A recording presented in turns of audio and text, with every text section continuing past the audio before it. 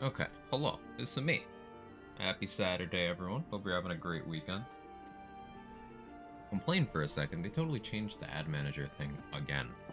Now instead of what I had it set to, all the timings on everything is different. And the snooze window used to get 3 10-minute snoozes, now it's 3 5-minute snoozes. It's annoying. Trying to optimize running ads when I'm not actually here so that people don't have to see them when I am here. And Twitch changes the fucking thing every 6 months. It's annoying. Oh yeah, I forgot to turn my other light on. It's okay, I'm feeling cozy today. How we doing, Nunu? Priz, Mr. Madness. So, Priz and I spent a bunch of time theory crafting in this game yesterday, and the damage ceiling you can achieve due to the way something we can only refer as Borderlands 3 bonus elements, we can only refer to them as that. Damage scaling off of that lets you do some silly things. If you've seen any like clickbait algorithm stuff regarding Baldur's Gate 3 build crafting in your timeline, it's probably, hey, this Paladin Smite build one-shots everything. They don't talk about the fact that's not really sustainable in most ways. People iterate that, but there is a way to make that sustainable. And there's an even better way than that. The most optimal version of Smite builds is to not Smite. And then the second most optimal version is to not be a Paladin. And then the third most optimal version is to also not be a Paladin. But then, you know, the fourth string is be a Paladin, but use low-level spell slots instead of the big smites. Then the fifth option is be a Paladin. But, like, for example, instead of doing all that, the save on a late game boss who has, for reference, 340 HP, we're on Tactician difficulty. So we have Karlach set up 9 levels of Barbarian, 3 levels of Rogue. Rogue subclass is Assassin for auto-critting stuff, although that doesn't matter in this particular context because this boss has been hit with Hold Monster, so everything crits him anyway. So I guess technically Thief would be better. In terms of Barbarian subclass, Wild Magic would probably be optimal, but currently this is a Berserker. It doesn't matter too much. But the thing to take note of is Crimson Mischief, which in my opinion is probably the best piercing weapon in the game. When you have this in main hand, when you make an attack with advantage, target takes additional 7 piercing damage. We're making an attack with an advantage. So, remember that number, 7. Dollar Amaris, you land a crit with this weapon, deals an additional 7 damage. So it's lying when it says with this weapon, it just means with a weapon. Or more accurately, an instance of weapon damage. But remember the number again, 7.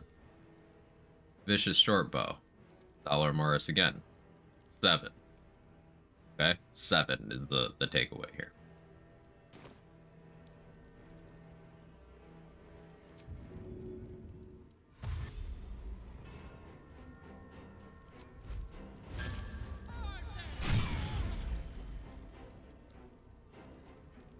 So before clicking the sneak attack reaction, that was 336 damage. So here, let me get rid of me for a second. You can see this combat log.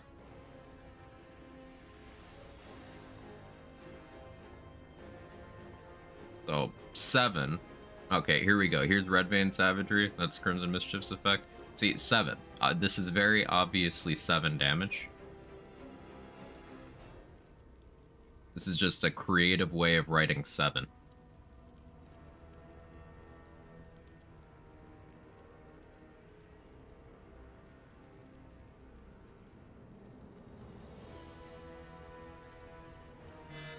Yes, Bone, I am live. Thank you for reminding me. Um, we just do that. And oh, look, another 7. By 7, I mean like 200. But same thing. Yeah, 56 on the main instance, 50 on Red Vein. Yeah, 7 doesn't equal 7, got it. Yeah, the reason for that is... So these 3 weapon effects, these... So, Red Vein Savagery creates an extra instance of damage, of weapon damage, that gets a lot of stuff reapplied again. But then Dahlia Amaris, both the dagger and the effect, so I guess they're interchangeable. So Vicious Shortbow, Dahlia Amaris, both put that 7 on crit into any instances of weapon damage that are on the hit. And my gloves, Crater's wounds from Crater Flesh, so 1d6 force damage on crit. That happens on any instance of weapon damage that occurs on a dice roll that was determined to be a crit. So what that means is you get this, this, this, and this once for each die you roll, assuming you hit a crit. Which, because we use Hold Monster, everything's a crit.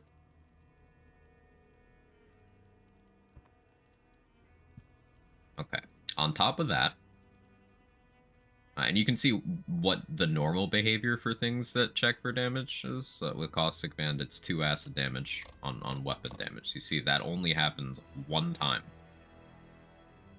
In this entire thing, it happened 1 time, confirming that this was 1 attack.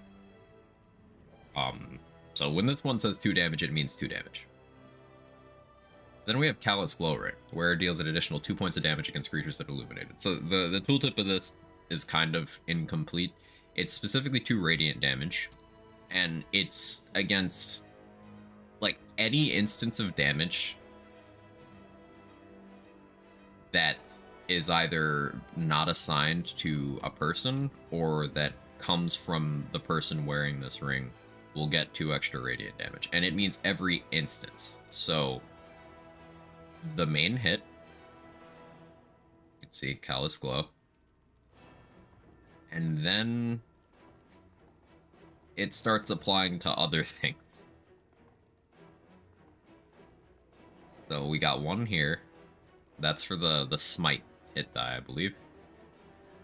And then we got 1 on Red Vein Savagery. And then we got 1 on Crater's Wounds. And then we got 1 on Valor Eluve, which is the sword someone else is holding. Although, apparently you can apply that one and then swap it out and keep the effect on. And then you get another one on the Red Vein Savagery that happened on the Smite. Another one on the Crater's Wounds that happened on the Smite. Another one on the Valor Eluve that happened on the Smite. And then you get 1 on the Sneak Attack, 1 on the Red Vein on the Smite, 1 on the Craterus on the Smite, and then 1 on the Valor Eluve on the Smite. So this ring that says 2 damage, which is the same number as this other ring that says 2 damage, actually added 2, 4, 6, 8, 10, 12, 14, 16, 18, 20. Yeah, a lot. So, 2 damage, by the way. These numbers are 2 and 7. By smite, you mean sneak attack. Yeah, did I say smite again? Yeah, I meant sneak attack. Because we used Legacy of Avernus Searing Smite, which Zariel Tieflings get that as a racial feature. They get their smites at 2 and 5, I believe. Meaning no need for paladin levels. These are equal to a cast of the appropriate searing and branding smites, I believe, at level 2. Yeah, this one says 1, but it's at 2. And then this one says 2 accurately. Big deal with Dalton Day, got done with everything. Let's go, Sora. Good job.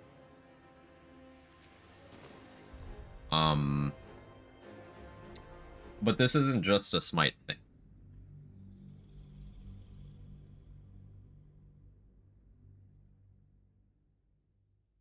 gonna reload again. And you can do this with more sustainable resources, and that's the really interesting takeaway here. Now, this is a save created in an ideal scenario where we've got maximum hit rate and auto crits against this one singular enemy. And late game gear, one ally is helping to buff, or I guess two allies, but reasonable circumstances outside of the hold person thing, which is why Assassin is in the spec, because Assassin can force this circumstance against anything that is not automatically hostile to you. Anything that tries to initiate a conversation, anything that is, say, an optional fight, anything that is not just sitting in a room already hostile. And even then, against those, you could just be invisible, sneak in, and click. So while I think for a lot of areas of the game, Thief is the most optimal rogue subclass, Assassin lets you do shit like this without requiring the spell work. So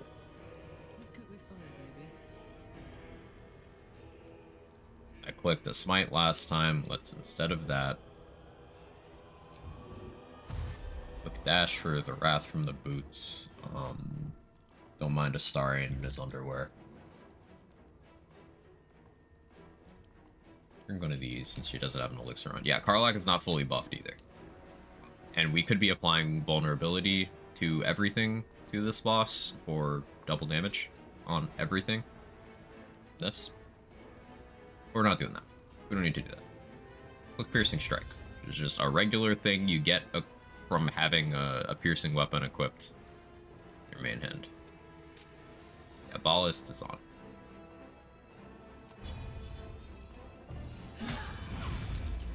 So, regular attack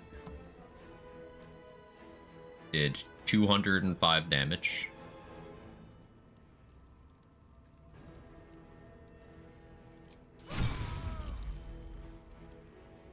And sneak attack secured to kill.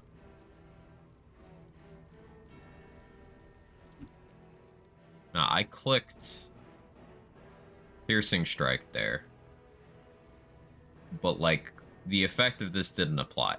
The Gaping Wounds, it didn't have time to. He was already dead. So that could be done with a regular attack. Calculator's mightier than the sword? Yes. And once again, the thing about doing Paladin Smites is every time that's a spell slot. It's a reaction and a spell slot.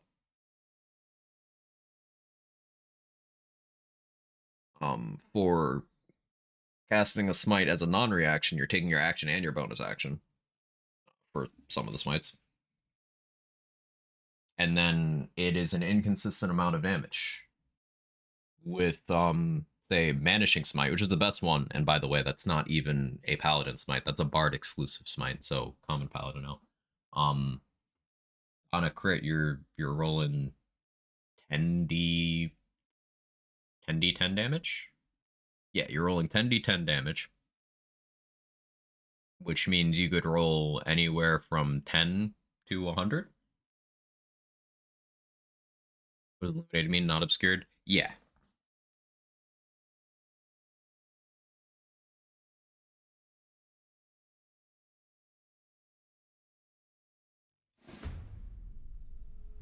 If you hold shift to see sight cones, you also, to the right of the distance number, you have a light indicator.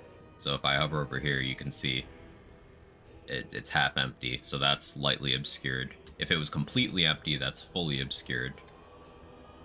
And if it's full, then that's illuminated.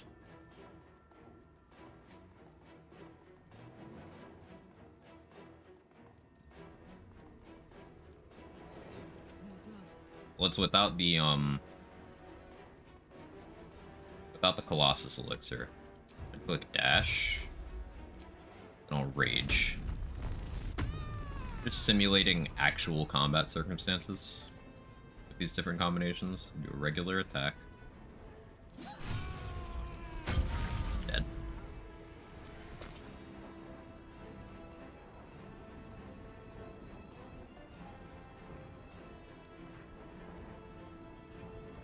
7 damage, by the way. You know, 7.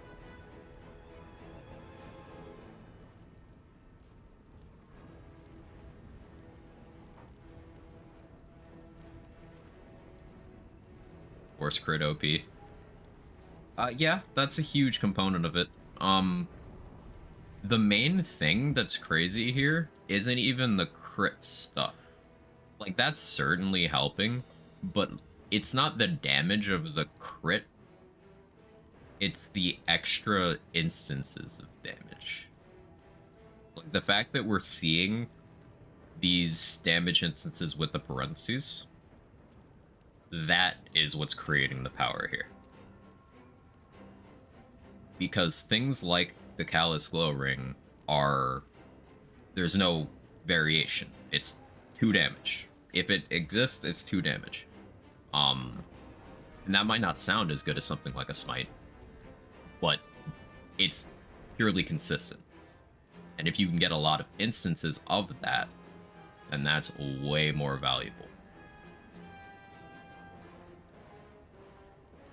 So things like Valor Eluve, which if target is standing near you and take damage, it take more damage. Things like Callous Glow, if it's in light, it take more damage. Critter's Wounds just happens if you crit. So that's a lot less of a desirable condition. It just works out well for this kind of stuff in a vacuum. However, there's lots of ways to force a crit. You've got this dagger, Rhapsody. As long as you have 3 stacks of Scarlet Remittance, you can use a bonus action to force a crit.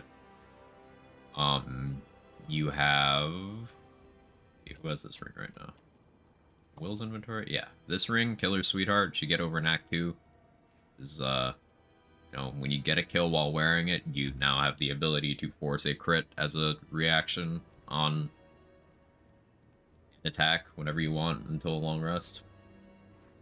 And then you, of course, have the Brainworm power one over here, where you can force a crit once per long rest. So that's 3 ways of having a forced crit without even bringing in using Hold Monster or being an assassin and being higher in the initiative order. So it is very sustainable to do this with proper planning. And you can do this with multiple setups. 4 characters that have their year plundered. Or Splung and Cyberpunk not one-shotting bosses in BG3. It'd be like that. I would do it on a loading screen.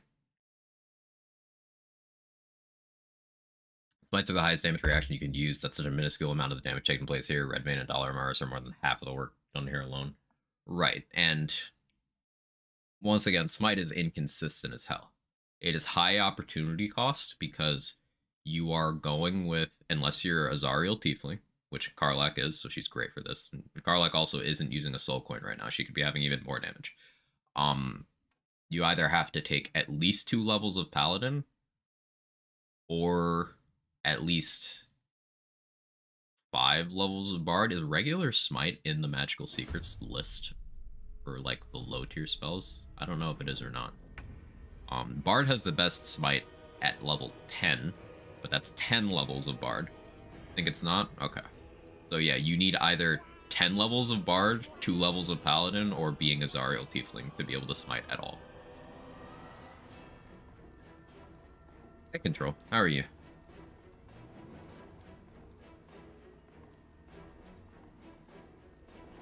Where's Redmane Savagery coming from? That is from Crimson Mischief. That is, who has it right now? It's over here. This is Orin's Shortsword. When held in the main hand. Fucking awesome today. Paychecks are awesome. Hell yeah. Hell yeah.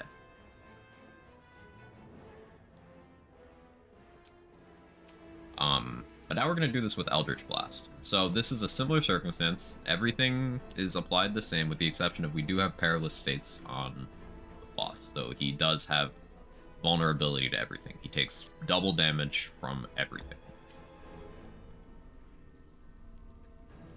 So we're going to apply Hex. So I want more RGB here. And Eldritch Blast.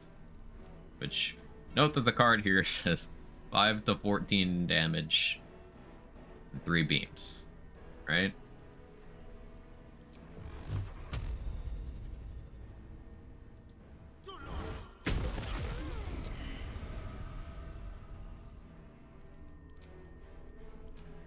Hey Peric, how you doing? So I haven't clicked sneak attack yet, but a lot of damage numbers.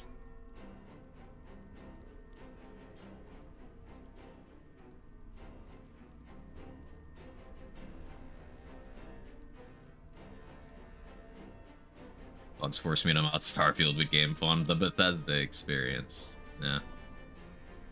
But I'm glad the game's enjoyable. How's you and Emily? I'm okay. I'm okay. I'm tired today. I have a bit of a headache. Well, I don't have my lights on. Light sensitivity. Also, I just don't have the cam on because it's blocking the combat log and I didn't feel like moving it. I can slouch with it off. But we're just turbo nerding in BG3. I've been playing a lot of Cyberpunk this week. And I felt like doing actual Variety Saturday, just showing some of the stuff that me and Priz got up to. Bullying this game with math.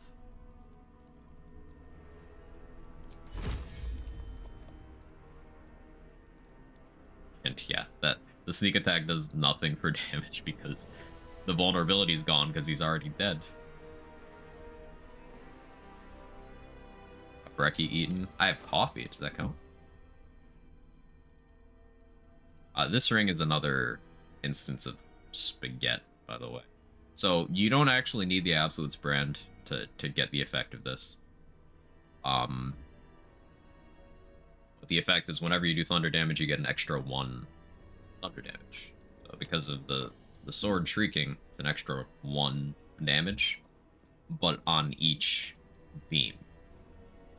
So that's 3 more damage, which is more than most other rings would give here. And of course, Callous Glow, which is happening a lot of individual times.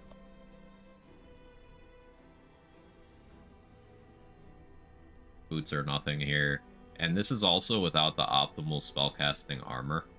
There's a robe you can get in Act 2 under specific circumstances. It is not on this save. And also, Astarion's stats were never built for this. You can tell because he's got the +2 from General's Memory. And he could have +2 Charisma over here. So I'm basically missing out on like 6 flat damage per beam.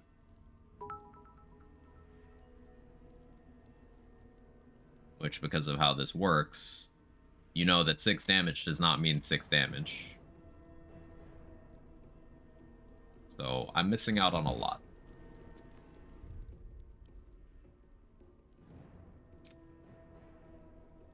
The projected damage of this is somewhere around 800.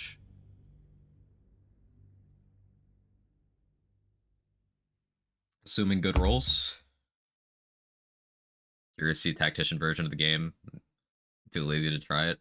I think I respected tactician a little more than I needed to going into it. It's one of those things where pretty soon I'm probably going to start using increased difficulty mods. More HP. Just giving enemies time to live through the abuse.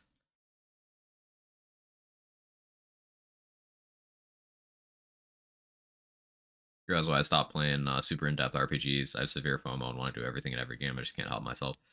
That's understandable. The way I limit that is I just I don't play too many games at once. If I can help it.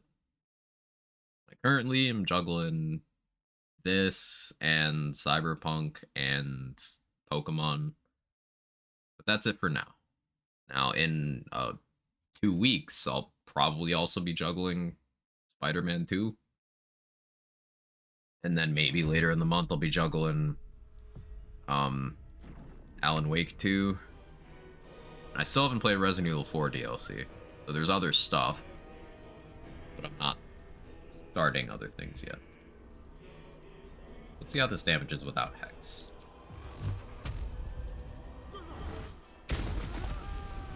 And we have time to actually land the sneak attack without Hex.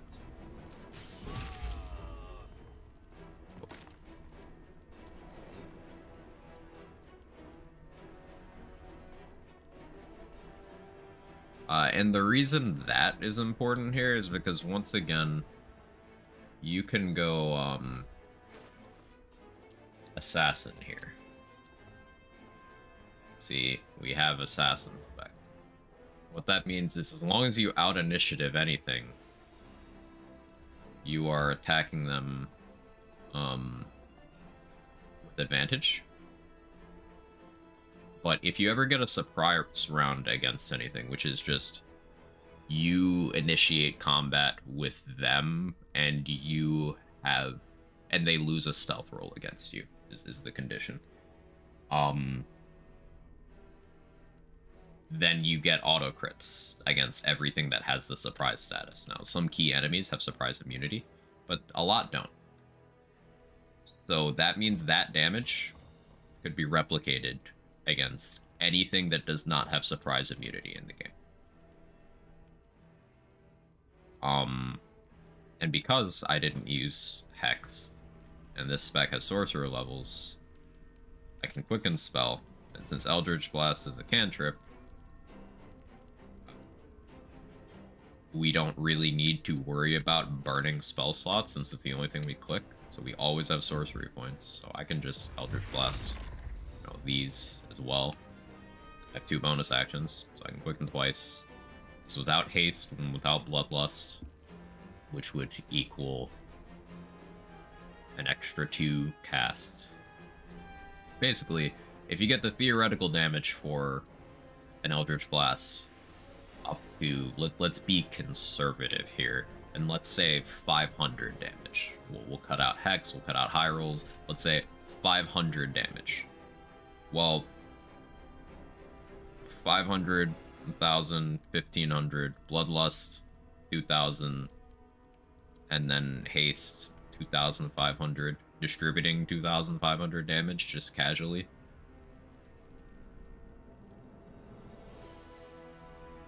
Obviously, there's some circumstances there, like, yeah, this guy had Perilous Stake Supply. That's factored into the damage count. So, sure, have all of those numbers.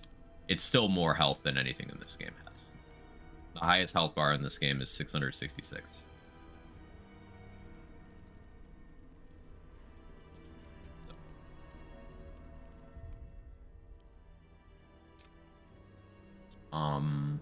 Let's do one more Karlach flick, I think. That's the save, right? Used to be 680 Rip Dragon. Did it have more? Interesting. Which patch did they nerf that as himself? Was that patch 1 or 2? Hey, loading screen. Thank you so much for the 5 gifted subs. I really appreciate it. I think 3 actually. Oh. Yeah, maybe I just didn't pay attention to the dragon's HP. Because on my second playthrough, it got 1-rounded. So I just never looked. But yeah, that would make sense. But thank you again, loading screen. That really helps me out. It's really big. I know I don't sound excited just listening back to myself there, but it really does help me out. Thank you. She's just a girl and she's on fire. There you go, Quack.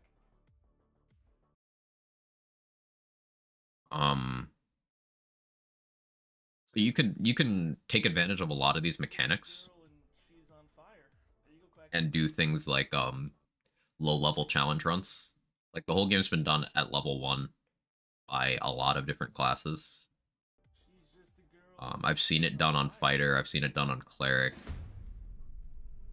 It would stand to reason you could do it on rogue very easily.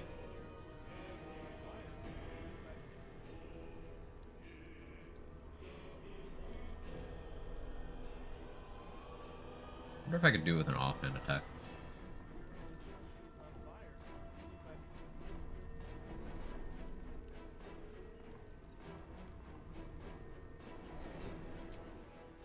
By rage?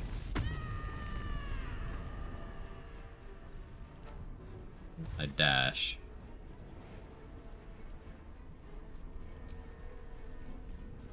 Big poke? Not quite. That's still a funny amount of damage. Just a little poke.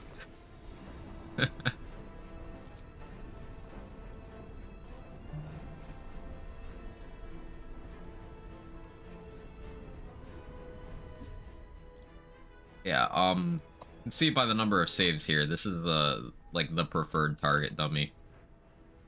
How far do I have to go back for the smite one? Is that this one?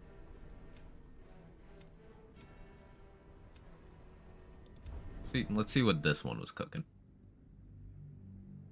Oh, there's a couple hours of just seeing how high numbers could be pushed with the gear that was available. And that emphasis on gear that's available. There's a bunch of gear that is optimal for this that is just not on these saves. The glorious wall of saves coming. So I have a couple in progress playthroughs just making sure to grab key pieces of gear at certain parts in the game so I can test to see how far they can be pushed. This strategy of just forcing a lot of instances of damage also brings certain things to the forefront of like, I wonder how far that can go. Like that meme jump build where you make a thunder explosion when you land a jump. That could probably be pushed to competitive tactician difficulty Act 3 levels of damage with some of this tech. Like with the Shrieking Sword, with Callous Glow Ring, that's a lot of additional damage each jump. And with just Act 1 action economy and movement speed, I know you can jump like 7-8 times. So later you should be able to jump a lot more. I want to break the game, do Light Cleric, applying Radiant Orb. People ban it while playing Tactician plus mods because it's still too strong. Yeah. Damage instance count. Right? Light Cleric has a bunch of stuff that people do with it that I feel is less interesting than operating within the combat system. Like, wasn't it FOMO for a while to do, like everyone was scrambling over themselves to be like, hey, have you tried Light Cleric with turning on and off Blood Olathander? Like, yeah, okay, guy. Okay. Obviously bypassing the turn system to use a damage aura that has no saving throw is gonna do that. Yes. Radiant Orbs aren't quite that bad, but I have the same kind of feelings towards that. Which character has the gear right now? Is Astarion doing it? Okay, yeah, this is Astarion doing it. Yeah, this was a test to see how Vampire Ascendant passives work on this.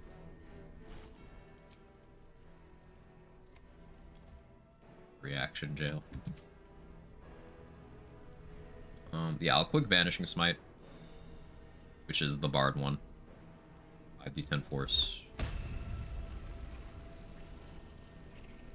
Upcasting doesn't do anything. So, you see, he's dead before you can reaction smite.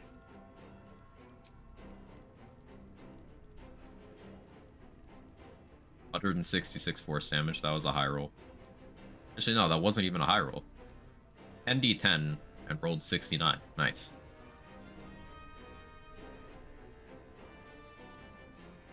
Yeah, this is the thing with smites.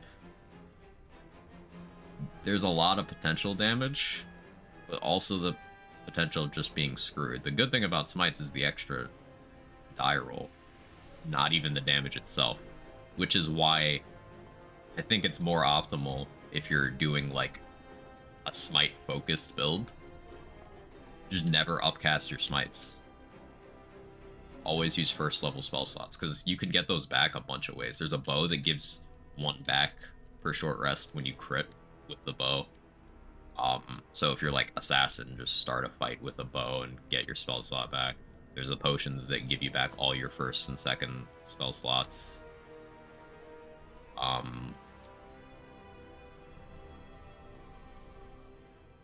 you could take like 3 Warlock levels to have 2 first level spell slots that come back on short rest. There's a lot of ways to get more sustainable stuff than the thing that I've seen a lot of clickbait of, which is, oh, you Divine Smite your 6 level spell slots and everything gets one shot. Like, yeah, or you could use something sustainable. And then do the same amount of damage. Tarring a Paladin for testing purposes, yeah, Irish. Actually, no, I keep forgetting because LOL Smite, but the more important thing here is he's 10 Bard, only 2 levels of Paladin. Bard is a better smiter than Paladin. I think for this specific scenario, the most damage you could have would be a half-orc. Because half-orcs get an extra die on melee crits, which is the same thing that we're using from Smite to be optimal here, so they wouldn't need any class investment to get the same result as what we just did before clicking this Smite.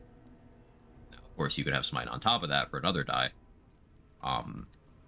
But the appeal of not needing that would be opening up class slots. So, like, for example, I clicked Banishing Smite, which gave an extra hit die. And yeah, it had that 166 force damage. But that force damage isn't even necessary. He's dead without that. That would mean you could do this on lots of different classes. Like, for example, the Karlach stuff, we had her on 9 Barbarian, because at 9 Barbarians get that extra die that half-orcs just get innately. So yeah, you could do a half-orc Barbarian and get both, for example. Half-orc Barbarian with 2 levels of Paladin would be a lot of extra die. I know that's a popular thing people do. That might be the most damage you could squeeze in here. So like 9 Barbarian, 2 Paladin, 1 Rogue for sneak attack.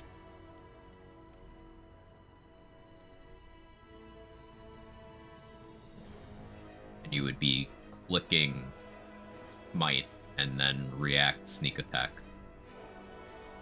That's probably the most damage you're getting here.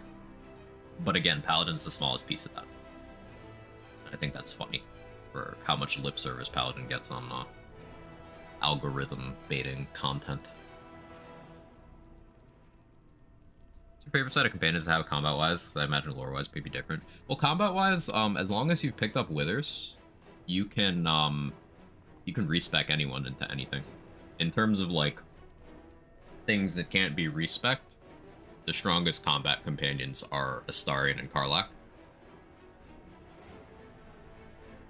They just get access to some passive features that no one else can. Will and Shadowheart give access to gear that no other companions can give access to. Like, if you never recruit Will and Shadowheart, you lock yourself out of like half a dozen really good items. Unfortunately, Shadowhearts are locked to the evil path. So that kind of sucks, but there's really good items there. Will has 1 item locked to doing something I'll never actually do, but luckily that item sucks. Evil path, yeah, so you can dictate kind of how Shadowheart turns out. Rapier on Will? Yeah. Will has 2 items. There's the Rapier in Act 2, but there's also Robes in Act 1. The Robes suck, so they're not worth really going for, but they do exist.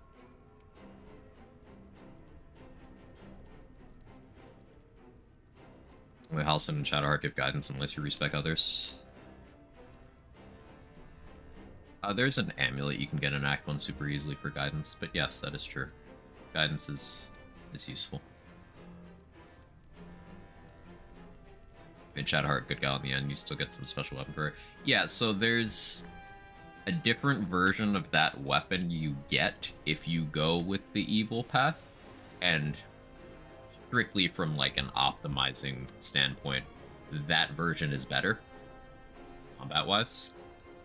But she also gets gloves and boots that are some of the best gloves and boots in the game, but that is the only way to get them.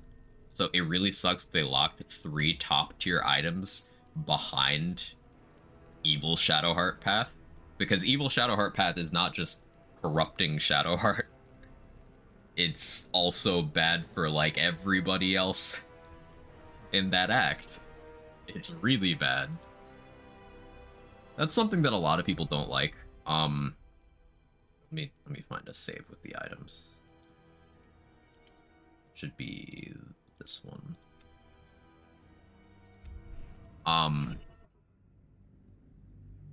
In terms of things behind evil routes, there's so much collateral damage required. Like, if you want to recruit Minthara, you are locking yourself out of, like, a double-digit number of characters. If you want the 3 evil Shadowheart items, you are locking yourself out of a double-digit number of characters.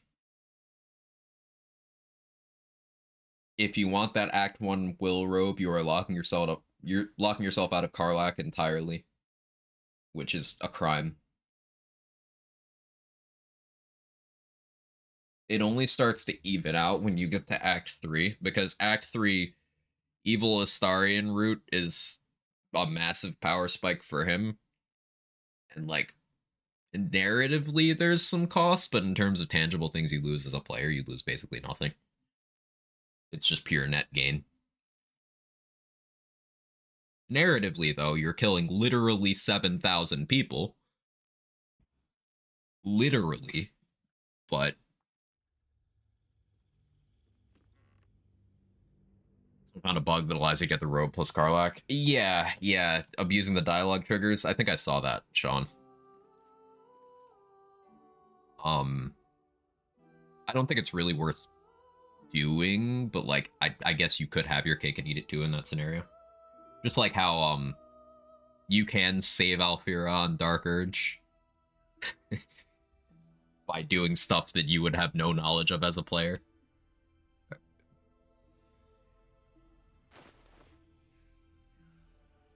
But yeah, this is the version of the spear you get from Evil Shadowheart, which is substantially better.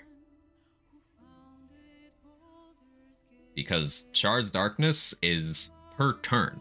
You just get to infinitely cast Darkness whenever you want. Like, every turn the cooldown refreshes. And Darkness is one of the most powerful effects in the game. The sphere also gives you blind immunity, so you can sit in your own darkness.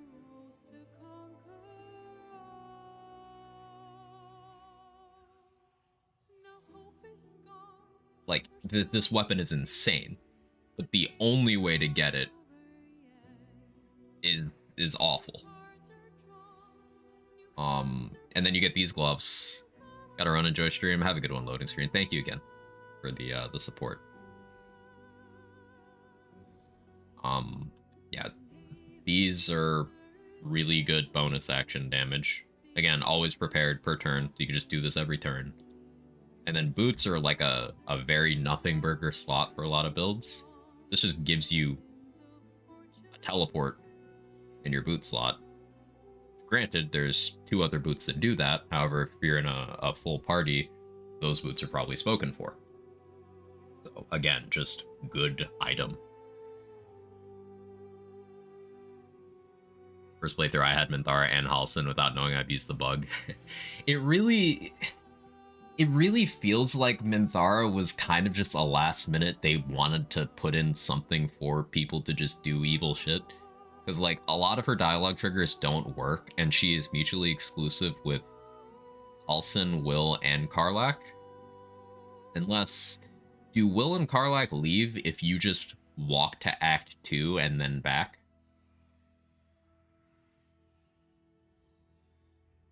Isn't necrotic damage kind of meh in general? Most enemies seem immune to it. It's mostly just undead and Charns that are immune to it, which makes necrotic meh in Act 2, but you get this weapon at the end of Act 2. So it's like 2 areas of Act 3 where Necrotic isn't good.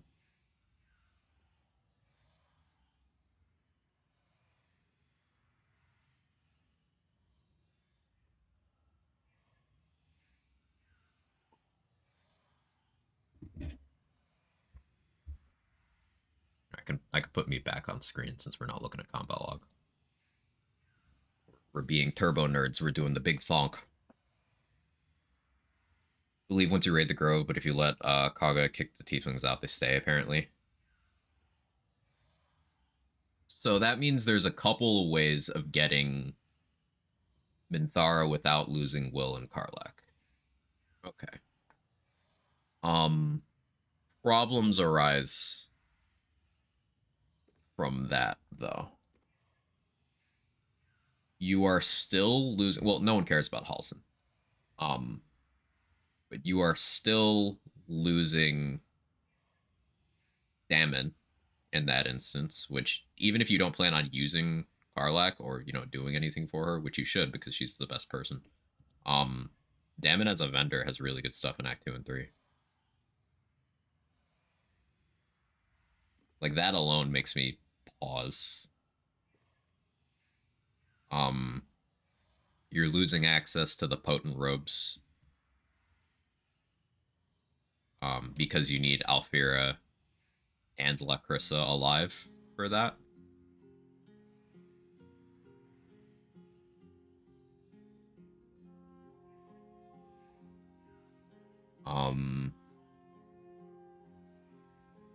Sure, there's a couple more things. I don't know how feasible it is, but if you clear out Goblin Camp and Blighted Village, Dammon can survive even after a Kaga kick out. That's something that I think I might want to test out then. Because if we can minimize what you lose by getting Minthara, then I think that could be a more enjoyable way of consuming the game, because Halsin's fucking boring.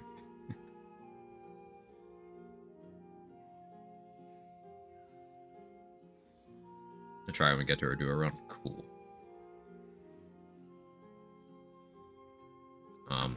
Oh yeah, I was using Elminster as a test dummy. That's why I'm here.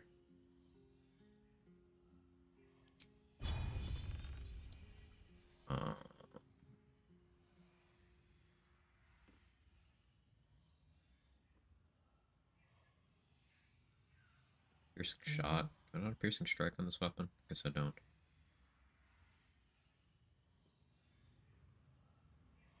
Aiming strike does like no damage. It's unfortunate.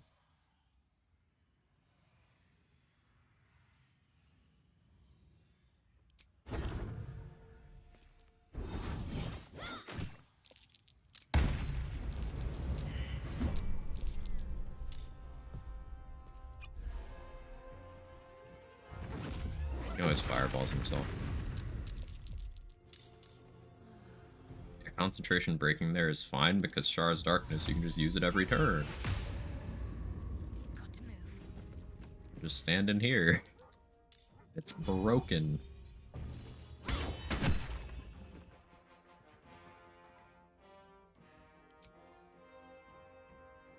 Also, it just clicked to me.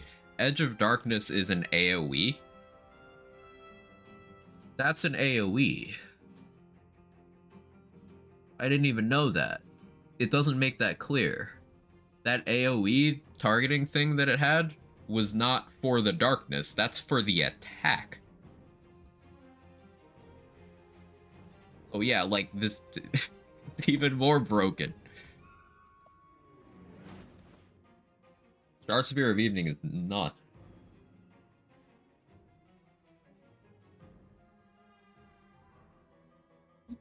Tieflings have a predetermined route to get to Act 2 from Grove when kicked out. Are there any additional casualties for them going there when you kick them out? Minthara is evil, but entertaining at least. I find it concerning how many people don't think Minthara is evil because she's attractive. I'm like, what do you mean? Like, what do you mean? You could literally ask her and she'd be like, yeah, I'm evil. Like, what do you mean, though?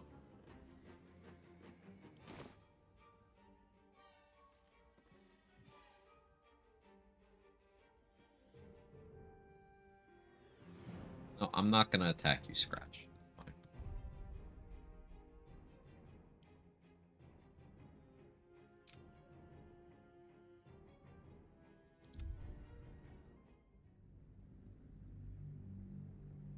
So, like, this attack being AoE, it is on short rest, but most weapon maneuvers are, so I'm not worried about that.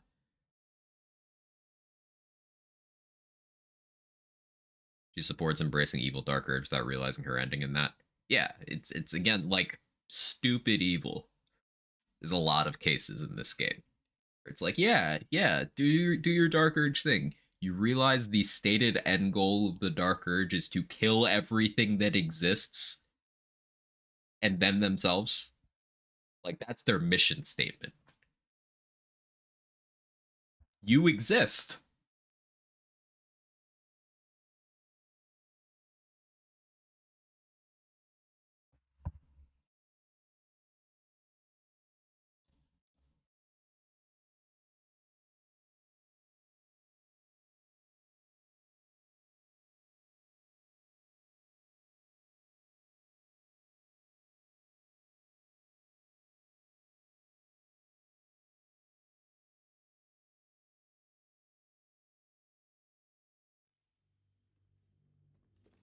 Yeah, I've the more I think about this weapon, the more I'm like concerned. The problem with getting this is mutually exclusive. Like, you definitely don't get Act 3 damage if you get this. You still get Act 2 damage, so you get most of the stuff, but you don't get Act 3 damage. You also don't get Jaheira, which means you don't get Minsk. Which, in terms of, like, gameplay stuff lost, not much, but, like, in terms of content lost, some.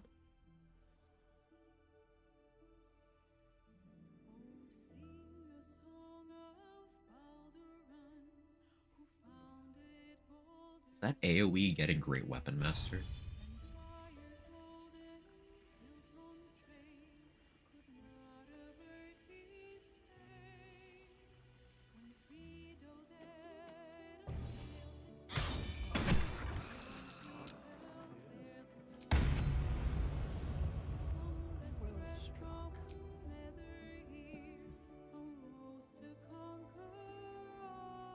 Baldur's Gate. How you doing, Mr. David Bowling? Yeah, that is totally getting Great Weapon Master.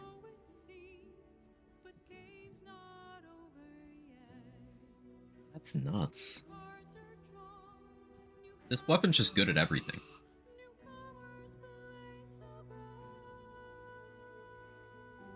Like, there's an unquantifiably large amount of bullshit you can do with this weapon. It is thrown as well. You can just throw this.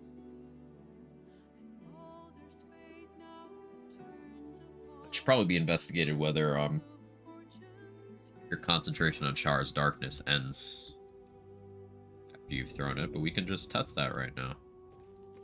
Wield a shield though? You can. Just not if you want to benefit from Great Weapon Master.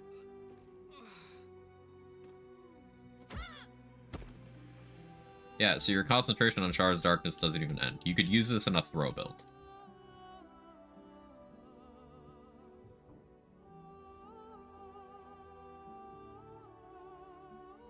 And she's still immune to blind?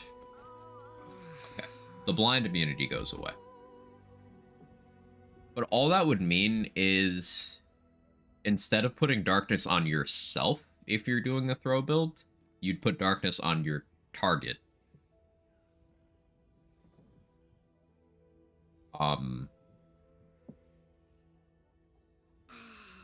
Or you'd need an alternate immunity to blindness. You'd either need Devil Sight from Warlock or the Ring.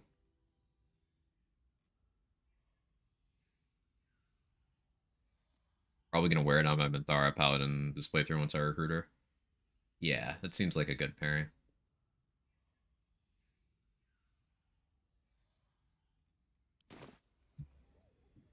Did it just disappear from existence, or did it go in the chest?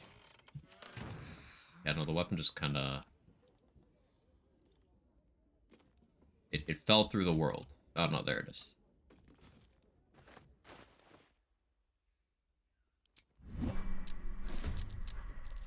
Why is everybody hostile?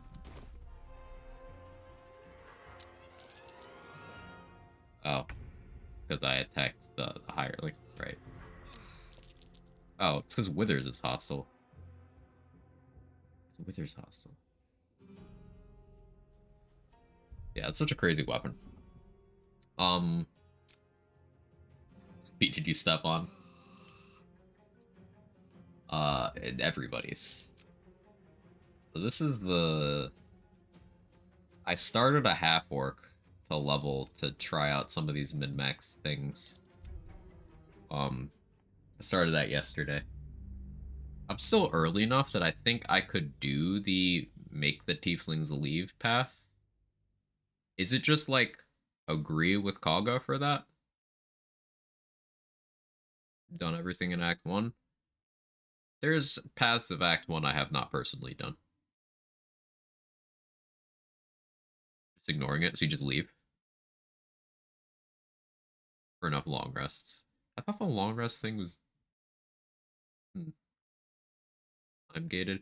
I know if you hover over Rite of Thorns, it says like 10 days or something. But I've definitely long rested enough times and not triggered anything there. I know it forcibly advances the quest if you just walk to... yeah, no, sorry, you don't see anything. Nothing happened. If you just go to the Kresh or the Shadow Curse lands, it forcibly wraps that up.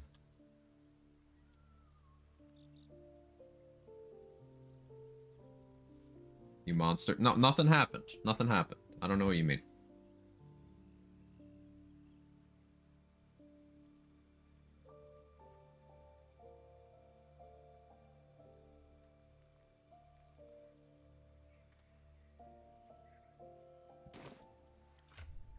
Morning, Urban Mac. How are you?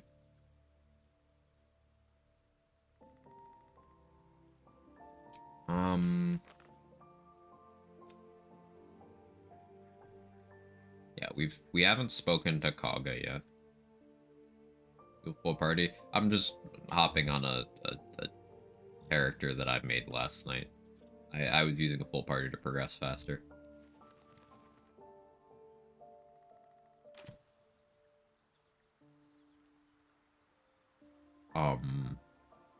Like already having Withers, and I went and grabbed Fowler Aloof. Because there's not that many weapons in the game that are, that you can have Great Weapon Master and Sneak Attack. There's not very many. It's like this. There's another longsword you can get in the Kresh. Then there's the Glaive that has Whirlwind Attack in Act 3. Are there any others?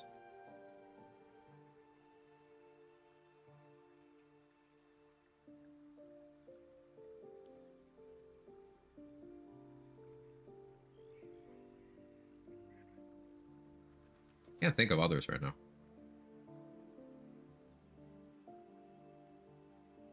Because it would have to be things that are finesse and versatile, or finesse and two-handed. Arona, is it a finesse weapon? I don't remember it being a finesse weapon.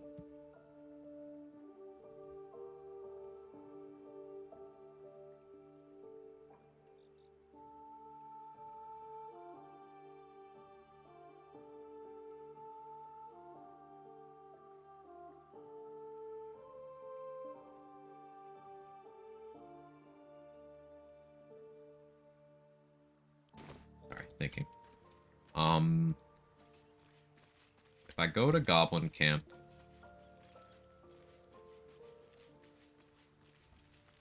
so I know the game accounts for tadpole totals, and you don't actually need to like murder Hobo Gut and everything, but I'm gonna want the Bread of the Absolute for dialogue options.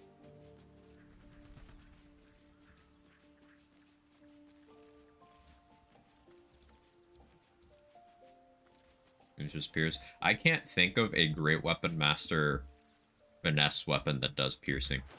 I don't think there are any.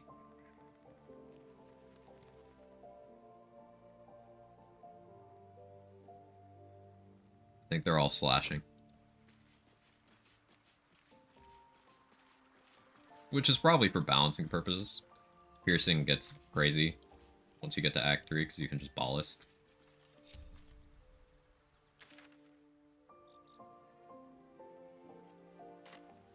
Yeah, so I guess with this save, I would, I don't think I'm gonna do this right now. I would go do all the side stuff in the Goblin camp. Basically just do everything above ground Act 1 that's associated with the Goblins v Druids v Tieflings storyline, and then just leave.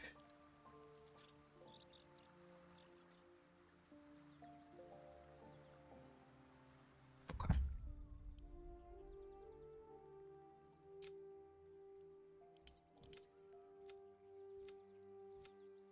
Hey, Urban Mech, you want to see something funny?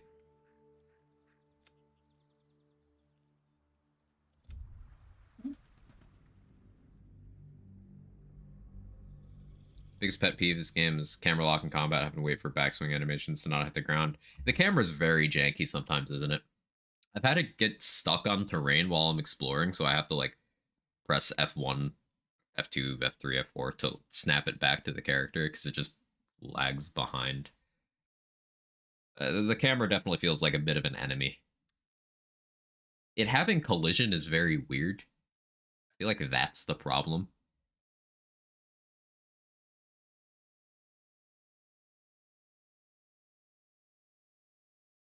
Normally, finesse weapons Grave Master don't usually exist. Makes sense why.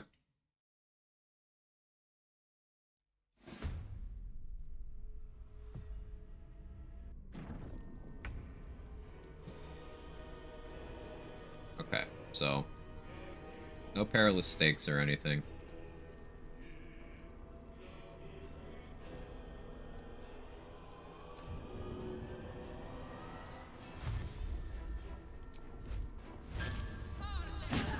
Oop. Aw, low rolled. He still has 5 HP before the sneak attack.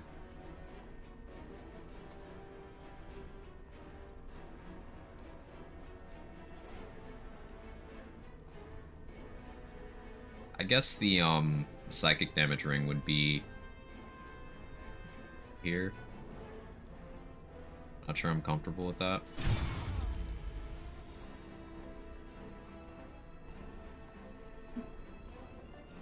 Here, let me get rid of my cam again so you can see the combat log.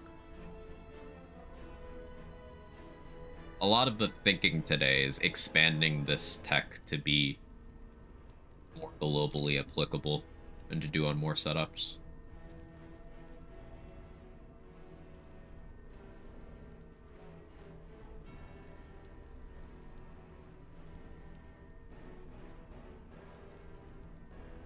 Yeah, 150 damage-ish sneak attack.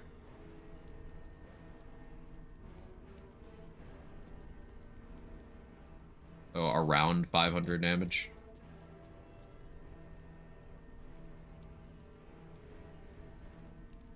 That's on a regular attack, basically. Like, sure, I use the smite, but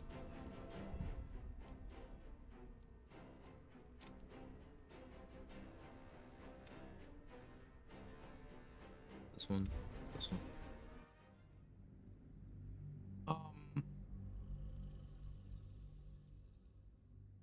The TLDR is BL3 style bonus element fuckery plus forcing crits. And forcing crits is a reliable tech in this game. Because Assassin can abuse surprise rounds for it, but also you've got 3 different ways of forcing crits you can put on any character. There's a dagger in Act 3 for it, there's a ring in Act 2 for it, and there's a an Illithid perk for it.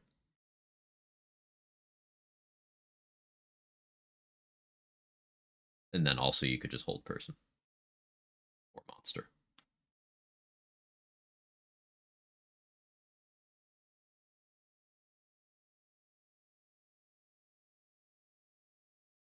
Yeah, the character I switched from to this is a half orc because I want to test out half orc here. I'm getting that extra die on crit. Like half orc barbarian with 2 paladin and 1 rogue should be the most damage you can do here with a melee swing.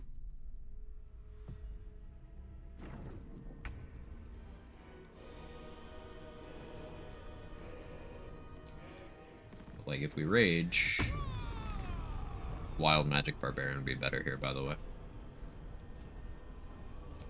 Rage dash. Do a big ol' hit. Make sure to sneak attack on the reaction. That's important. Dead.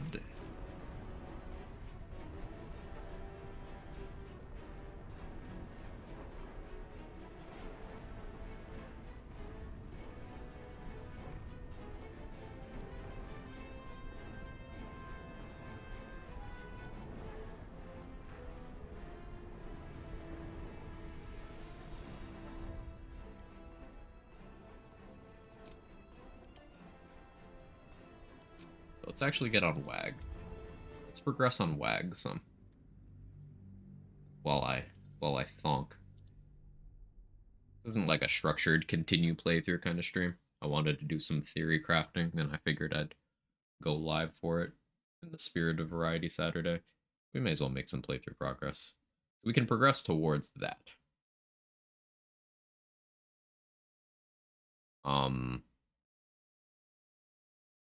And there's lots of other crazy stuff, like you could have a character clicking Monk Flurry of Blows 4 times in a round, and their flurry range could be like up to 116 card damage. And you could have Valor Eluve active, so that's that on each of the instances of damage. That's without factoring in Callous Glow. You could have Gaping Wounds on them as well. Gaping Wounds is another thing that I wasn't really leveraging there. But the more instances of damage you do, the better Gaping Wounds gets. That's where things like Eldritch Blast, Magic Missile, Flurry of Blows get pretty nuts. They're not already, but I haven't been on this character in like a week. Have we really done...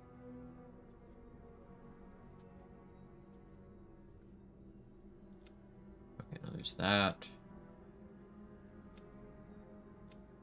Okay, we need to do a long rest for Arabella to check in.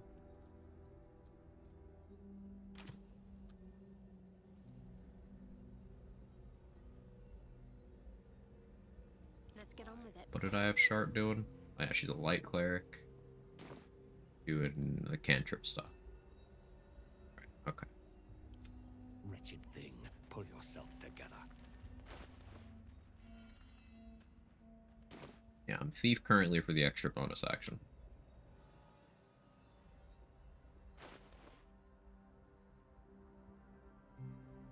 Makes sense with hand crossbows. I was doing Titan String, then yeah, there's a case for Assassin. Although your gear can't be surprised.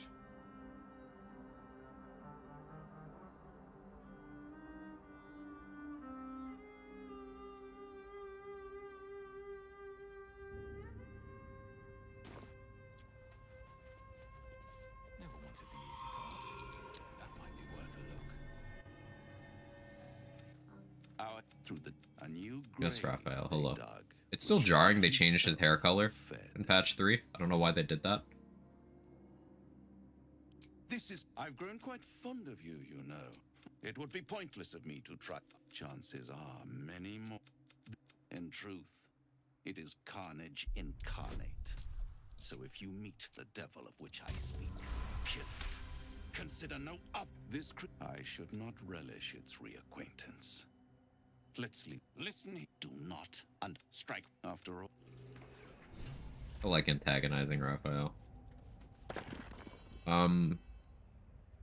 So, like, I should have a star in with me for dialogue there. I just can't be bothered.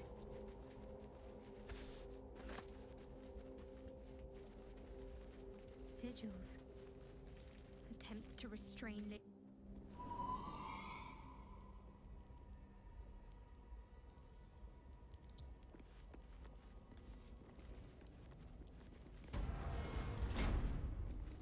Me, Zerel, Minthara, whoever you are, me. I think I just killed Balthazar in his room.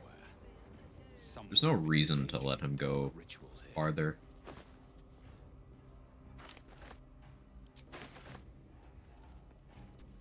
Okay, but do I get the... So, I'm in a position here where I could do the Evil Shadowheart route. Could.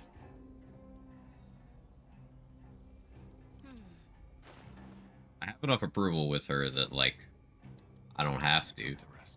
I'm not locked into it. If you have low approval with Shadowheart, then you don't really have a choice if you can't pass the DC 30 persuasion check. I actually think if it's so low, you don't even get the DC 30. You just can't do it. That's one thing I like about the companion stuff in this game. They do have more agency than people like to give them credit for. Like, you can trust them to make their own decisions, and they'll make the right one as long as you've, like, heard them out enough. Or I guess the right one. They'll make the morally correct one. Like, if you're evil, it's not the right one.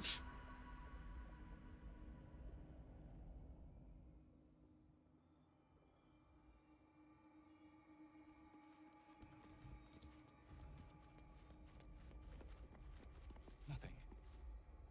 It must Forgot be the inside. order here. Is it General Grief Moonrise? That'll make the most sense.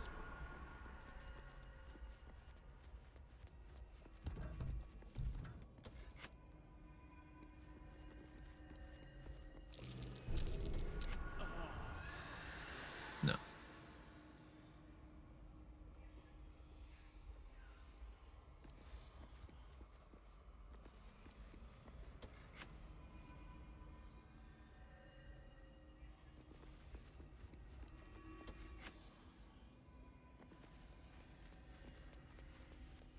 The funny thing here is that this is just like seeing how much you've paid attention to the order of things with Ketheric's stuff, but like it's so convoluted.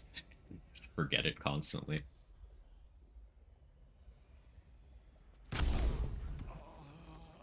Stop blinding me. It's rude.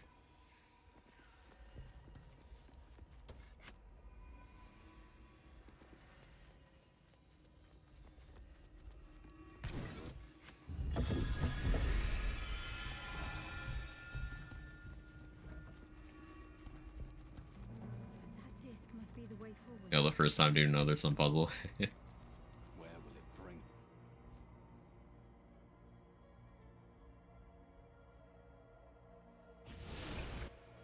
Ketheric is a very simple character with a very good voice acting performance. And is very easily, The Dark Lady guided me here. let's call it She wanted me to find this place. misconstrued Looking ahead. intention wise by the fandom. Basically, Ketheric is Handsome Jack. A number of posts I've seen of people being like, hey, Ketheric going along with this plan makes no sense. Like, it does if you listen to any of the characters speak. So, like, alright, man. Play Baldur's Gate if I have hair? No. Not allowed. You need to be completely hairless everywhere. Everywhere.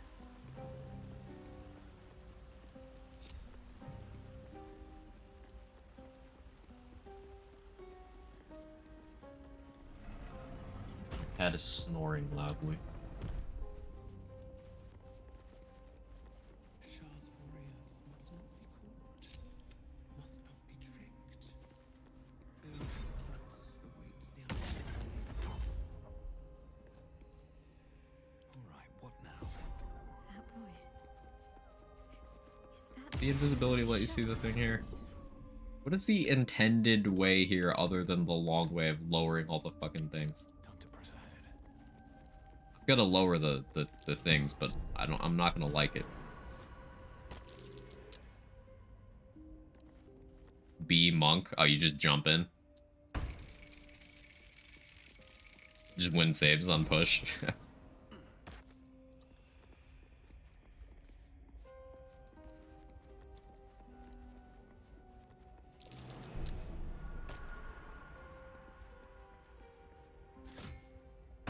Let's run the right, Trish run to the front.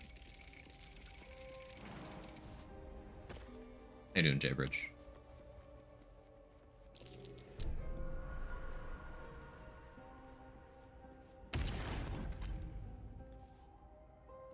BDGL3. Like they run in with characters side by side and only one gets pushed. I'm trying that because that's funny. I must keep going.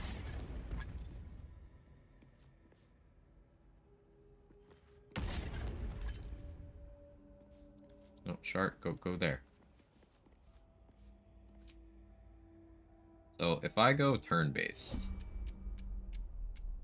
and only push one person per turn is what you're saying? Shouldn't have wished to live in more interesting times. Or no, they have to be like completely simultaneous. Right.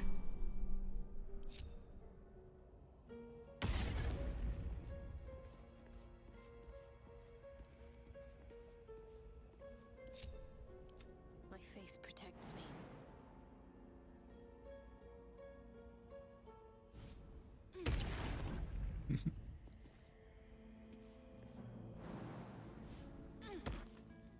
Oh, well, I guess that works too. Welcome, child. Follow my You could just get ragdolled in the correct direction.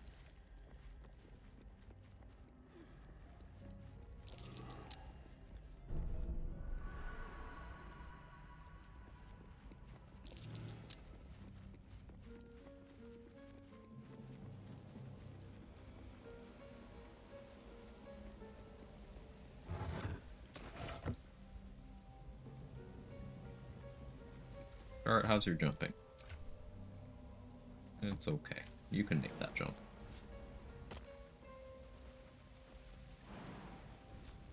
No, or you just run around. It's boring. If everyone else minds their business, I'll be fine.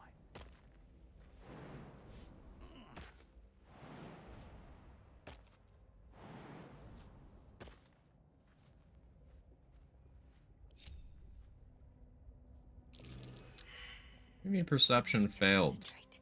What did I roll on that? I had advantage and I rolled that poorly? What do you mean? It's obnoxious.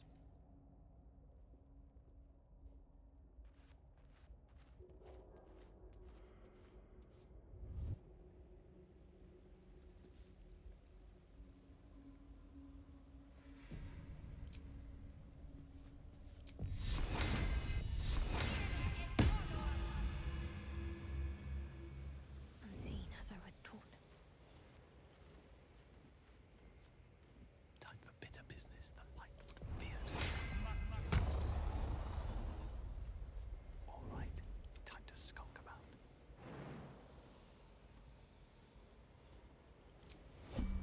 Taking my time in the shadows. Don't want to draw any attention.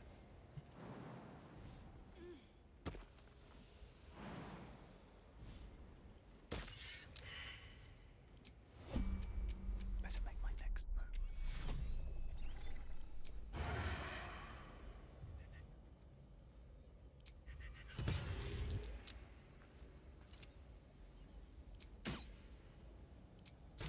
Oh. You get a lot of sneak attacks when you're attacking things from outside of combat. A little silly. 85. You roll that.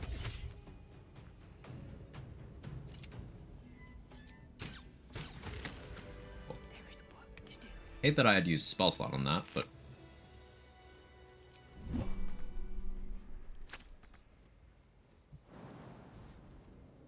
Chart's still hidden there. She was. She was still hidden. No one's stopped me yet.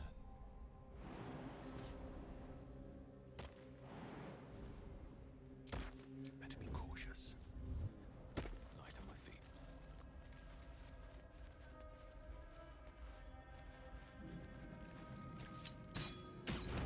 We have 4 damage hand crossbow. We don't lockpick anything.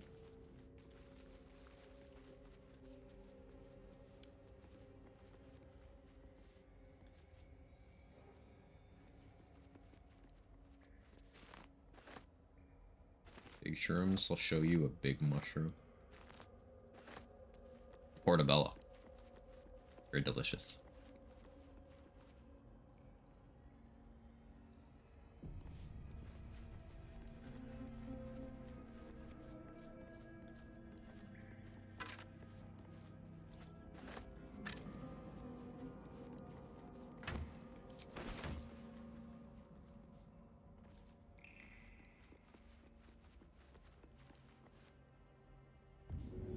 Rat jam.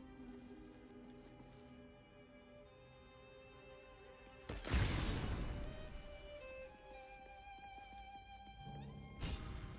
rat stares at you. It almost seems like it wants your attention.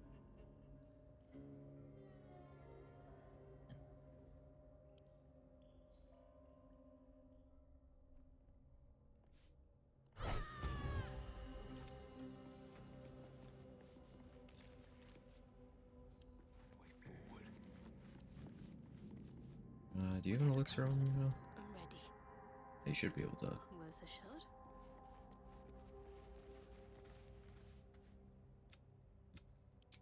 Your prayers fade away. Your efforts must be inadequate. You must do more to please Shah going forward.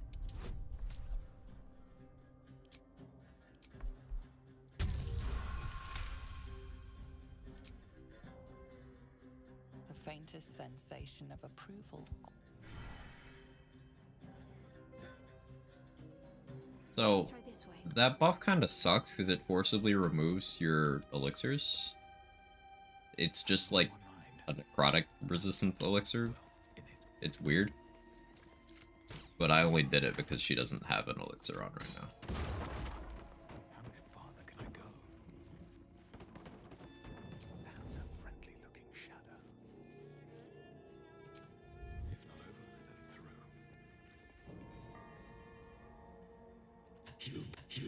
You find yourself in a dead, putrid skull.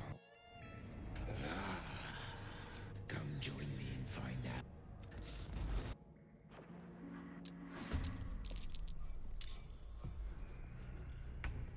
Trespasser. Does it have Radiant Retort?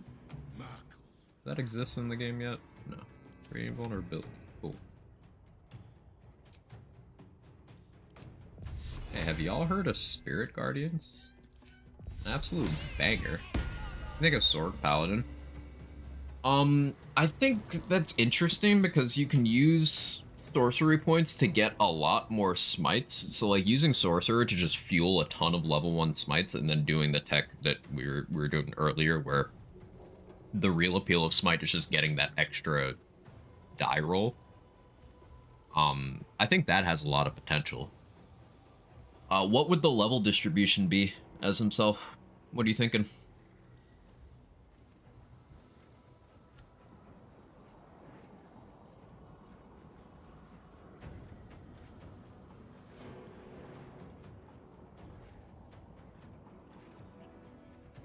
Six.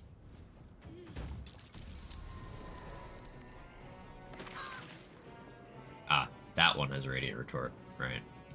I knew something here had it.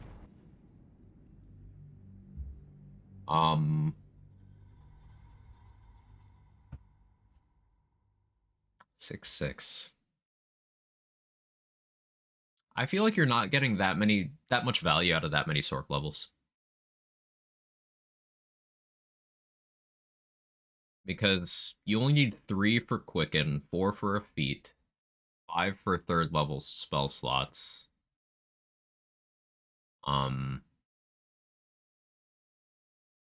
6 gets you the Draconic Bloodline upgrade, but are you really using that with Paladin? And I guess you could do a Fire Smite with that.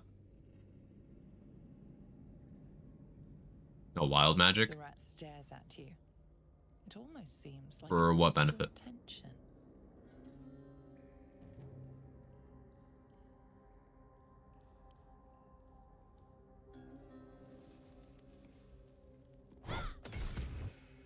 Still breathing, despite everything.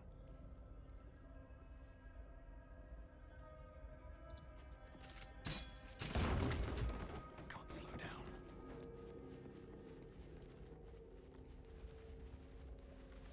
I'm ready.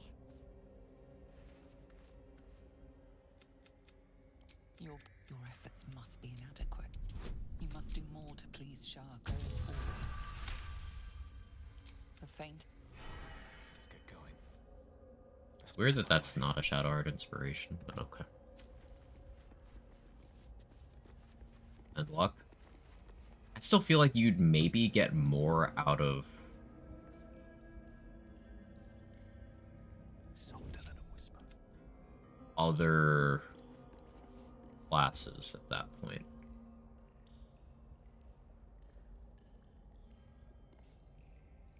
Like, even something as extreme as dropping Paladin to 5 and taking 5 Warlock and 2 Sorcerer. I'm sure that's something people have done a lot of already. But like 5/5/2 lets you still use sorcery points. You get extra attack from Blade Pact, which I believe stacks with Martial extra attack.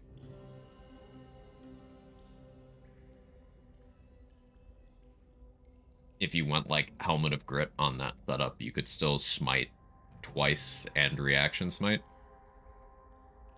But my Twinned Haste. Is this a solo character? Because if not, you can just have someone else haste you.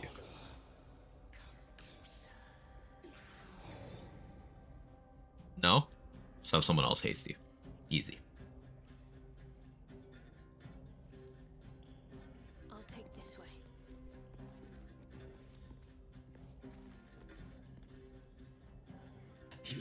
You find yourself in a dead, putrid skull.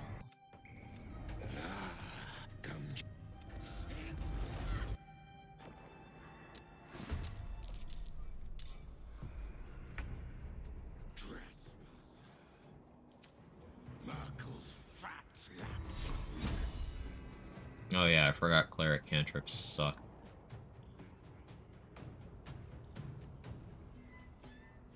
Do I just eat the damage here from Radiant Retort? I feel like I do.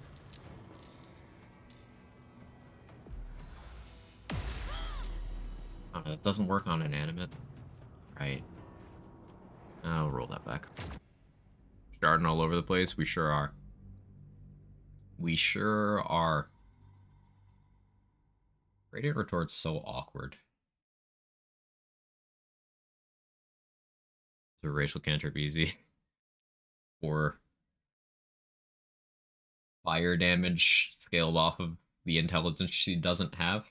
I suppose she does have intelligence right now because the until long rest +5, but that's such a weird choice of how they spec Shadowheart. Like, default Shadowheart, if you don't respec her, has what is arguably the worst of the cleric domains in the game.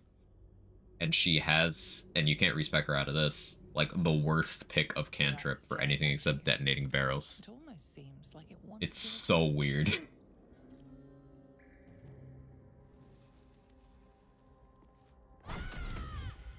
a dull moment. No time to dally.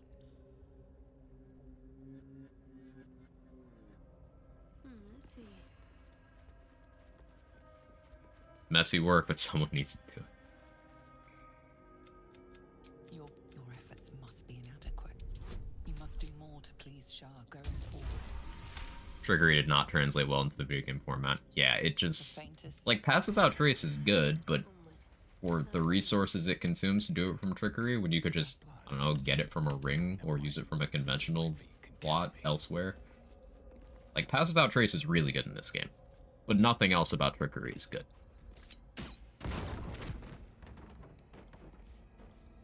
Crit that rat. Go that energy. No, we don't crit our friends. We'll crit random rats, though. Can't risk being in open view. Light and Tempest are also just extremely potent. That too. War is pretty okay too. Light, Tempest, War are just very straightforward in being good. That's a cross between force damage. There is one in Act 2 that does force damage. You could purchase it from, if you talk to the halfling in the goblin camp, he shows up again in Moonrise Towers. That's where you get it.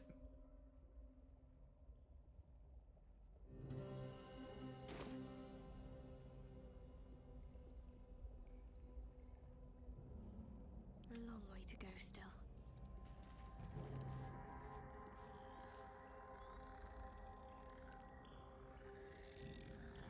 Got to press on.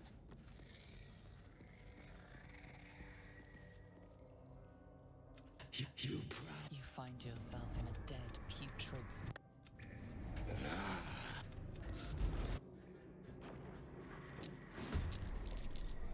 Hey, I'll do it the way you want me to. Trespasser.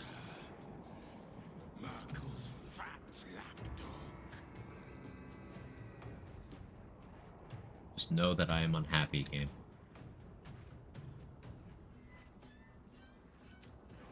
Don't want to think about why my eye is itching.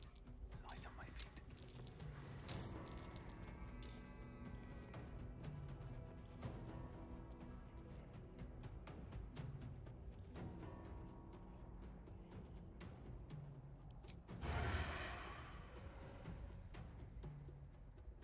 Around this way.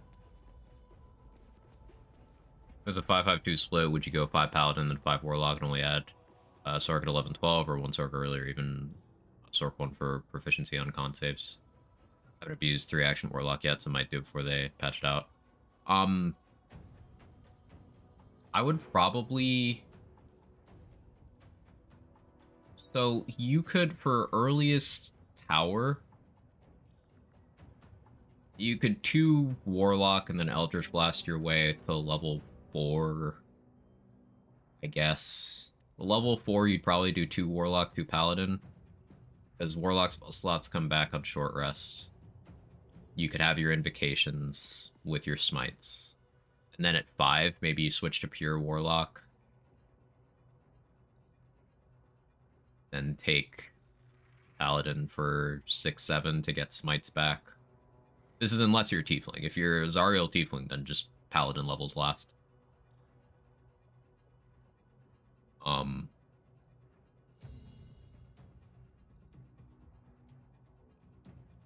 Yeah, I think in any configuration, the Sorcerer levels come last. Because they're basically just going to be sustained for, like, ensuring you have more Smites per rest, right? And I guess you get the utility spells. Maybe you take the Sorcerer one early for, like Urban Mech said, you could have Shield, but if you're not worried about that, then you could take, like, Featherfall and Leap really early for just getting around the game.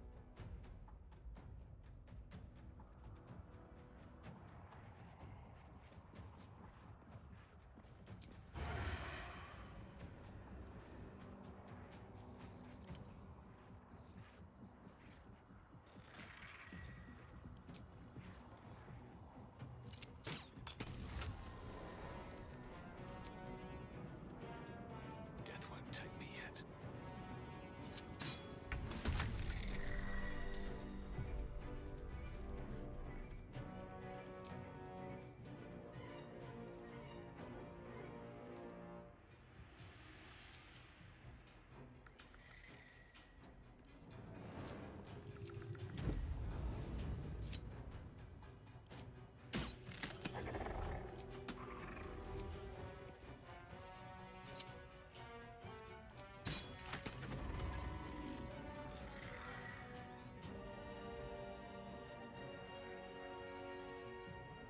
have enough movement.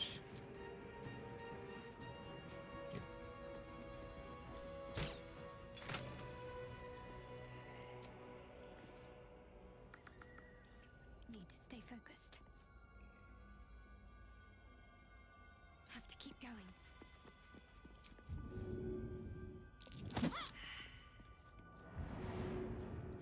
The trash. No choice but to keep going. Okay, they're gonna get a turn. Less than ideal. That's fine.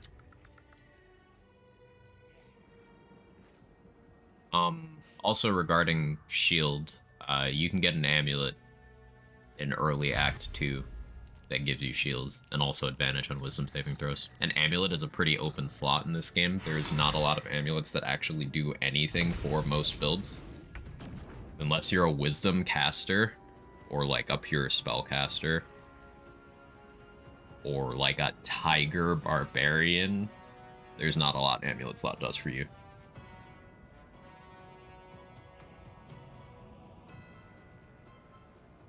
Time to push my luck again.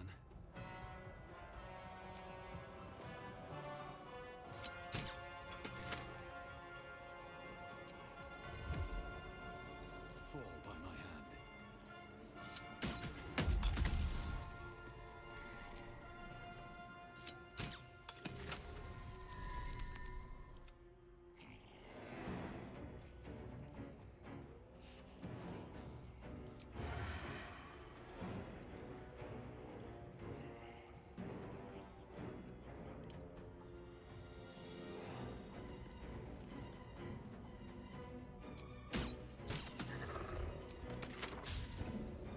What do you mean miss?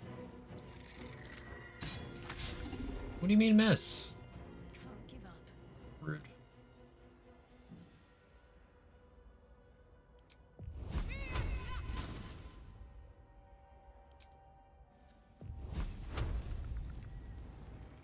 Where is this again? Got fire resist.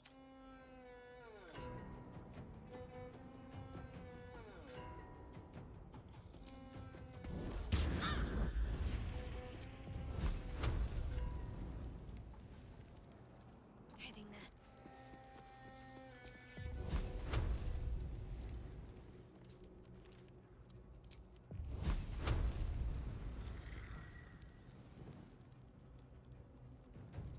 Very unfortunate. Must be a section where Spirit Guardians is bad and Fireball is good. Spirit Guardian's still better as long as you just make sure you don't trigger Radiant Retort. Because you could just use movements. You could precast Spirit Guardians and go all in on movement and dash around and pop all of the things that spawn enemies, which Fireball can't do. Spirit Guardian still wins, even though Radiant Retort is designed to counter that. Doesn't matter. I will continue to reiterate that Fireball is a shit spell in this game. And Spirit Guardians is one of the best.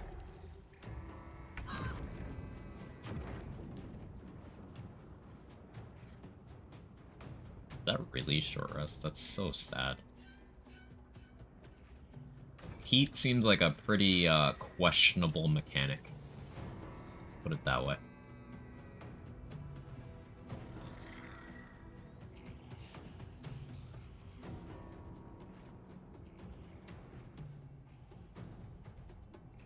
Like, if I had movement, it'd be Spirit Guardians and then dash and I get all those. I have Boots of Speed on her for some reason. I should. Where are Boots of Speed? Who has them? Are those still over on Karlach? I think those are over on Karlach. Oh, no, just no one's using them. That's just a skill issue on my part. Let's make this quick.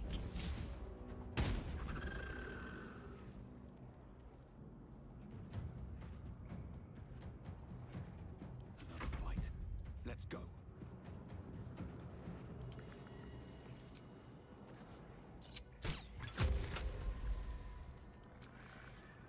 Another day, another fight.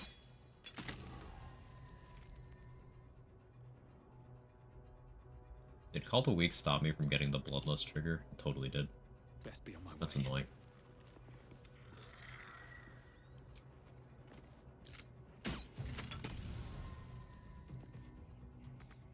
Maybe those just don't do it. Softer than a whisper.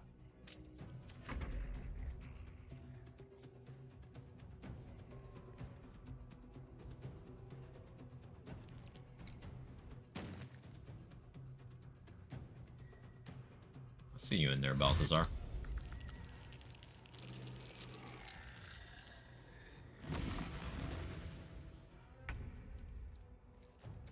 Am I getting XP for these? That'd be pretty sick.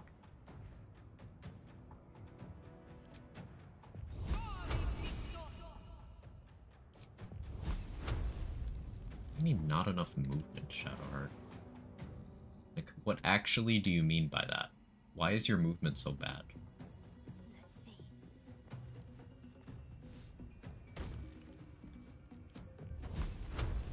Is it because you can't see? It's because she can't see. They're dying for me. All of them.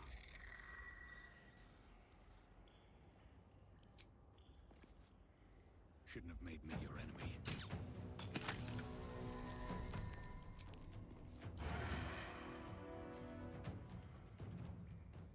Another step forward.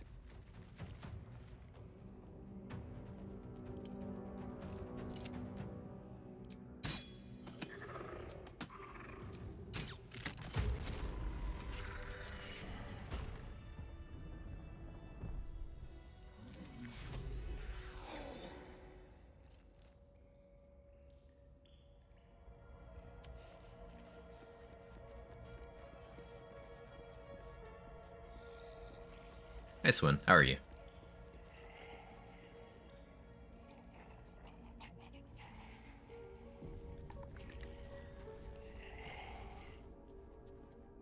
Okay, you have alert. You can't be surprised. You have +2 initiative. Still alive. So that's proof.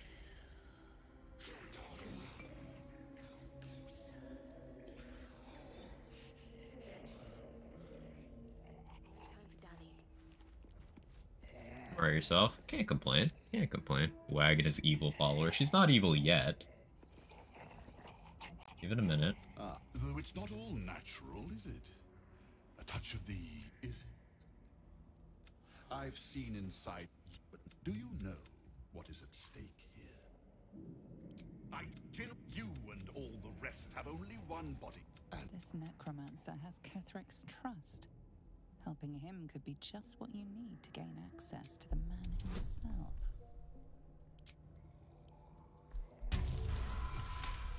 It's 30. fine if it'll spare me your bleating. The relic lends the general his strength, his... I was gonna preemptively Spirit Guardians, but this actually works out well too.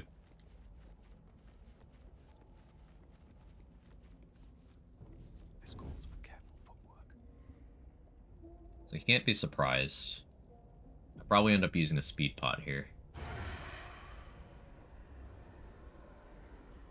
Are you undead or humanoid? You're undead. Okay. Save my undead arrows.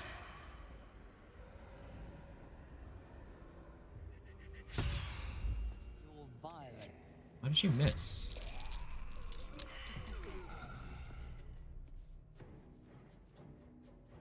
They're all surprised. Like, why did you miss? Got to press on.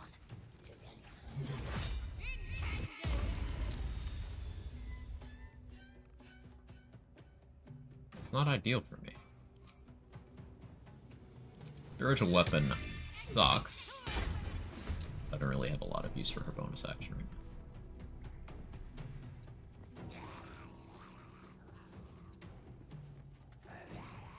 Survival is all that matters. Skip fight with Balthazar, dropping all save barrels into her mix with him there. Yeah, that definitely works. You can also just push him off easily during the fight later. Killing him here is funny.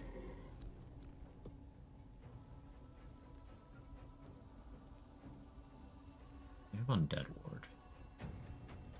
It's awkward.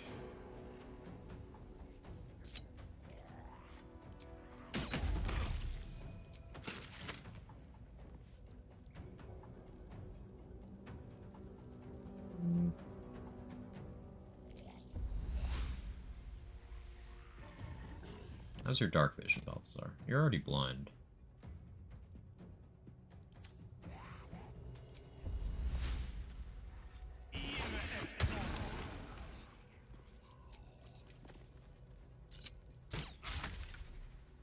Misses.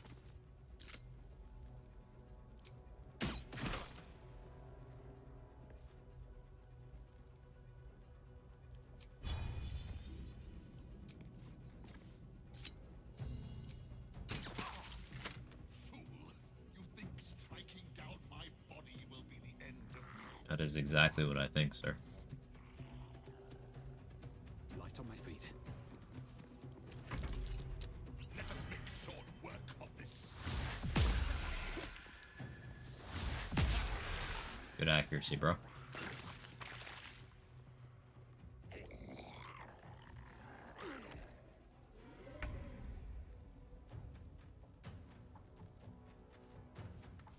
You're still surprised.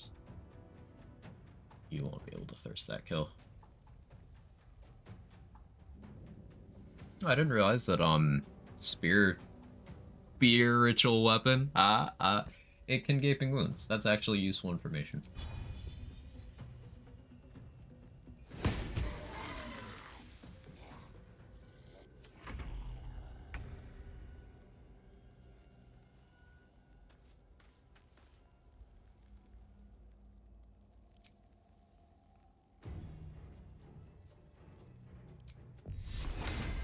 Good one. I'm glad you enjoyed that. Out on Warlock, you recommend Fiend or Old One? I think Great Old One scales better in general because that AoE fear could be really, really useful. Because as a Paladin, you don't have great single target, or you don't have the opposite. You don't have great multi-target. So if you could just lock down a group that way. It's also indirect survivability in case you either lose the initiative war against some of them or you don't have the action economy to kill everyone. Fiend is like really consistent survivability as long as you're getting kills, but if you're doing stuff like Bloodlust Elixir, then it's redundant because you can only have one source of temp health anyway. So I think Great Old One wins.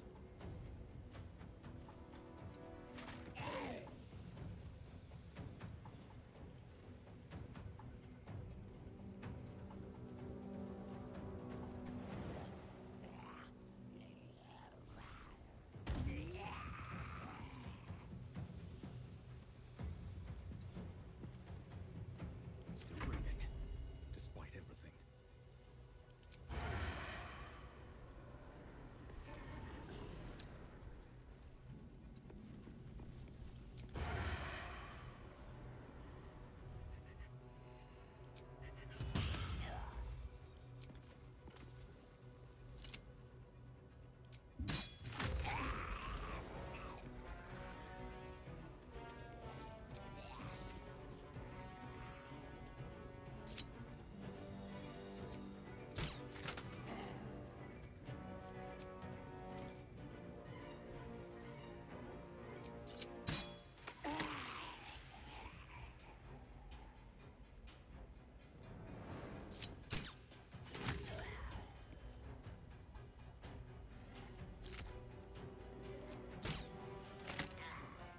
Spike growth will ensure that kill.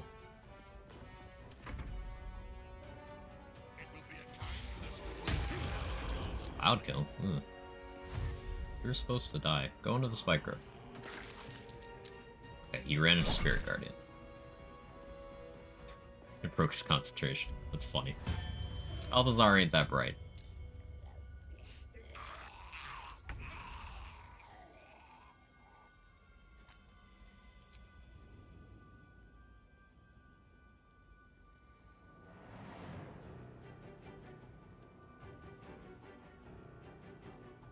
Take an opportunity attack, right? Well, no, I'll leave Balthazar for the,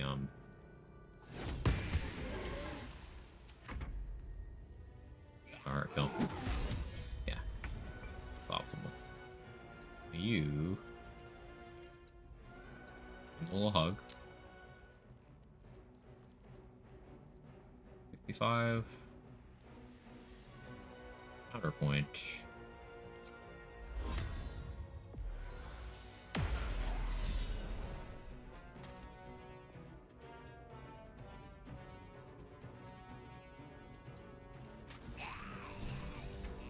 There we go. So much for peace.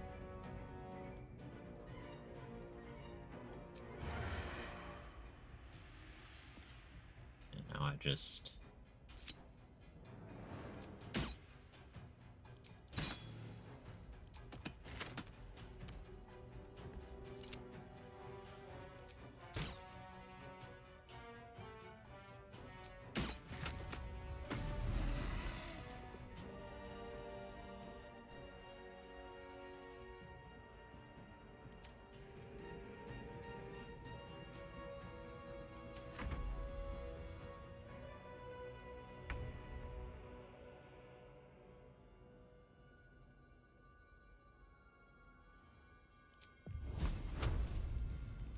Strike hard, strike fast.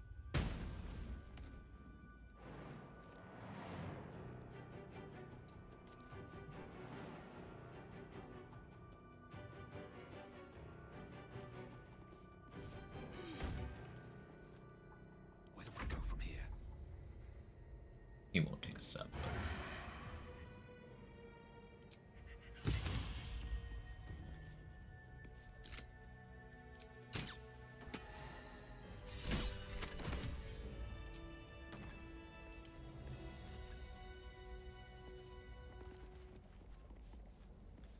Only grapplings in this game. Birds have seen You can get somewhat close with the kinds of things you can do with improvised melee weapons, I suppose. But yeah, that would definitely inject an interesting layer.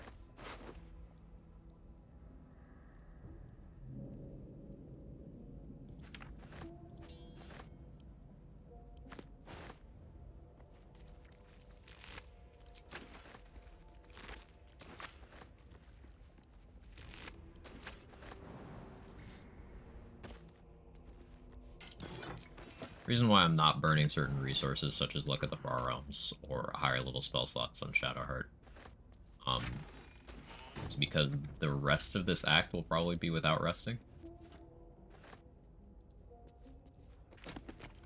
And there's a few boss fights between now and then. You cheese greater foes in your spike growth. You can. You can do that. That is something I've specifically done. It's just you do it through throwing enemies instead.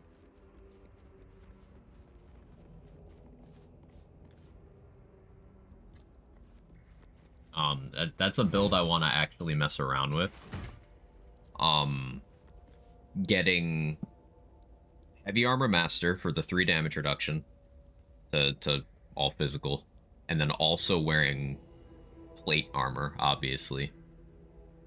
And then standing in spike growth and just throwing things around inside someone else's spike growth. Like, you could even have Spirit Guardians on while doing this. So you just go up to things, they get hurt by being near you, and then you move them through the spike growth that does more damage to them, and you slam them into other things, which hits them but also moves them through the spike growth. all's well that ends. That's something we could mess around with once we get to Act 3. We'll have the levels and the gear.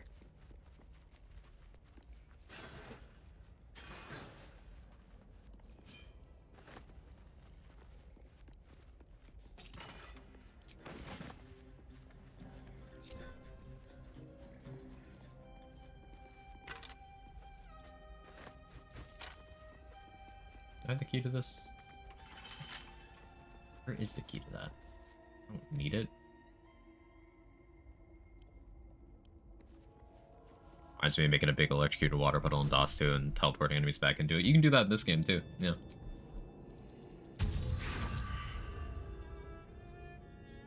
It really is, everyone want to do their quests now. There's definitely some urgency for some of them in dialogue.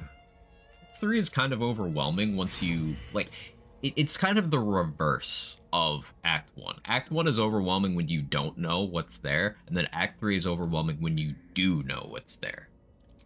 Because there's so many power spikes you can get, like, even without combat. In Act 3, there's a ton of vendors as well.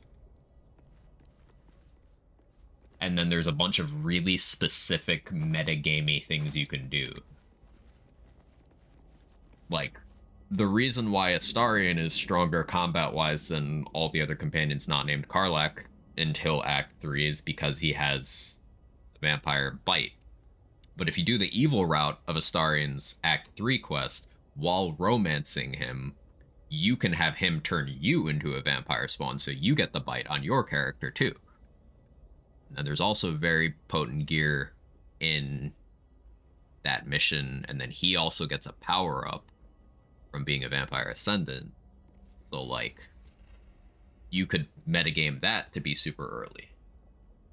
Then if you're Dark Urge, doing the Dark Urge specific stuff early on, and again, going the evil route could get you a couple of useful things. And doing, like, the stuff with the ballists in general gets you access to some of the best gear in the game. There's just a lot of, like,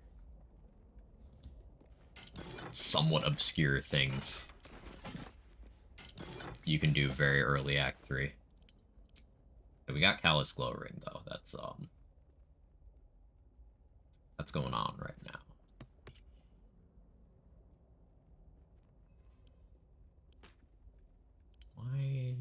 Why am I having weight problems?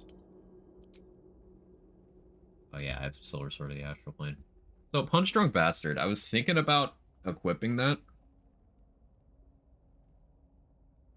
Just, I'm kind of using the Hill Giant Club right now.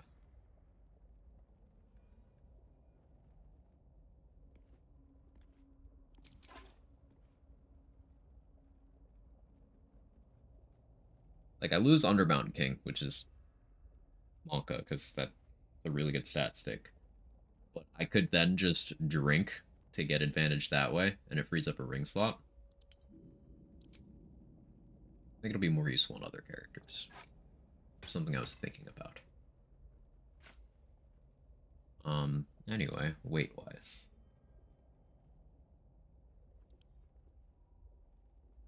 Alright, you want to hold my alchemy supplies? Thank you. You're the bestest. Aren't you using Weapon Rise right now? Oh yeah, Lathander, right. I used the Sunbeam, right? I'm ready. Whatever it takes. You need Boots of Speed before I forget again. Where are they?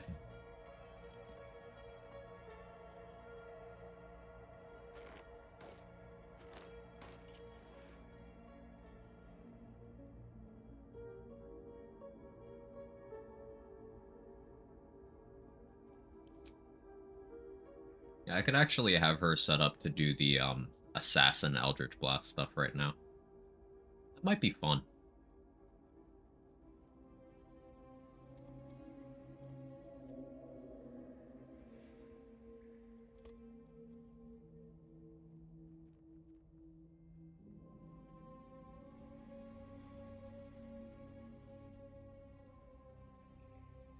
Radiating Orb stuff. Okay.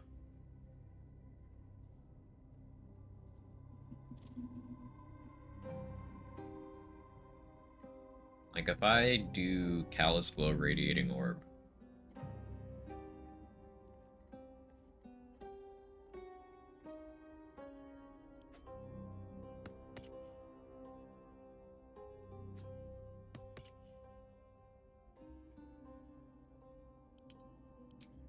and over here, after that.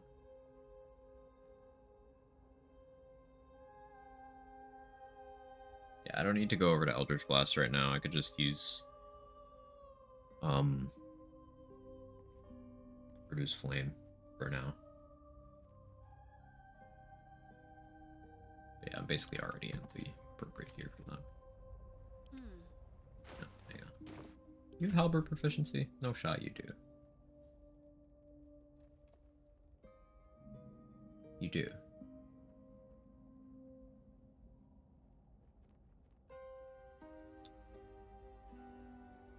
You already have alert. I don't think you need more initiative.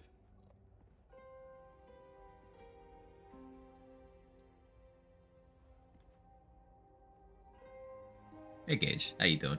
Eldritch Blast getting sneak attack is weird. Yeah, it's you can sneak attack as a reaction on anything.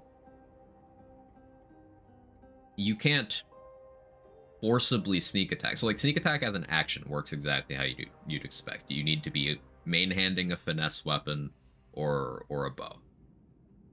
And then you use that and it'll be a weapon attack with that weapon. But sneak attack as a reaction is where it's just weird. You could react sneak attack on the fall damage you apply to someone by pushing them off a cliff.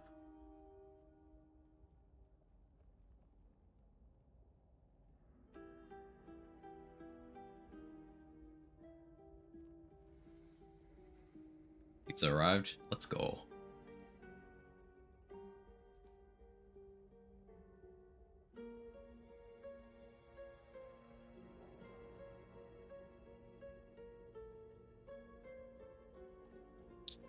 Shard not having longsword proficiency is unfortunate.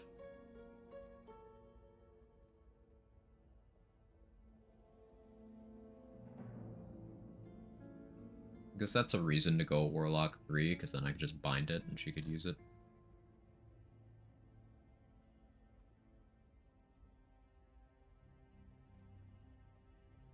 I give her Punch Drunk Bastard and just have her get drunk for advantage on the rolls. I think for now I'd leave her with the weapons she has on right now, but there's definitely room for improvement.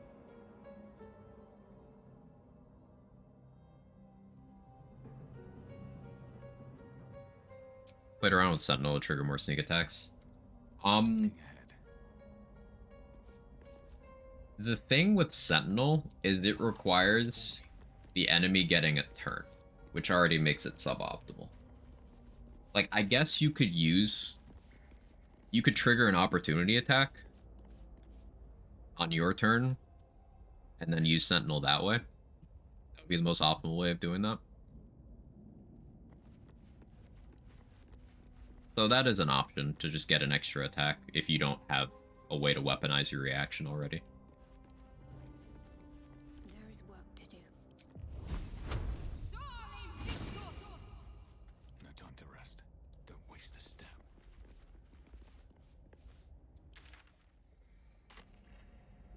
Balthazar dead.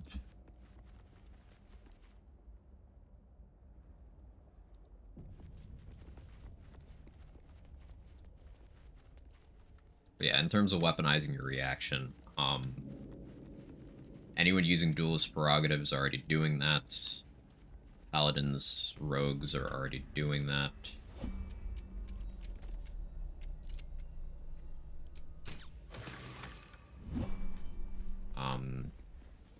Barbarians are already doing that.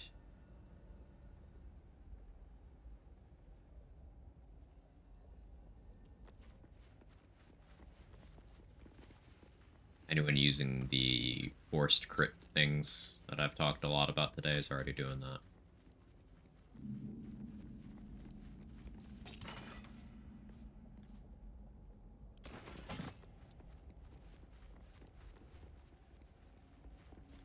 Because of the supremacy of range things, having two folks in melee is a stretch. Well, melee peaks really high. It's just, I think more the reason you're less likely to have multiple melee members when playing optimally is not that. It's that the gear is tighter. Like you'd be competing for gear.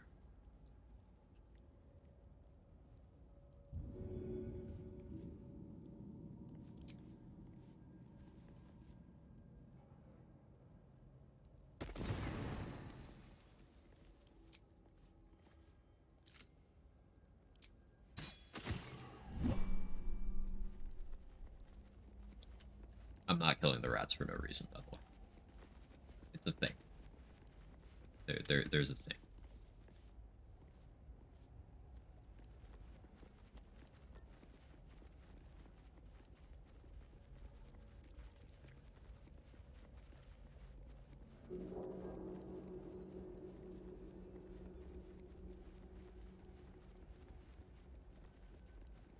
I guess a way of solving that gear problem is if you if one of your melee Value comes easy. people is just a monk, Overcome my trials and win my then they have entirely different top-end gear requirements, because a lot of the crazy stuff that applies to melee is specifically excludes unarmed, and vice versa.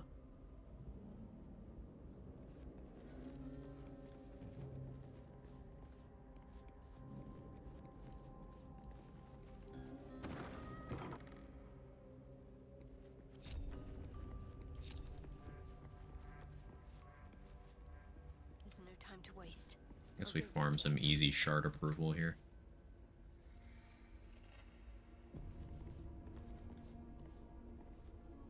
The Vulcan, you recognize this as a trial where initiates would prove. All's well that ends. Not as bad as it could have. The Vulcan. This is one of Lady Shah's trials. Choose those that can remain unseen and can still obtain what they want. Yep. Stealth is a virtue derived from her very essence. Don't waste a step. I should have good enough stealth score to just walk through as if there's nothing here.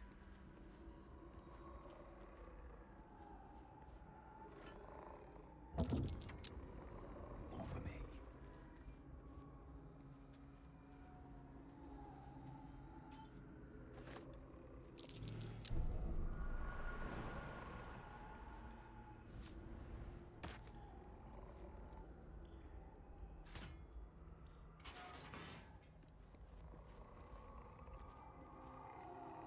Yeah, you just walk through and then you jump through the window.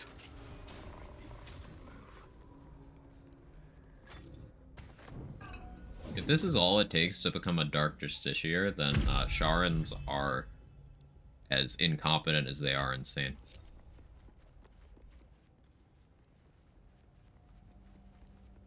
And they are very questionable in terms of mental competence. Put it that way.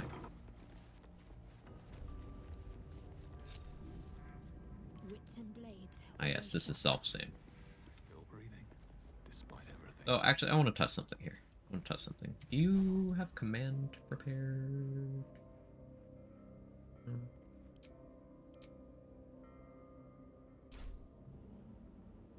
Have a lot on my mind. We're testing something. Be avoiding spoilers. I'm in the tail end of Act 2 right now. So it's up to you whether that matters to you or not. Teaches us that we are our own worst enemy much of the time. Is cheating, I spy? Listen, you know exactly what I'm gonna do as soon as I mention command, right? Be on my way.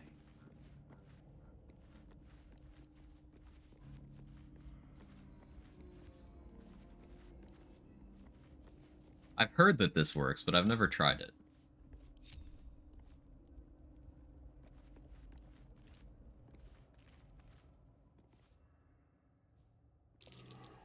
I smell a trap.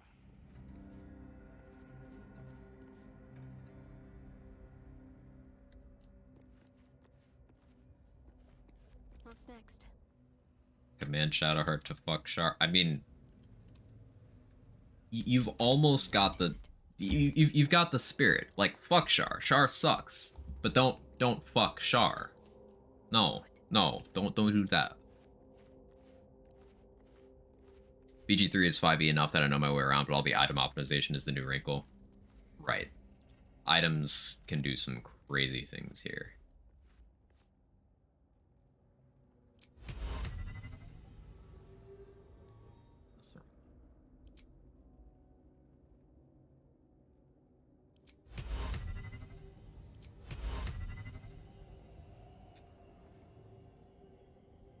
If this works,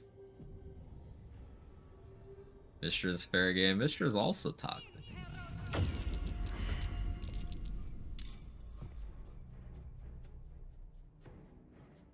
Okay, the weapons appear to have just disappeared. Maybe we should stay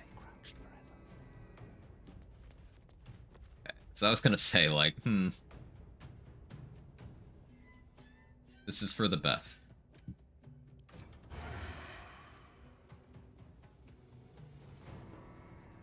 A burn piercing shot? No, I don't. May the gods take you first. After near misser, yeah, that was the idea. I'm okay with that not duping. That'd be silly.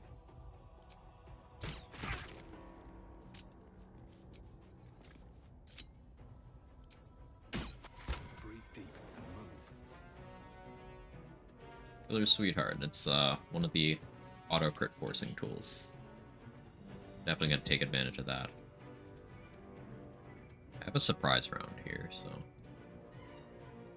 I have any way of weaponizing bonus action on her? I don't.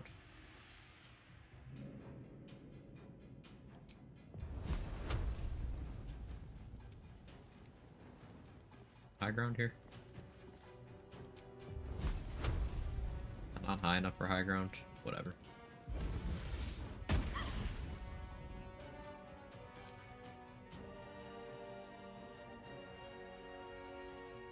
wonder if this is worth the cost.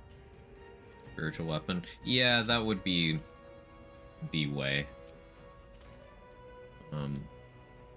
You don't help. This calls for careful footwork.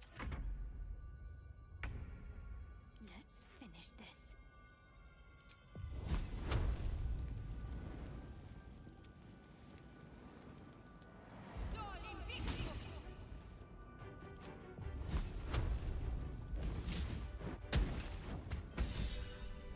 That was good damage. Maybe I need more pockets.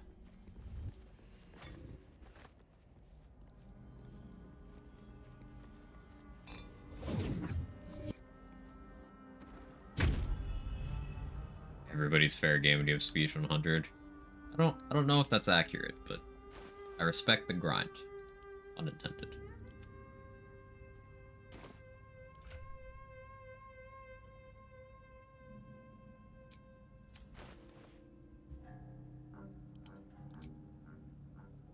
We're gonna equip Killer Sweetheart.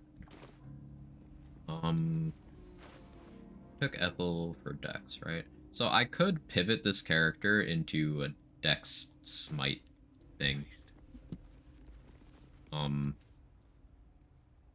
That'd be funny. It's been a long day.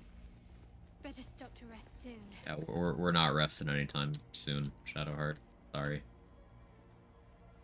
We're on that grind. There was a rat somewhere that I didn't kill. Probably down there.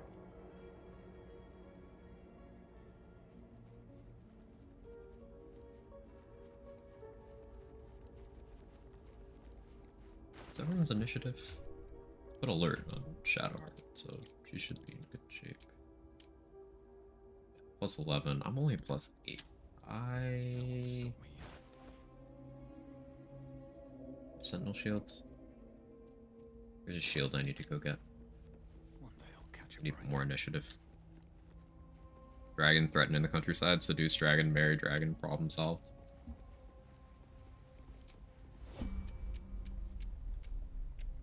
Hey, those bard memes all have that through line for a reason. I imagine it's effective.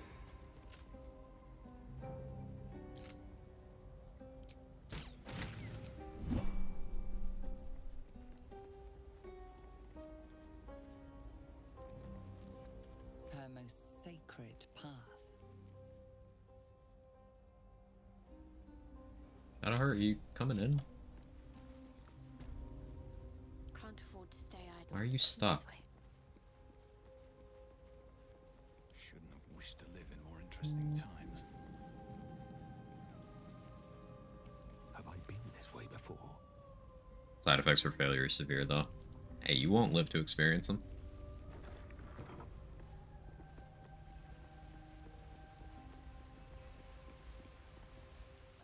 Another trial. These were said to be sure of foot in even the darkest recesses of Lady Charles' embrace. I must remember guide me. I must remember where to step. And have faith that But you went around the wrong way, bro. You're not supposed to. I wonder what the next move is.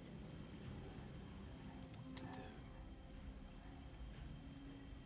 Okay, since the eye doesn't seem to be revealing all of them, do I have to pass saves individually against these things?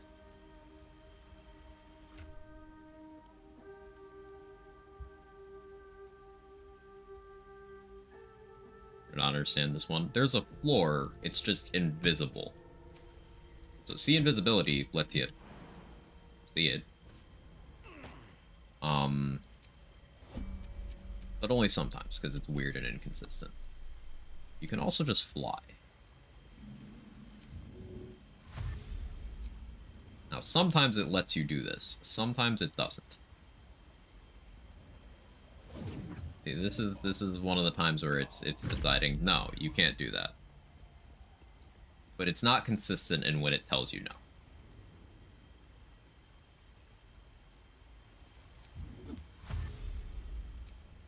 Try flying here.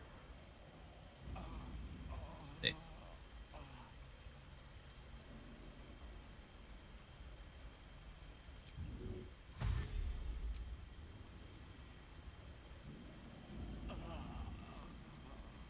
No, don't. Why'd you do that?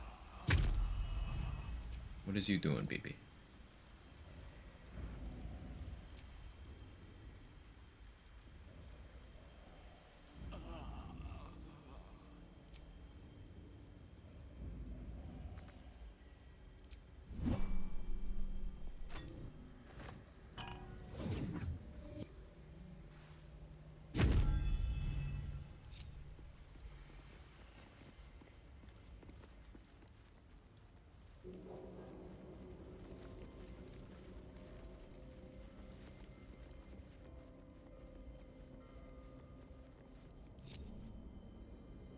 Breathe quiet. Move with care. Time to press ahead. Can't cast spells, what am I gonna do?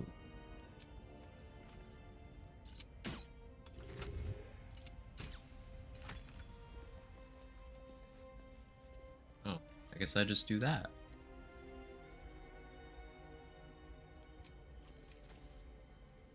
Wonder if the gods are watching me.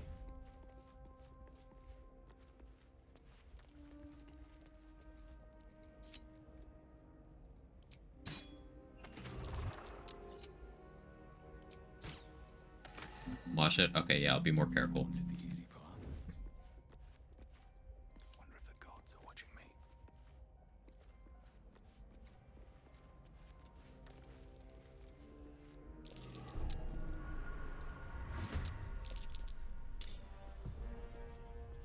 Oh, I accidentally broke stealth.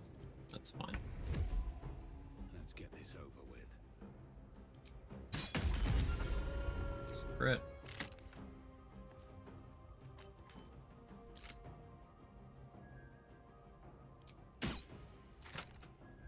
Oh, okay, terrain. That's cool.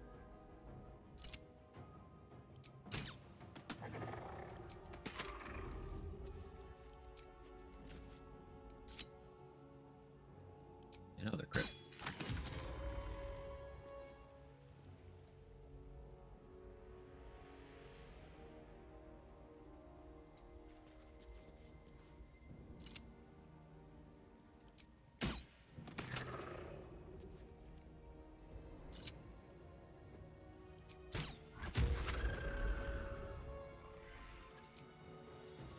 On the low ground here.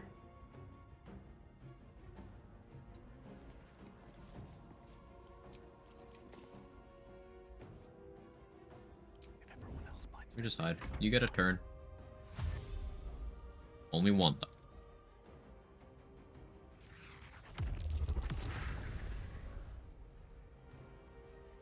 See, this room is fully obscured. So they can't see me if I hide literally right in front of them.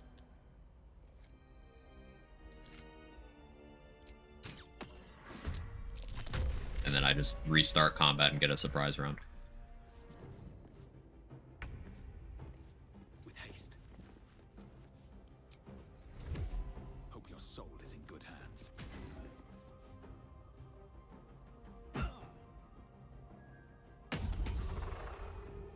It's a weird animation.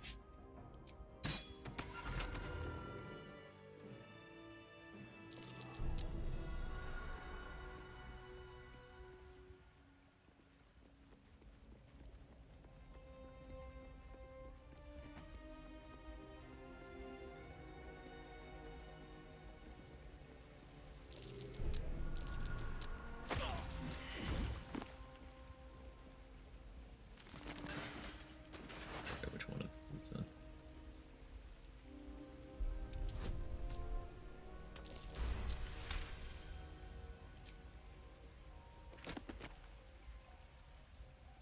It's that one.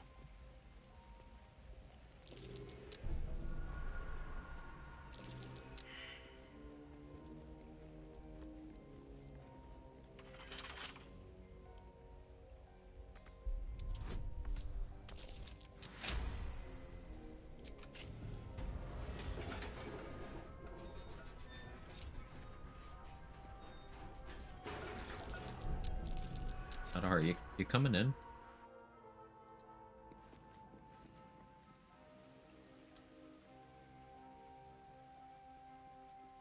Let's try this way. She's shy.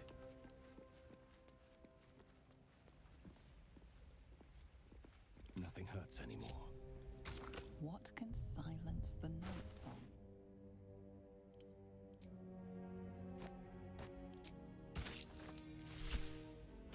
The Night Singer. What path lies before me? But yeah, Spear of Night will, provided you do Shadowheart's quest, will become one of two weapons. Saluna's, if you go with the good path, which is generally more optimal for like keeping characters alive and stuff. You lock yourself out of a lot of content if you go the Shar route. Counterpoint, the Shar version of the spear is one of the best items in the entire game.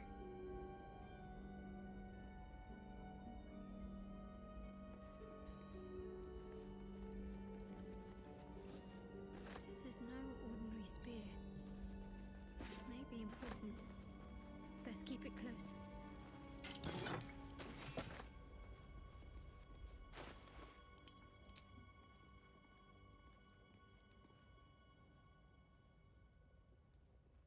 I guess since I'm obscured this like entire map, do that.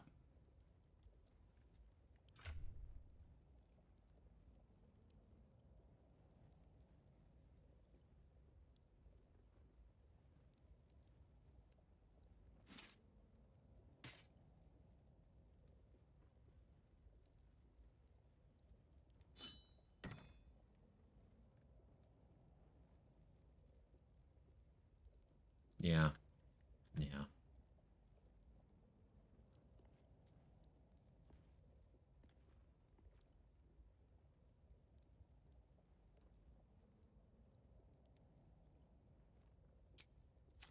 All right, what now?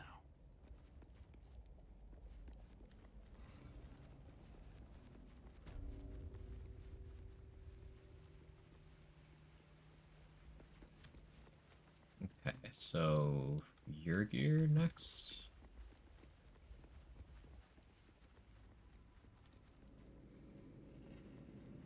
These rats above me. Probably are.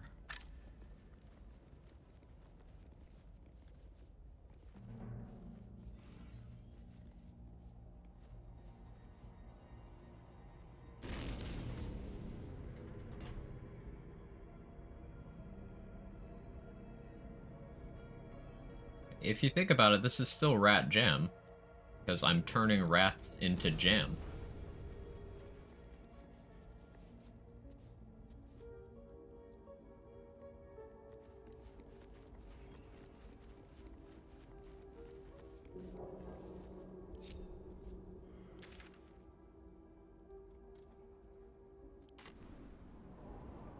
Honestly glad BG3 is such a success. Larian deserves the attention. Yeah, I agree. I agree. Like, a lot of hard work went into it. A lot of talent. There's so many talented people on full display with this game. In terms of writing, in terms of acting, in terms of art.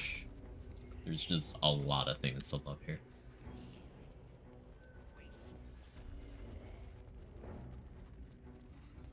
I get to the yams, sweet, sweet yams. There's lots of yams to be had in this game.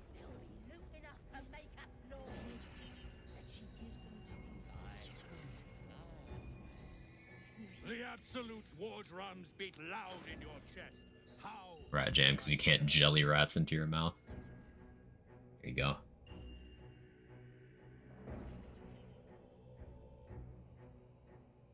I need this. What's this? That's... I could steal it. That's...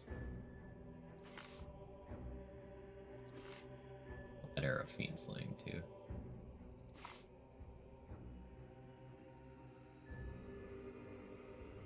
So these potions of angelic reprieve are really nice for a lot of that smite shenanigans stuff.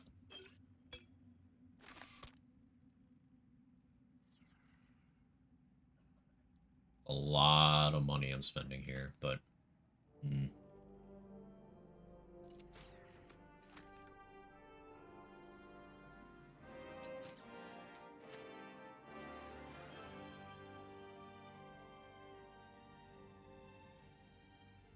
item a room on a Saturday. Work. Underestimated the edible. How do you always manage to do that, Moo? Like, the result is never different.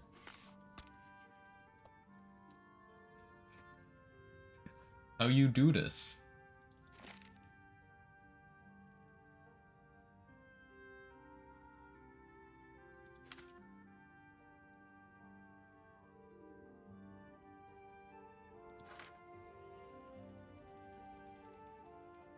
A lot of flight scrolls, that's useful.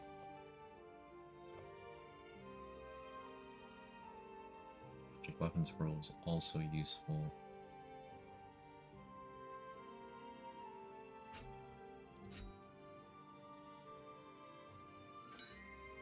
I sell a bunch of vendor trash in my camp, don't I?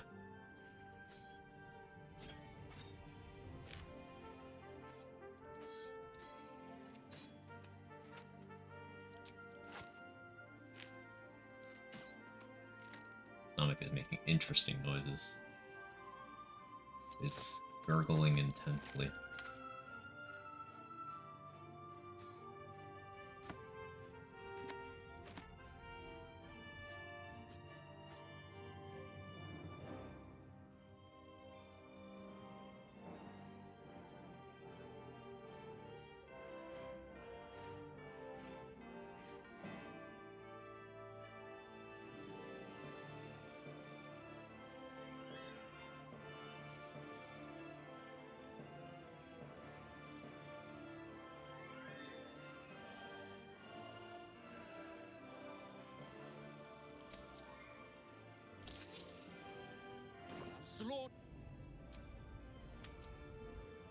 Music is so good, it is.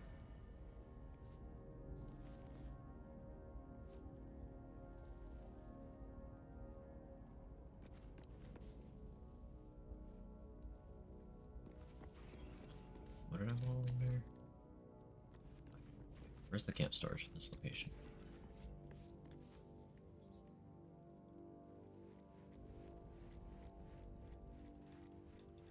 Where is it?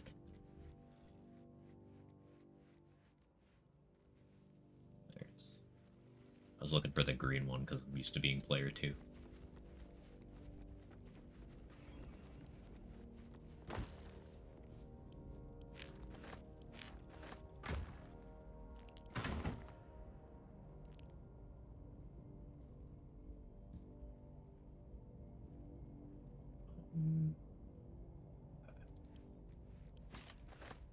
Where is... I forgot about that.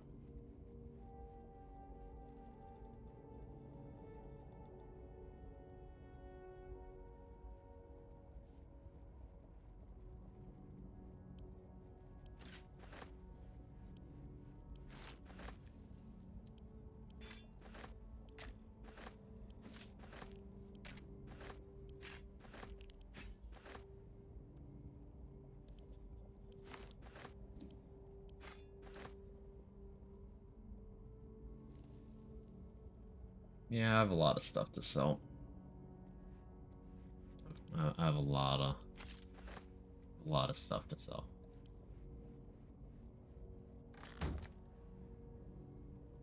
I should use a mule for this. Like, just grab one of the companions, put a strength potion on him, and have him haul this. Thinking about buying this game today. I'm a huge fan of it, Zombie. Let's see. What's my playtime on this game right now? 545 hours. With many more to come. I have so many playthroughs I want to do, so many things I want to test out. It's fun to play by yourself, it's fun to play with friends.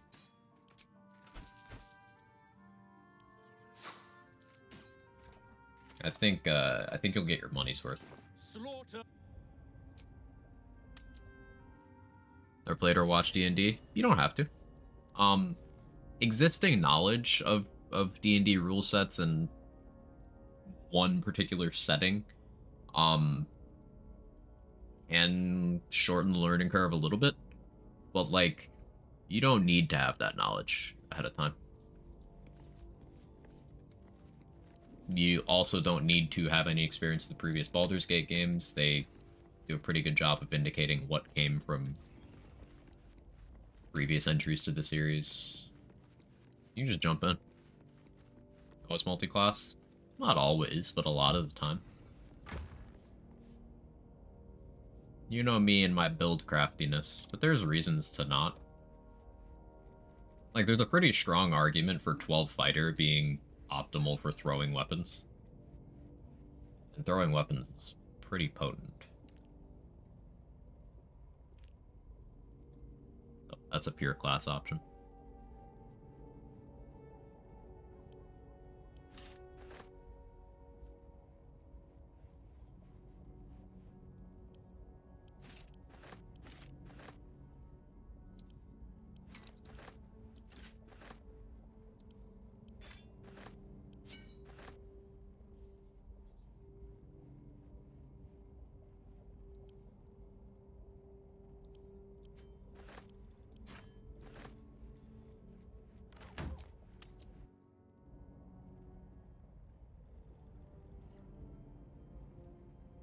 It's easy to get into, to understand for someone jumping in blind. I think so.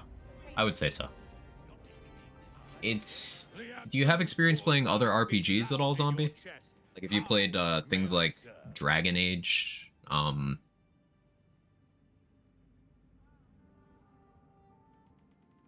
think Dragon Age is the best example of that. Back up again. Are you high? Yes, Moo is.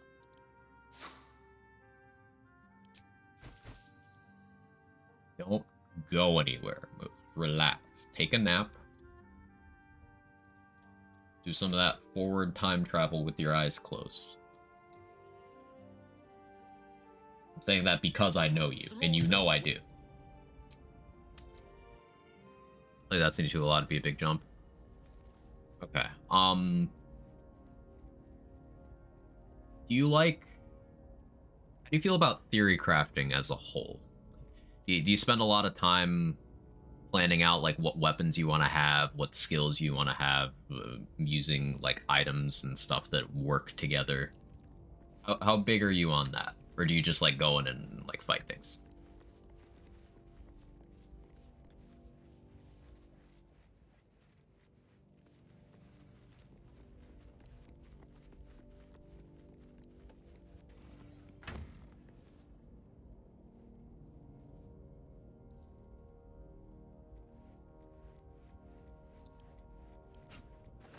Like, do building, making builds, you'll be fine.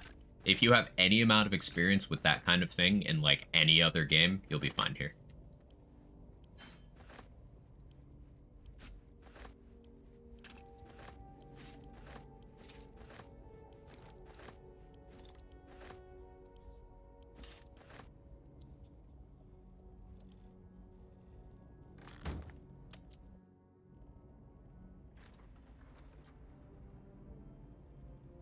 No, Moo, do not consume any alcohol. They are trying to set you up. Good job noticing that. Be a good influence, chat. Slaughter.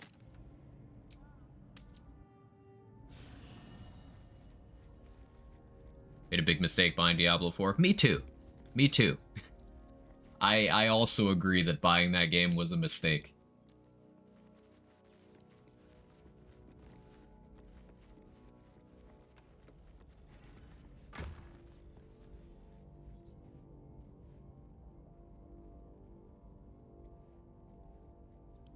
It's probably the only game I've bought this year that I feel like was a waste of money.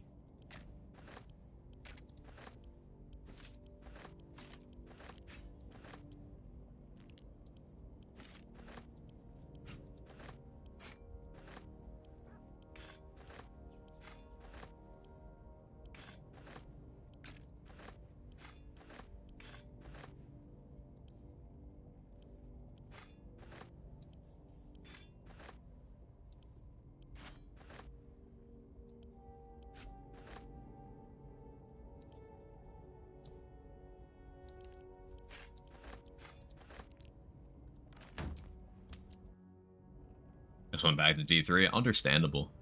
Can't refund it on consoles. PlayStation has a new rule. If you install the game, you can't get your money back. That's... I feel like Sony has a lot of regrets tied to PS Plus free games and how much mileage people got out of that whole system. So in every area, they're like, no, you looked at the main menu one time. Nope. Give us money if you want more games.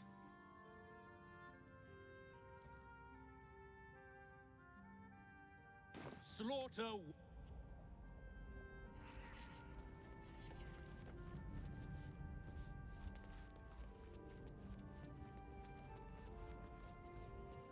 Ever at your service.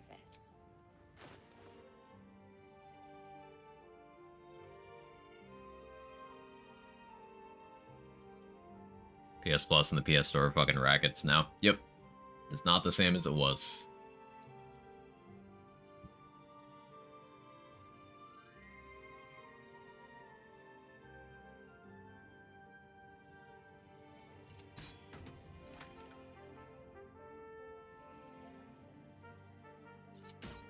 Oh, Drake Thrower Glaive, apparently you can use this elemental weapon thing to apply to another weapon and just then unequip it.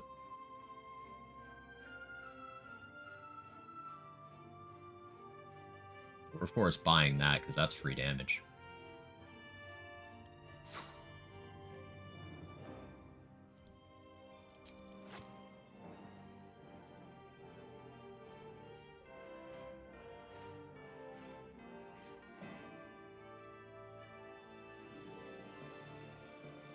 Arcane Acuity. It's attack rolls. Difficulty class is good too, though. Imagine getting bought by a horse. I don't know what you're cooking, Moo, but it's certainly cooking.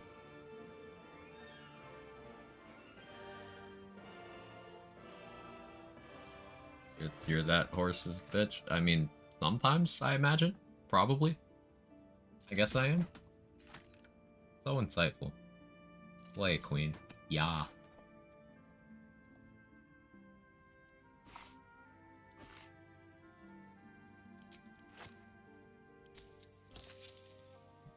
An honor.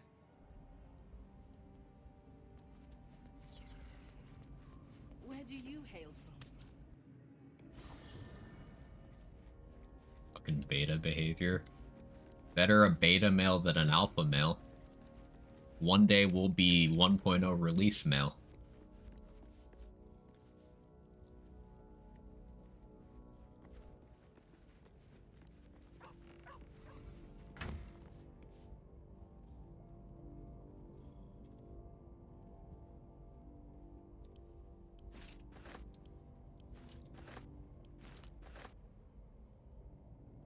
Want to be a yogurt male? Based. You live your dream of being yogurt. I believe in you.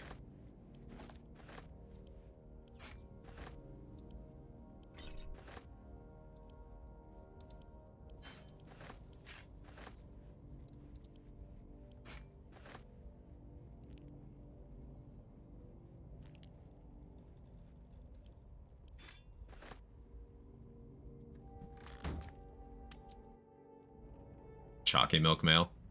Tube of cookie dough mail. Sounds delicious. Brothers, And masculine. sister, pray with me while we wait. The Absolute war drums beat loud in your chest. How may I serve?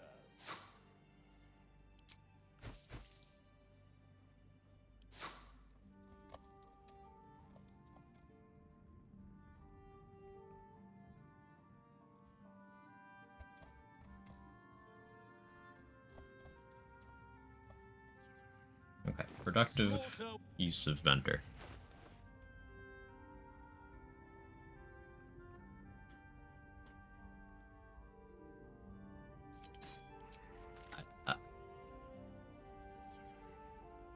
I don't know what I read there, but alright. That's cool.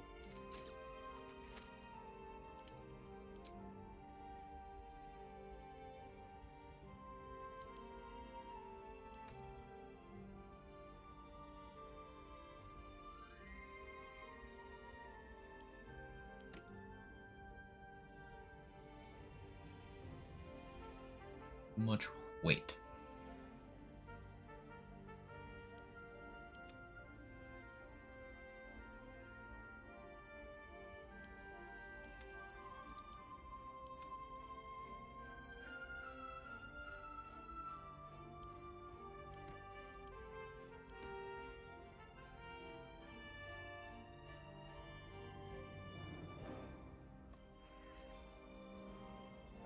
A lot of room I need to make.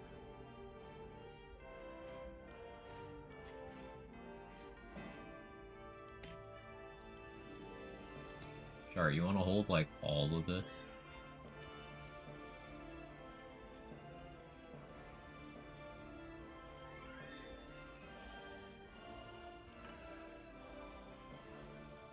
You can handle it, right?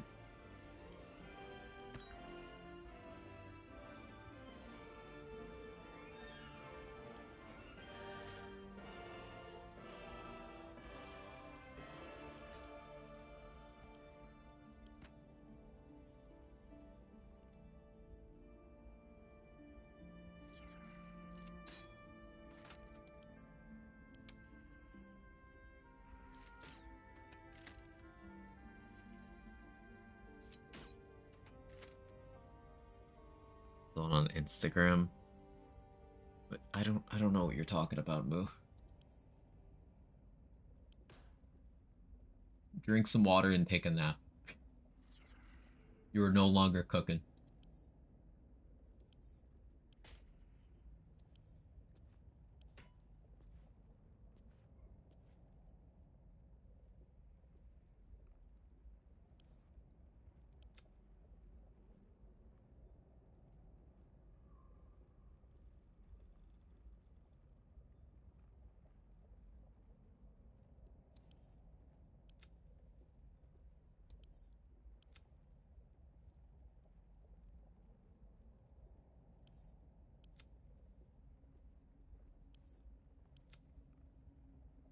Put a lot of this gear away.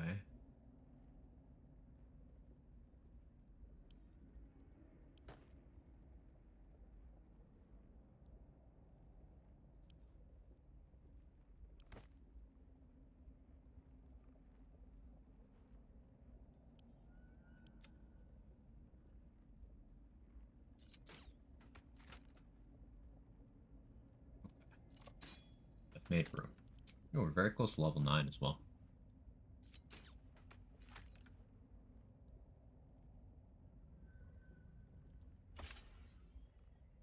The idea with this is he is cooked. True.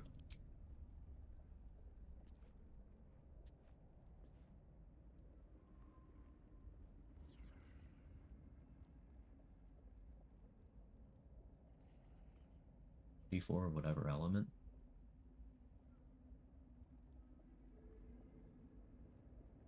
I like the idea of thunder.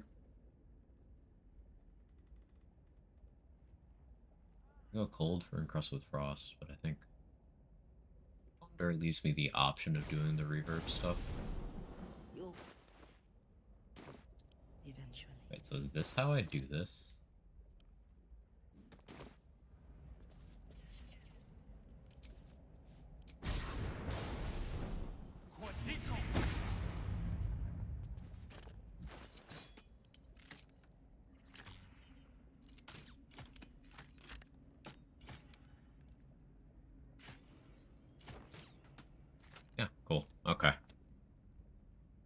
more damage.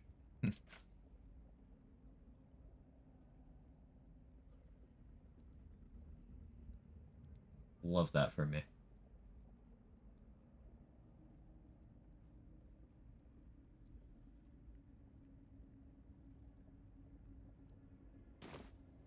Jeez.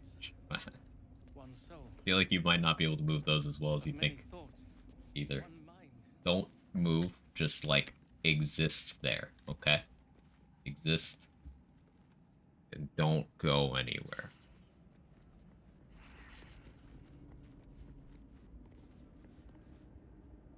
Welcome back, true soul.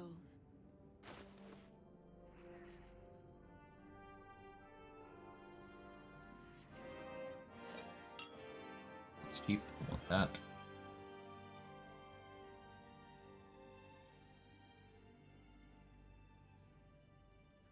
The wearer deals thunder damage to gain arcane acuity. I don't think that stacks. Really cool if it did, though.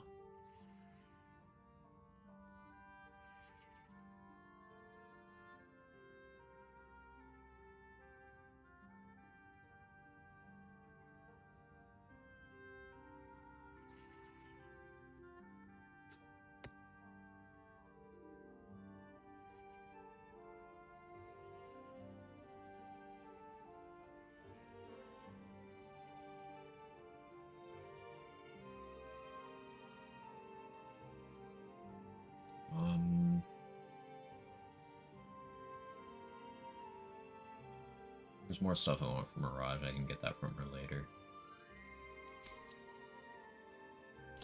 It's fine. Come back.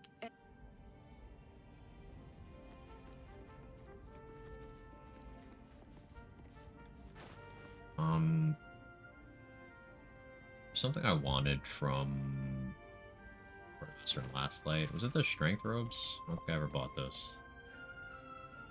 Let's go there.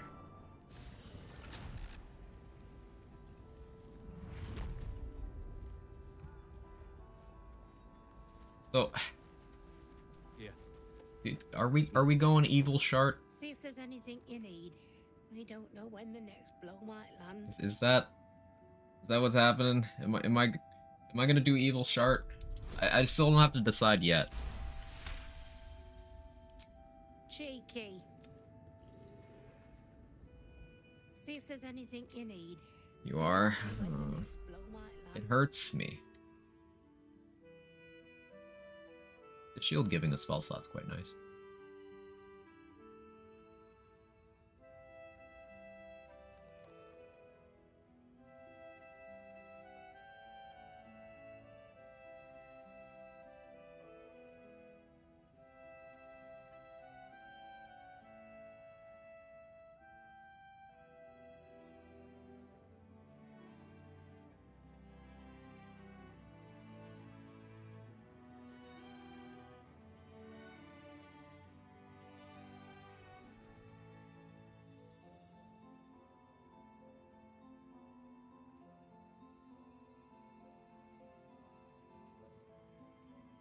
I don't need to buy all her stuff yet, but I do need to do that soon. I also need to check Damon's inventory.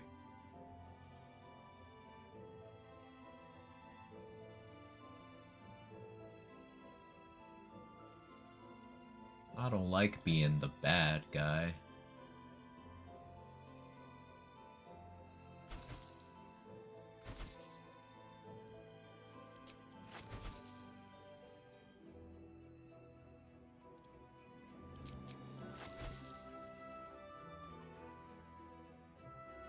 I don't need to do this yet, but Okay, now.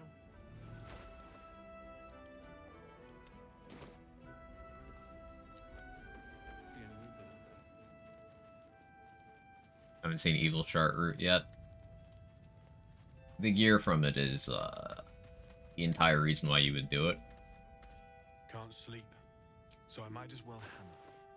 Need anything?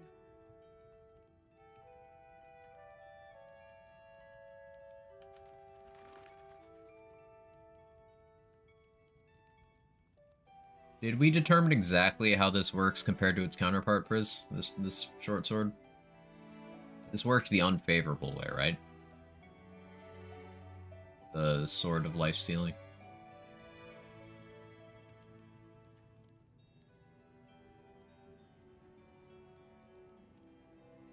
Still didn't see the fire hydrant.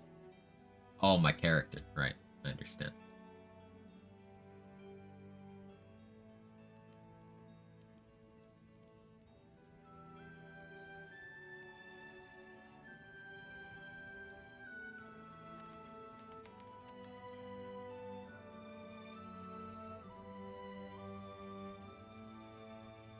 He's as big as a fire hydrant. Yeah, like, I understood.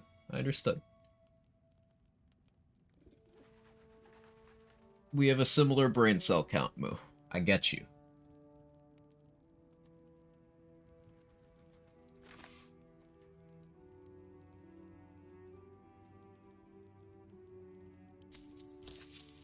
I'll be here if you need anything. In the painful part, you'll be fine. Yeah, like, I don't have to deal with it yet.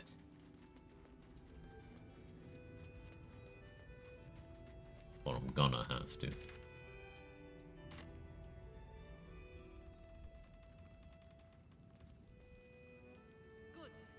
We'll leave soon.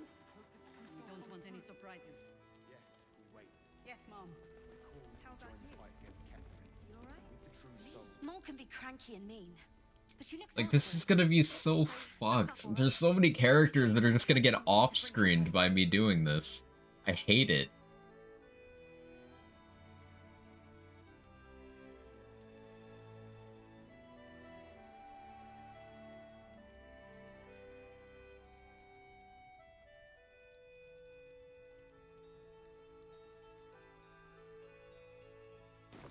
pleasure.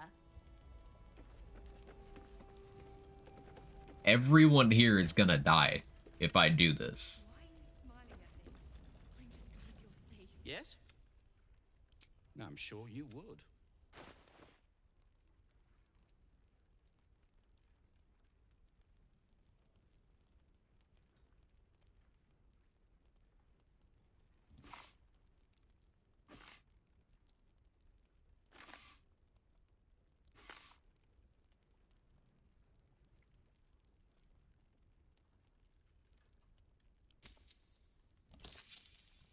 Now, if you're...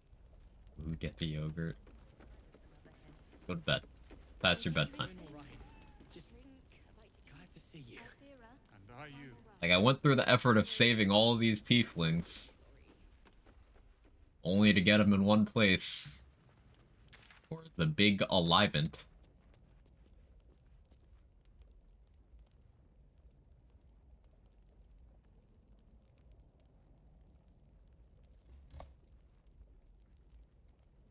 I can just back out the last second, right? Right? Right.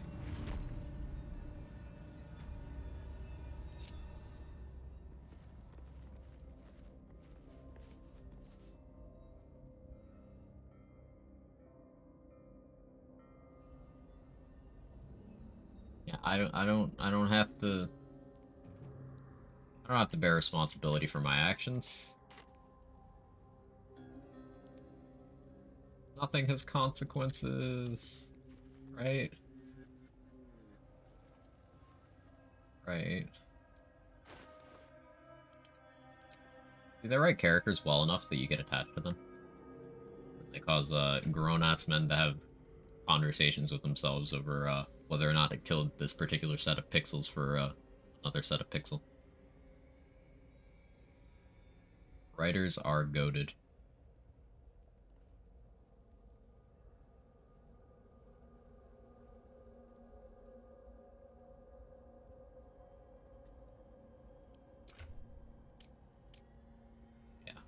Now both are at plus 11 initiative. Cool.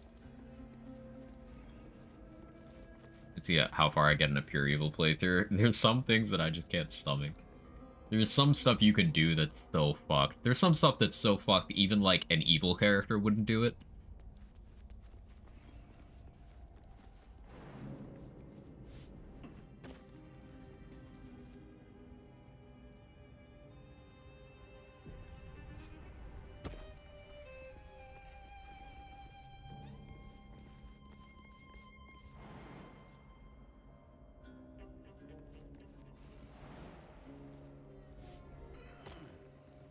Got to mid-act 2 being able and started to really struggle. Yeah, it's like...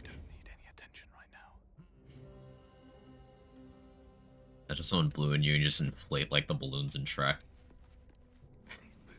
Yeah, moves high.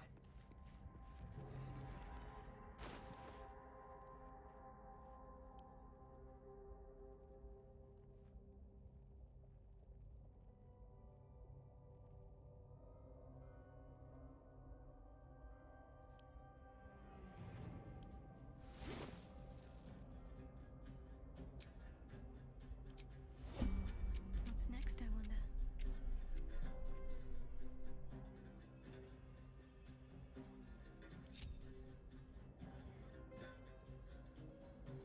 Let's not get caught off guard.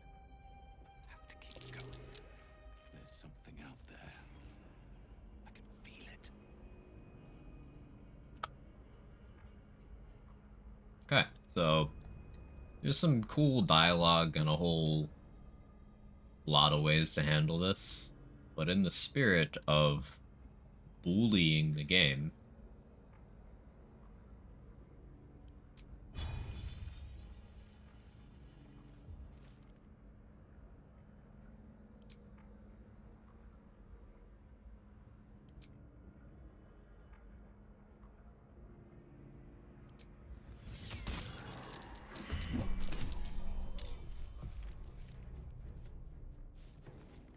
he saved against piercing shot, which frankly was a little rude of you, Yergir. It was a little bit rude.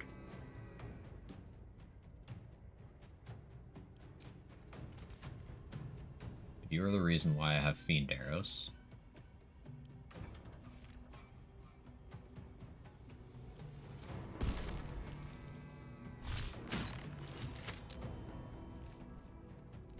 It's crit.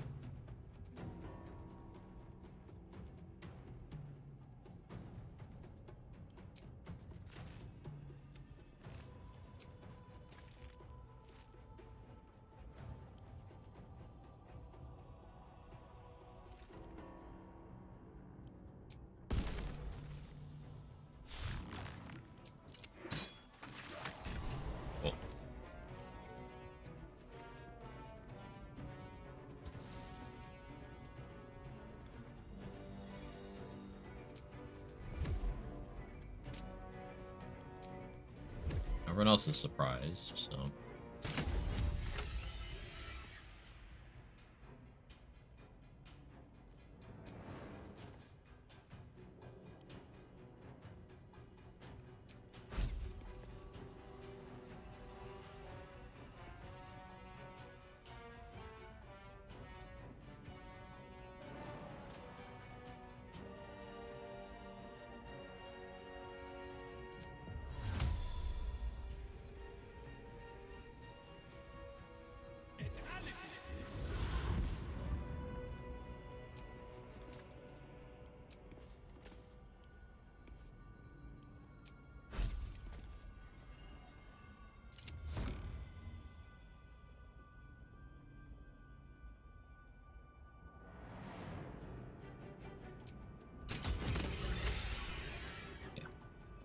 comfortable with using these now.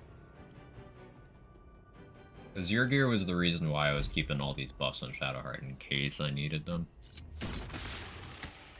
Now I don't have to worry about that.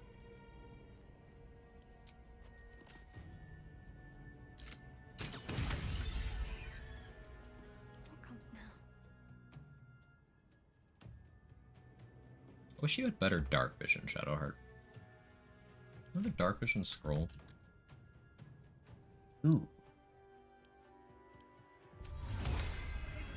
Calm and quiet, that's the way.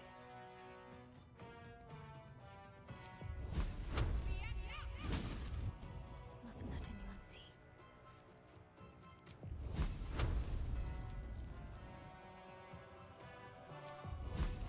Prepare to die.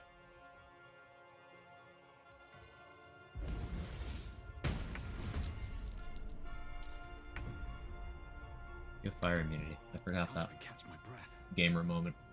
Let's end this. Got to press on.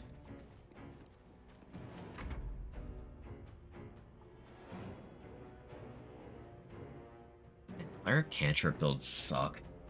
There's just nothing you can use.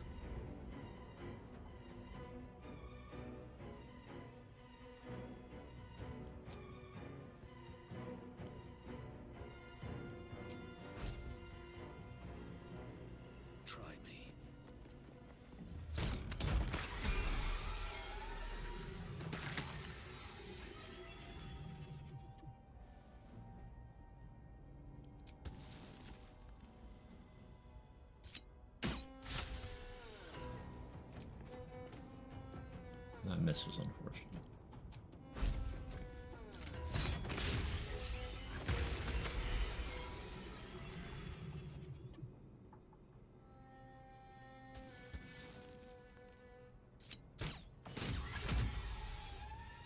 Gotta turn off the wield. That was super unfortunate.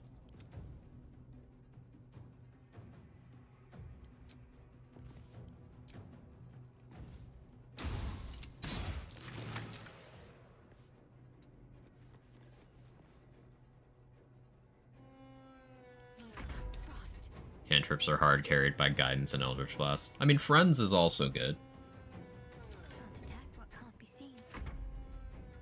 But yeah. Yeah. I mean, Thaumaturgy, Resistance, just like offensive cantrips, it's Eldritch Blast. And like, maybe in super specific setups, Shocking Grasp gets some value. Yeah.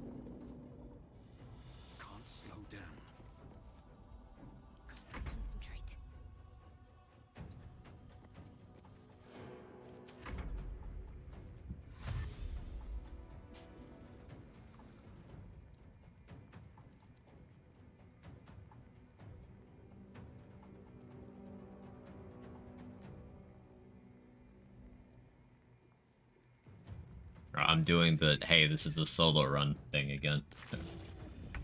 Or it's not helping at all. It's not her fault. Time for some bloody work. Struggling, can tell. I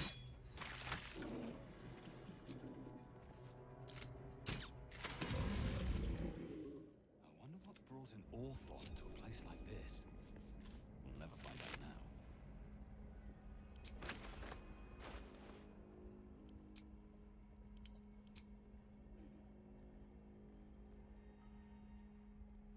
Better offhand? Better off. Don't waste a step. These guys have a bunch of vendor trash I should be using.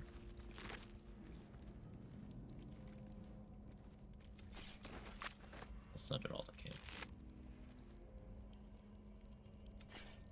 Out of sight, out of mind. Clerics are amazing in Act 2 until you reach the temple. They're so good for, like, just running around in the Shadow Curse lands. Utterly incredible. And then once you get to, the Gauntlet of Shar, it's like, hey, have you heard about rogues? And rangers?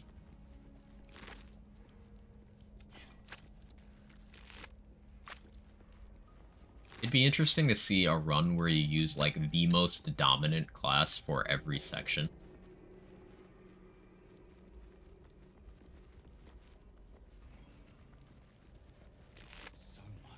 It's absolutely gotta be, like, Barbarian for House of Hope, right? The inner sanctum is within reach now. It's a Radiant Retort.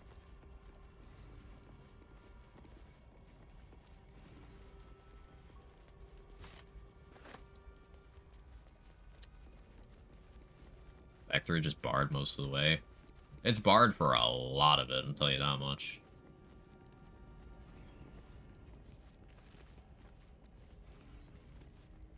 I don't need to lick the spider corpse. I have max inspiration. That's one of my favorite sentences.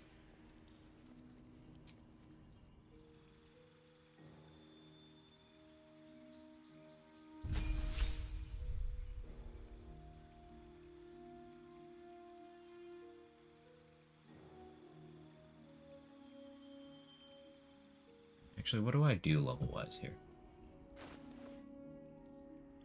20 dex.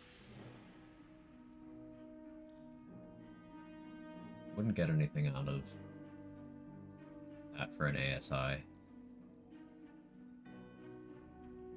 And this is the awkward level. This is where Gloom would get swapped out for Bard. Yeah, level 9 is where I would start taking Bard. Because you go 6 for extra attack, College Swords for slashing flourish, and then you just have insane damage 4 times per short rest. E6 Bard, 3 Rogue.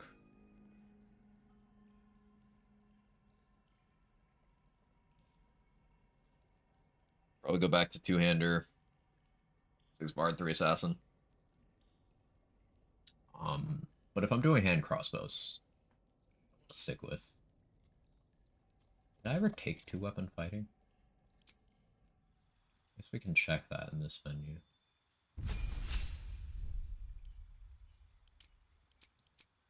No. I think that would help my offhand.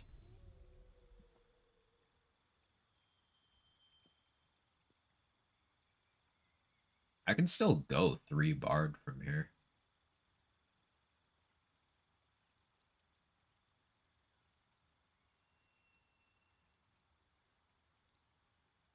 Still get Slashing Flourish. I just have fewer inspirations or spellcasting.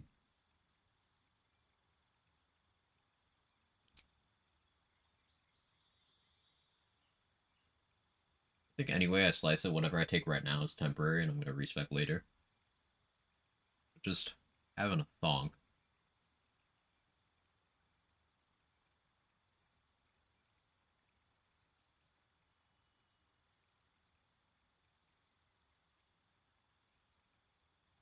I think the most value I get off of out of a one-off level right now is just Fighter for 2-weapon fighting. So we'll do that.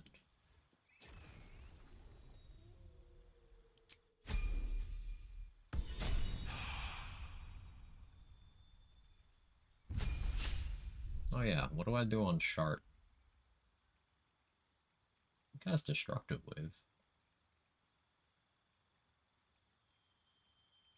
Insect Plague will be good for when I get Ballast Armor, I suppose.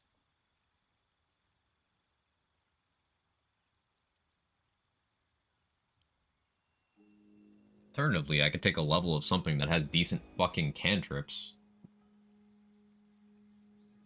But then it's not gonna get the 8 Cleric thing.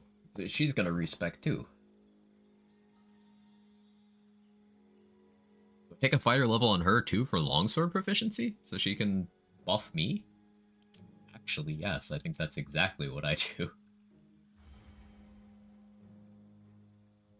That's so silly. I don't want to do that. What else gets longsword proficiency? That has stuff that would be useful. Okay, any weapon proficiencies here? Marshal, Simple Marshal. I guess Paladin. I'm having her buff me.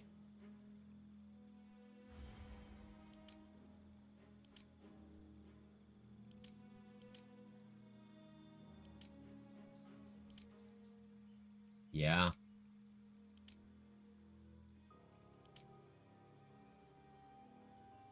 Take a level of Vengeance Paladin. have his base from half elf. Half elf doesn't get that. Elf gets that. Elven proficiency is longsword, short sword, longbow, short bow. Half elven is like halberds and shit. Yeah, it's halberds, glaives, light armor, shields.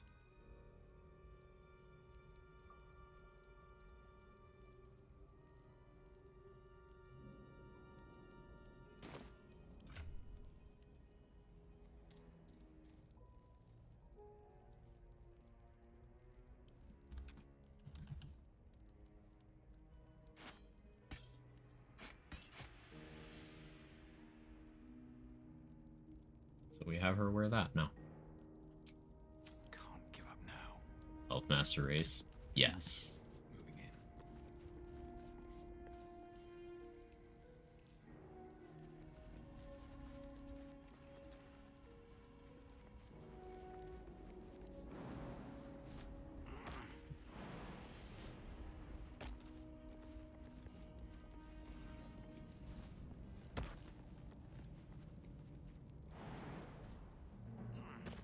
One of these days on a playthrough, I'll actually do the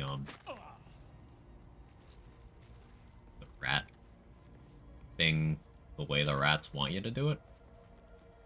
One of these days. Won't be today. But on a playthrough eventually. Chart, you're encumbered. Why are you encumbered? Almost like I sent you way too much loot.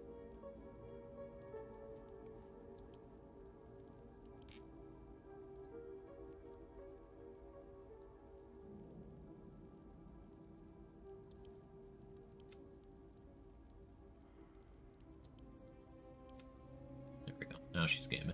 Is that blood? No, never mind.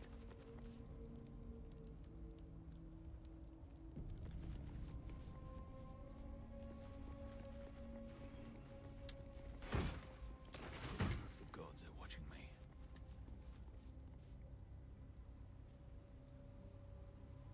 I quick save a lot. Like, I'll quick save, and then 30 seconds will go by, and I'll be like, hey, have I saved recently? So I'll quick save again.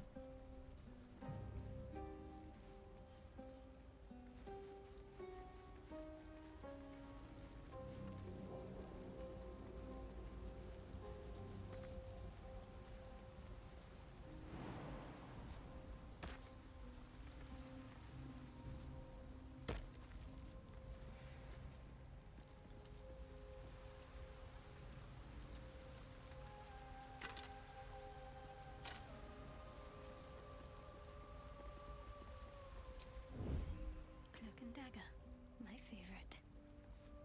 I think optimally, I'm doing it again.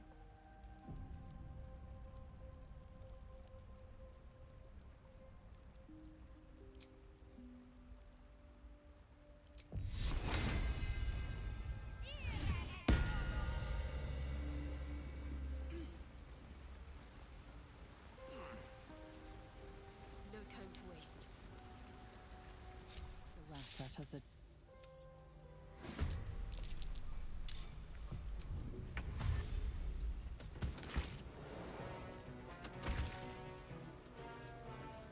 Spirit Guardian's bad, by the way. It's so bad. The opportunity cost and the fireball.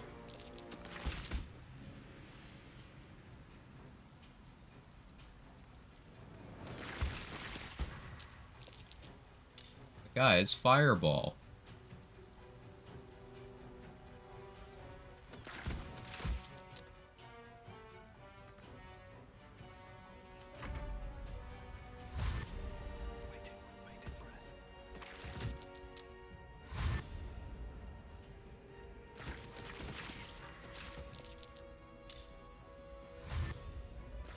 Gonna keep running into it. But fireball could do this. You guys don't understand. But fireball.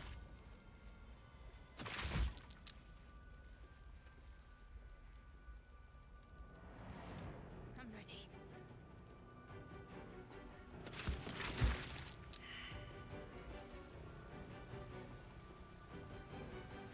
these other two rats. There they are. On the move.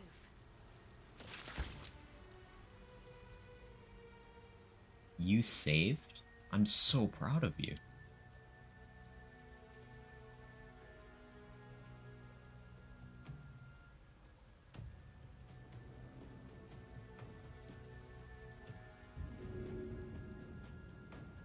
Do something it has no chance of dodging.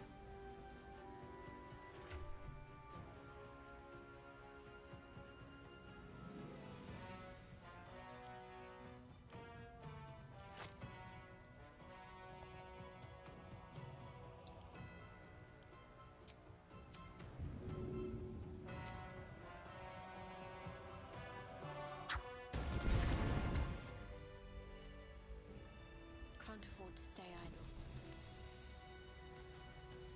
This way.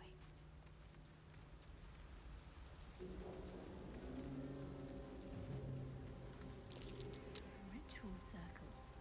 And an infernal one at that. What's it doing here? This spell... it claims to divide an individual into a whole crowd. Am I missing a rat? I missed one?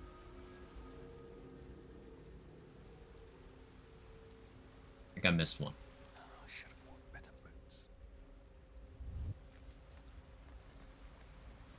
A rat wouldn't save versus Fireball. So true, bestie.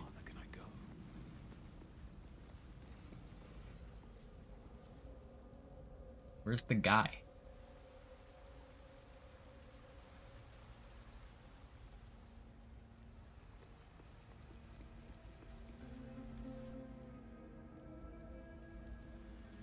Supposed to be a guy. So where's the fucking thing to climb back up there?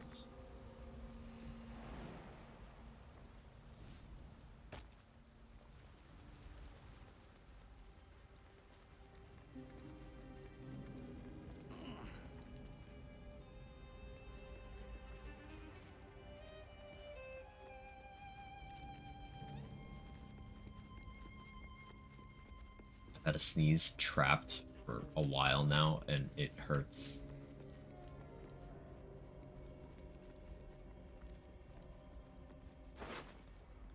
Would like to sneeze, please.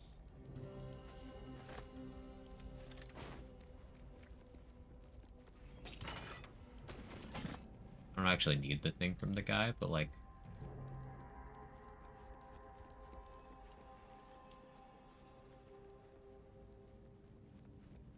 I'd like to be rewarded for my rat slaughter.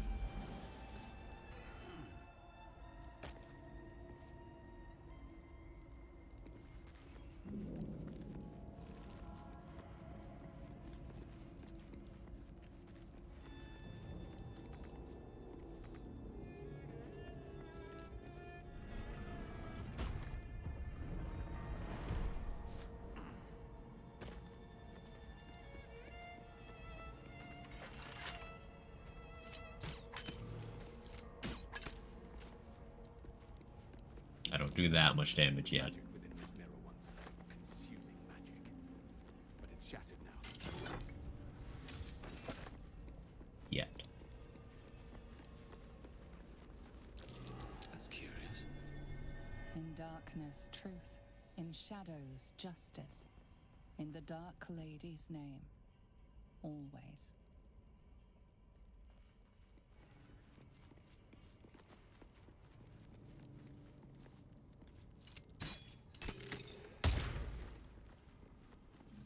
Accidentally shot that, but it looked cool.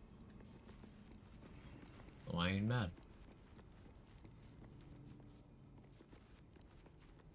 Yeah, I guess I missed a rat, or I bugged the quest by doing out of order stuff, as one does. there's supposed to be a guy.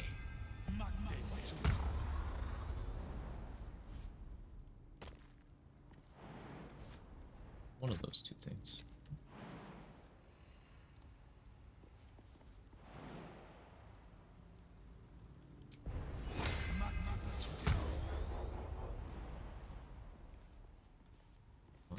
Why no jump? Jump from there. Ooh, high. Oh, from here. I want my strength back. Wait, I can just have my strength back. Sometimes I'm just not using my thinking fruit very well. I don't need that initiative anymore.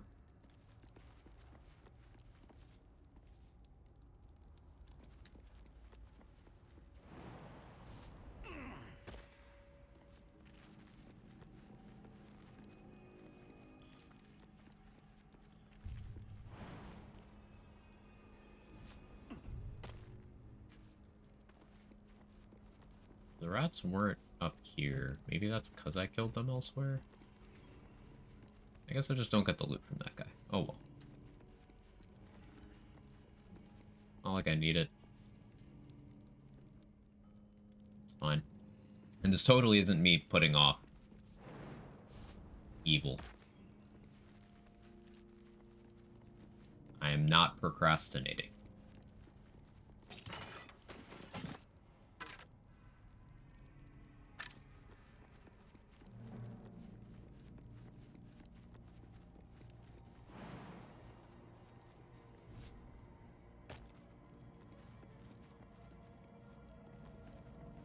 Really, gonna be stretching the limit of what you can consider not an evil character.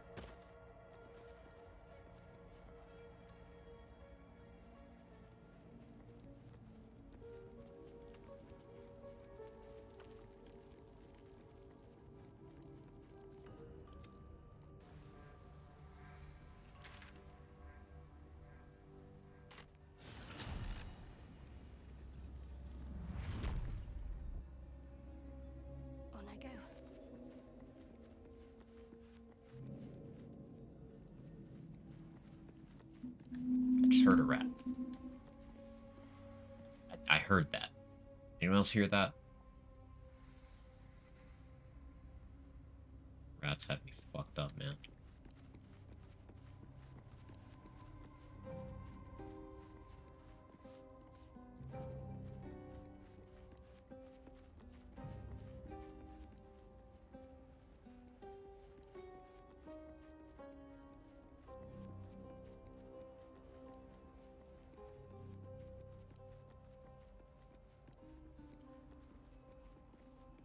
You're just Year 2.0? Yes.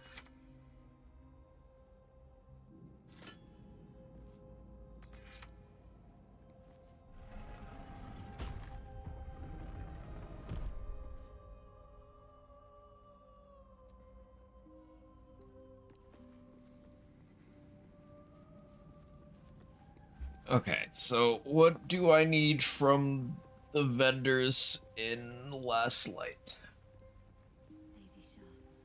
Possibly the short sword from Dammon.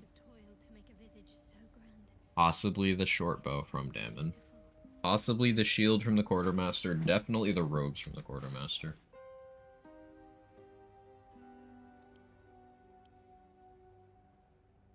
Anything I can sell that I really don't need?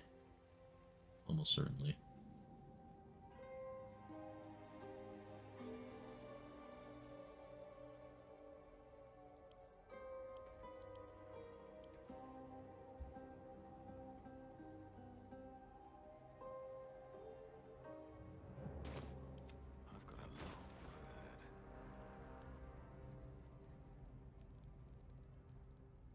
Am I out on money?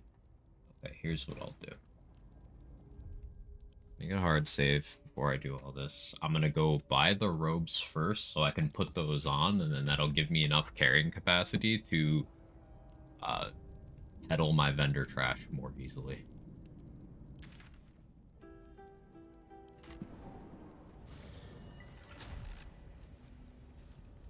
Also, I gotta pee. BRB.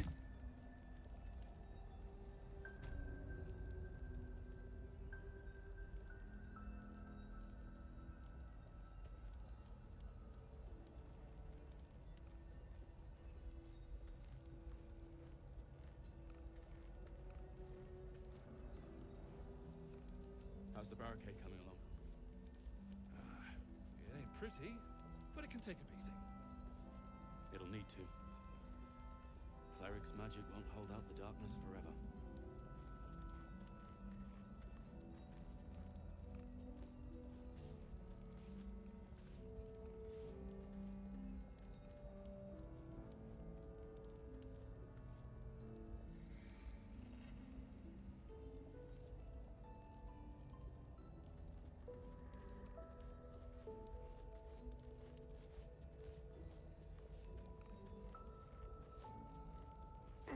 God's blood, this is heavy. It's for a good cause. Our Hit me.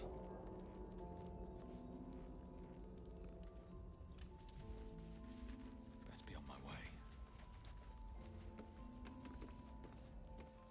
See if there's anything you need. We don't know when the next blow might land. I know when it'll end, and not looking good for you.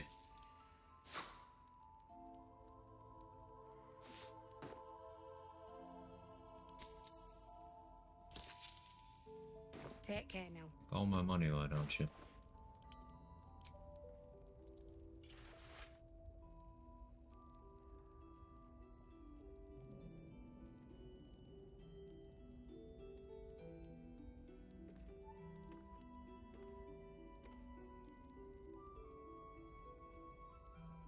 Yeah, we do that.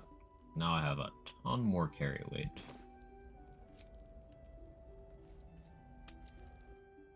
I go back to camp, get vendor trash, that I then bring to Lantarv over at Moonrise because he gives me better prices. I go back to Dammon, get what I need from there. So it's a whole shuffle. It's gonna be a whole thing.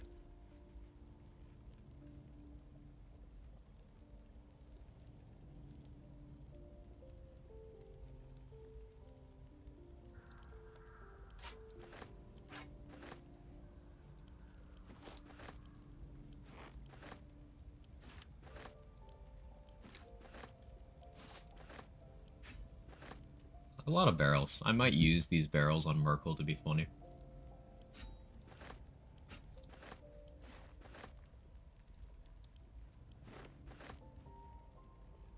Bloodhell Dusk.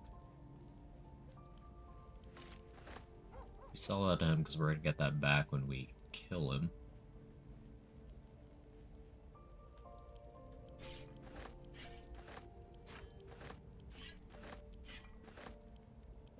I was supposed to go to Wares. Misclicked.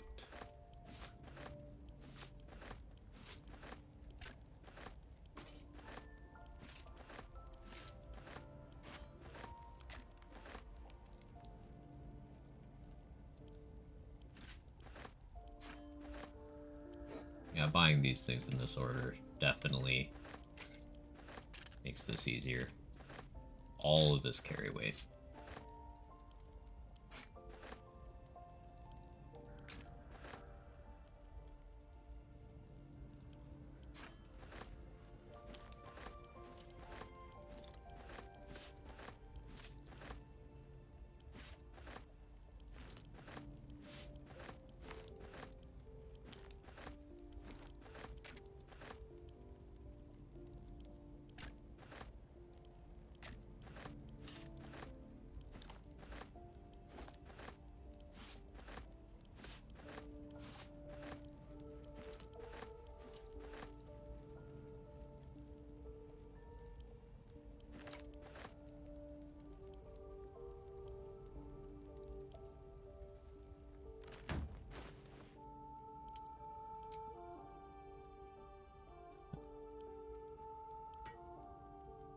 Just an amount of vendor trash, you know?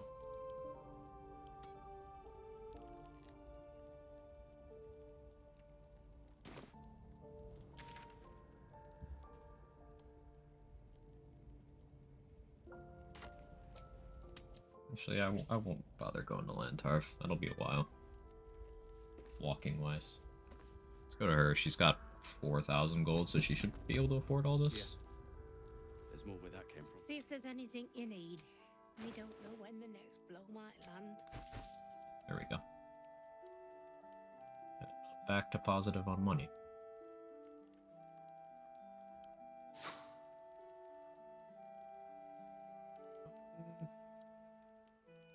That shield's maybe worth having for testing purposes because it is just another level 1 spell slot is another smite.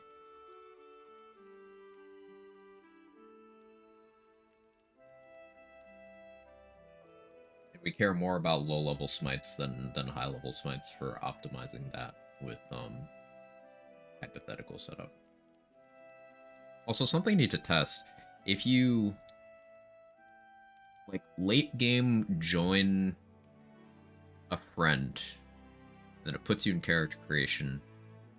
You just make whatever you want at that point. Like not an origin character, I imagine.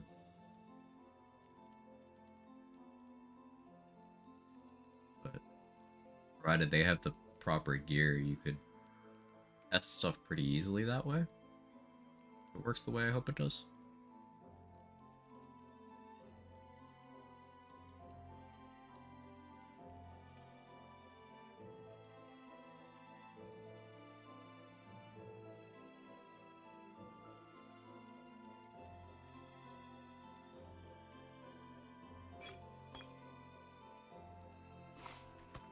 That, I want those. That for free fireball would be okay, but I don't care that much about it. Action economy wise, fireball is past the point where it's good.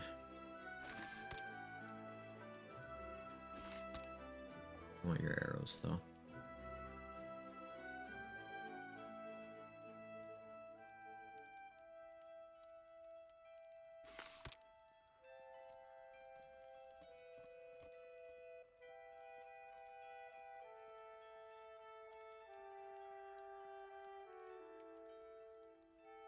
Don't need the defensive stuff. I think we'll be fine without that. Take care now.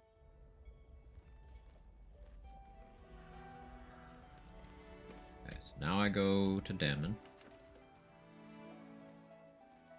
We did Karlach's mission, right?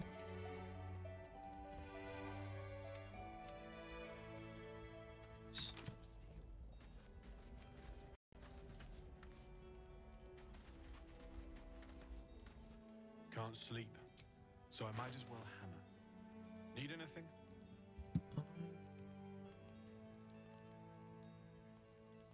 Buy those back. Those are useful for this thing.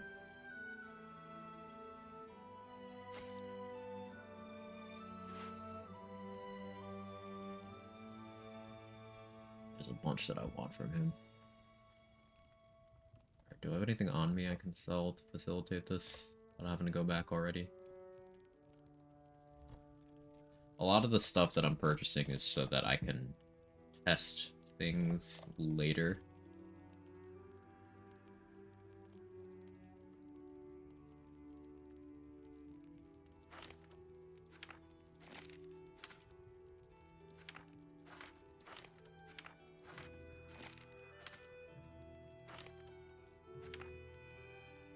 Be able to sell all that safely.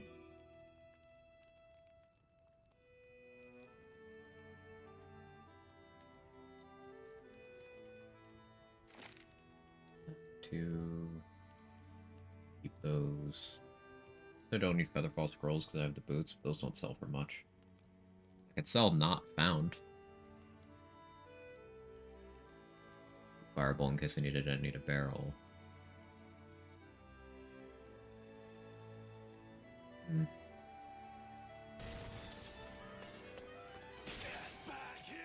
It's super. How you doing?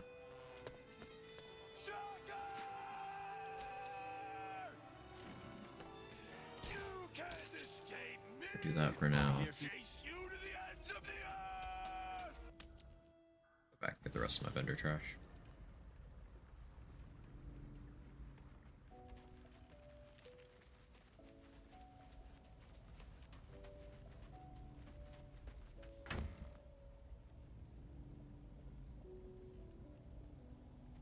A Gamma Burst Flat build. Nice. Hopefully the Gamma bug is not rolling you too much.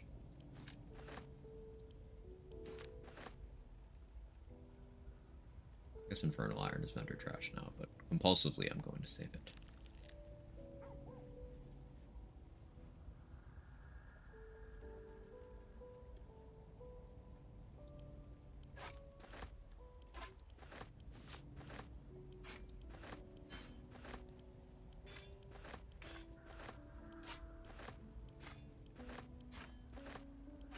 Torches are good vendor trash too, efficiency wise, if anyone cared why I had so many.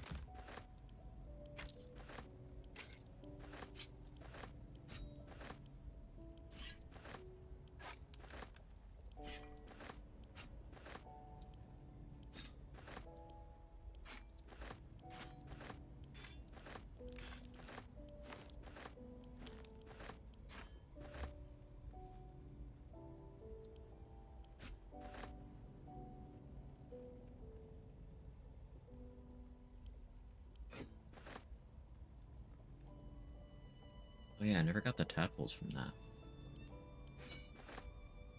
Right. That'll be a nice little power injection.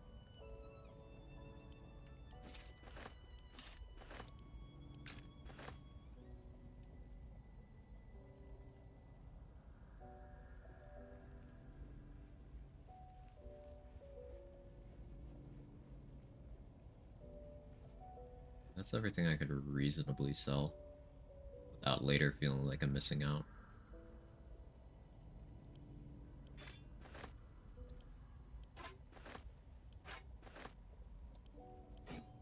He says right before adding more items.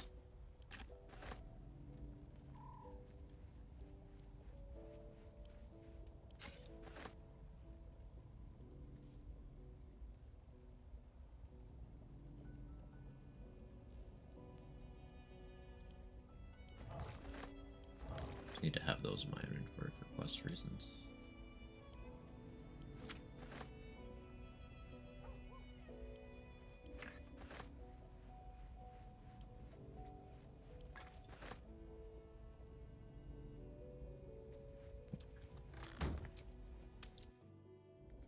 Not had it yet after 4 TMTD runs. Basically just pop Gamma, throw a fish at your feet for Element's Projector, throw fish at enemies. Yeah, it seems like that would work out pretty well. Can't sleep, so I might as well hammer. Need anything?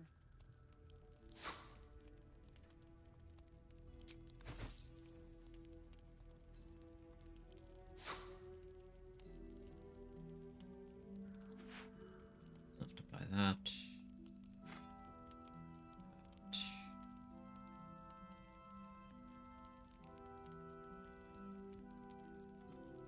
That kind of works. I don't think there's anything else I actually want to buy from you.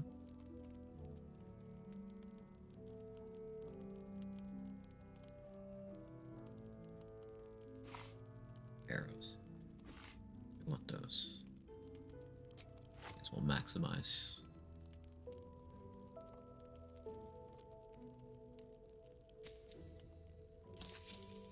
11 gold. Perfect. Damn it, it has been an absolute pleasure, my friend. You are a real one, and I'm gonna miss you when you're dead. It ain't pretty, but it can take a beat.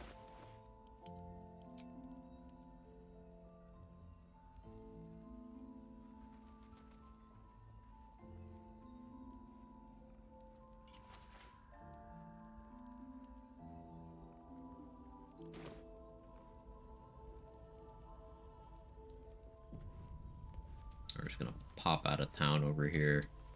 I can do this where there's nobody, get splash. Say your goodbyes before they're all consumed by darkness. I feel so bad about it. Say goodbye to your favorite druid. She and I don't need words. We understand each other.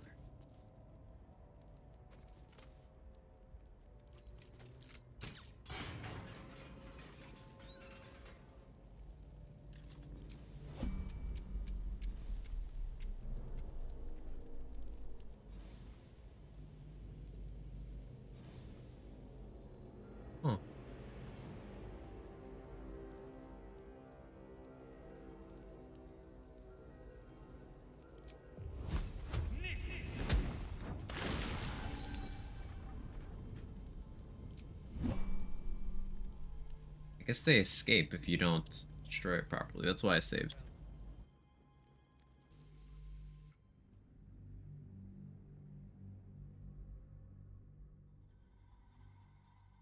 I'm gonna need to fire arrow that. Or I guess I could fire bolt it. No, I'll fire arrow to be safe. Well, you're going out for smokes and it'll be RB. Easy.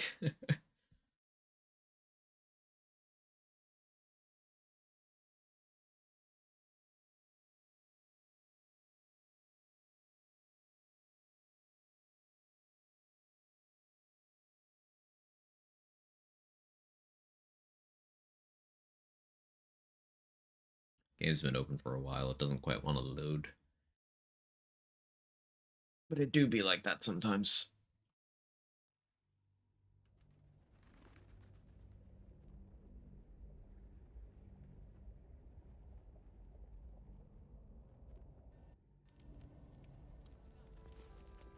These boots have seen everything. Yeah, I don't know my second level spell slots. Does that matter for anything? I guess one encounter at the end of the act.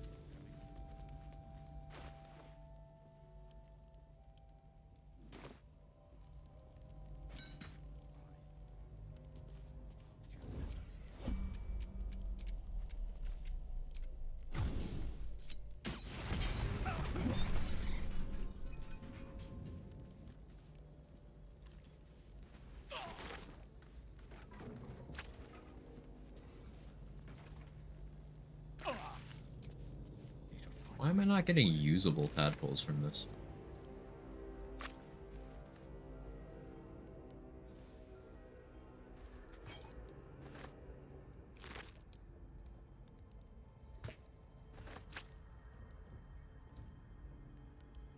Like, normally you get 2 usable tadpoles from this. But I'm not.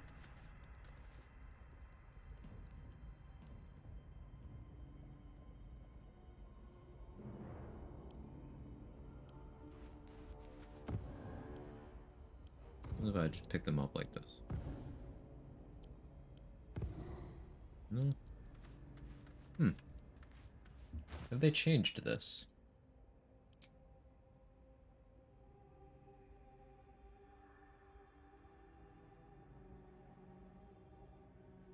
Go back again. Try interacting with it.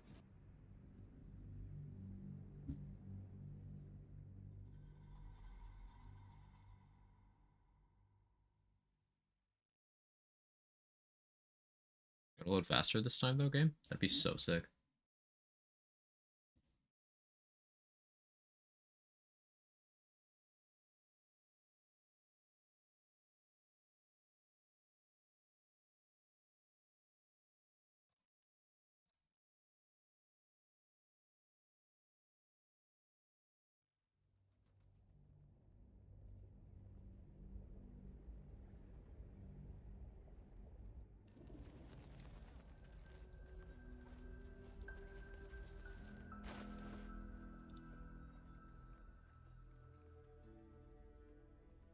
Tadpole squirms and feels a legion of echoes in response. Maybe you have to pass the skill check first. A pattern of blank mine, a sleep of centuries.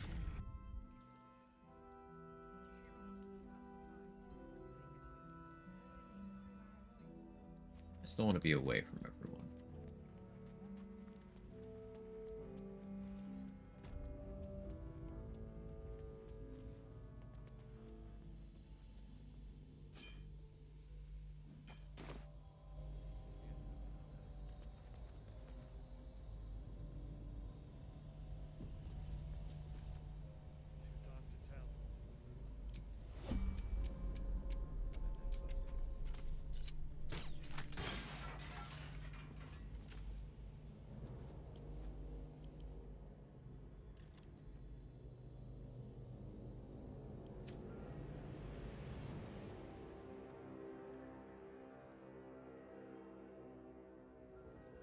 Yeah, this is different.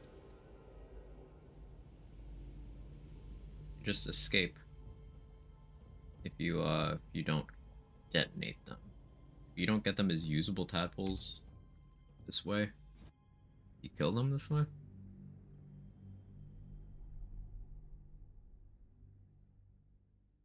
Really disappointed by the damage from Success Imminent.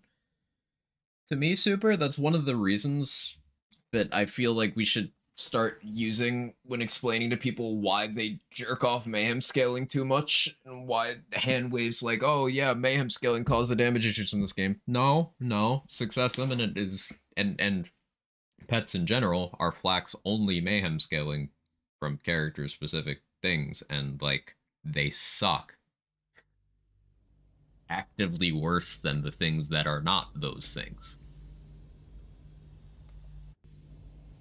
It's not the mayhem scaling.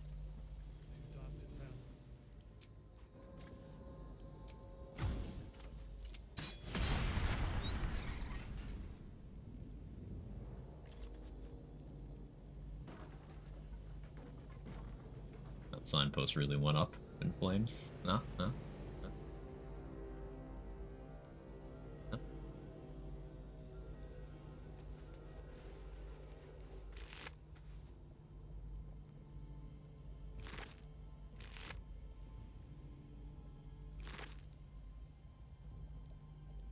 Disappointing. This used to be a really good way of getting additional tadpoles. I don't know why I'm not getting them right now. It's probably some trigger that I'm missing or something. Or maybe it happens this way if you remove it from the area and then don't use it right away. No, I've blown it up in Act 3 before. Yeah, I don't know. Okay. Shadow Curse Lands, anything else I need to do here? Mason's Guild, I'm not doing that.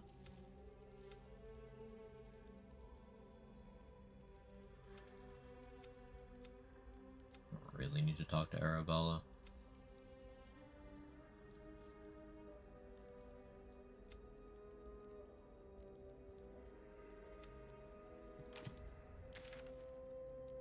Just picked up the barrel and got 3. You get them from picking them up? Because, like, destroying it gives you some, too. But maybe it only gives you the ones from destroying it if you didn't get the ones from picking it up. There's a few things like that, where they make sure to give you the same number of tadpoles in each possible route.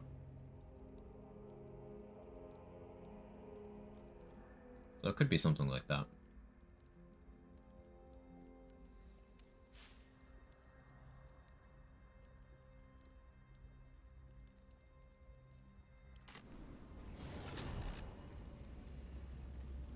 I'll do something like load the times 69 spawn multiplier mod irradiate every enemy and unleash a Giga Red explosion. Funny enough, the most optimal ways to do that, none of them involve mayhem scaling.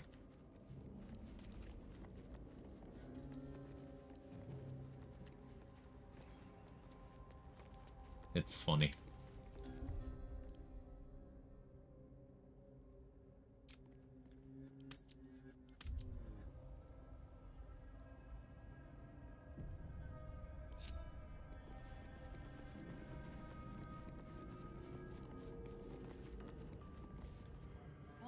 Brave.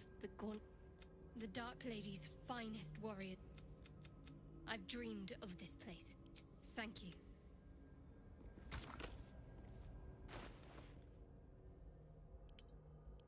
My shard approval should be pretty good now.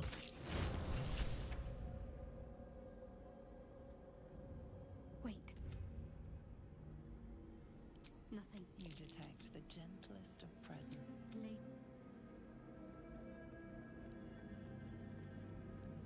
Do you guys have good shard approval? I have pretty good shard approval.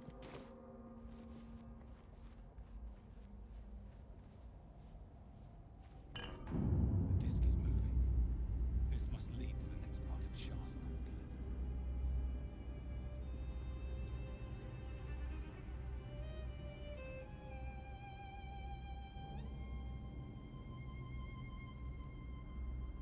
There was a shield I wanted from the guy, but I didn't get an opportunity to fight the guy. I don't get that shield.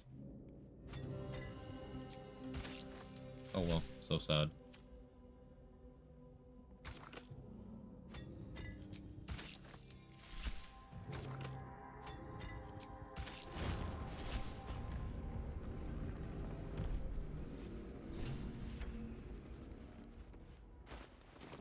Definitely won't be level 10 at the end of the act. This must be where initiates undertook their final preparations. The end is near.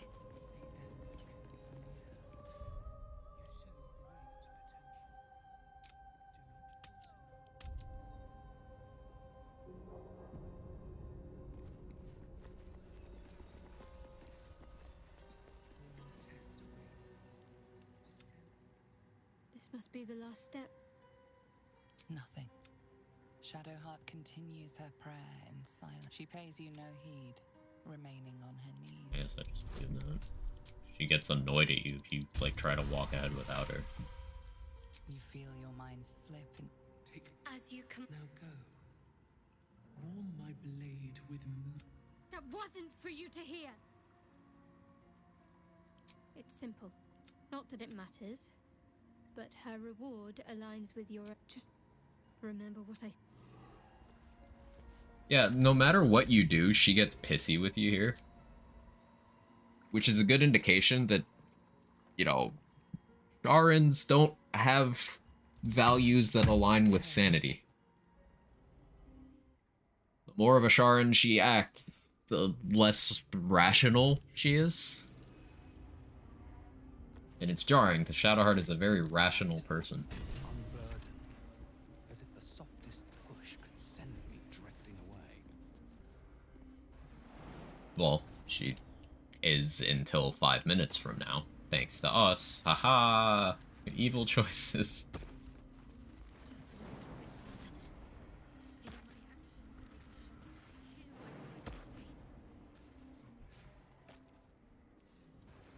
Rational Shark comes out in one scene. Leaves no stains. True. Blame your beard? You mean my hair? You can't tell the difference.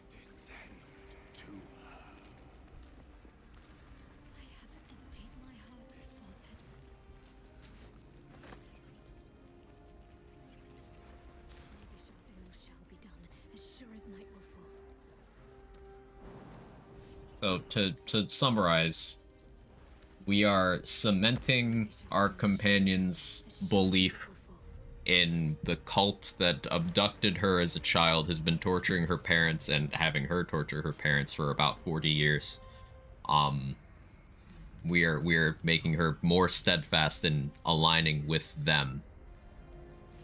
By having her murder the daughter of the goddess that her parents worship, which will disrupt the powers of the cleric that's protecting the inn, where like 20 named characters are. So they're all gonna die. She's gonna be evil.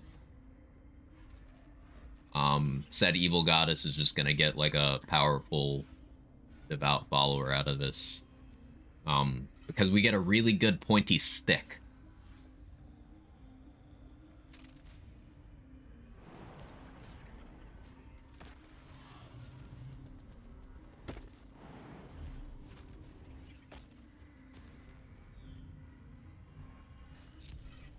My faith will guide me.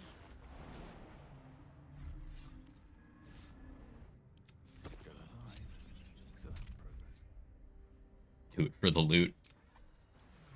We are.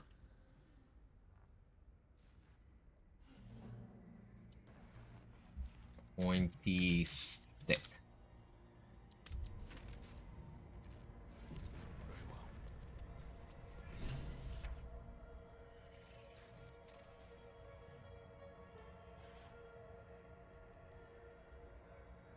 Yes, Aelin, you are muscle mommy, and I appreciate you.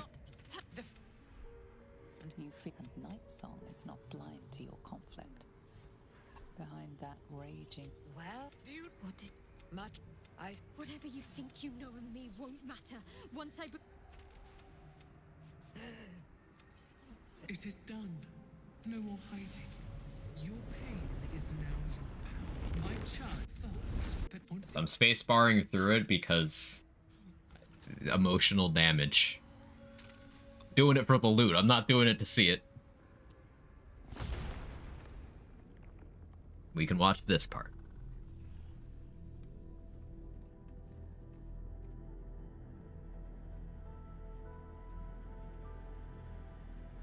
Okay, maybe we can't watch this part.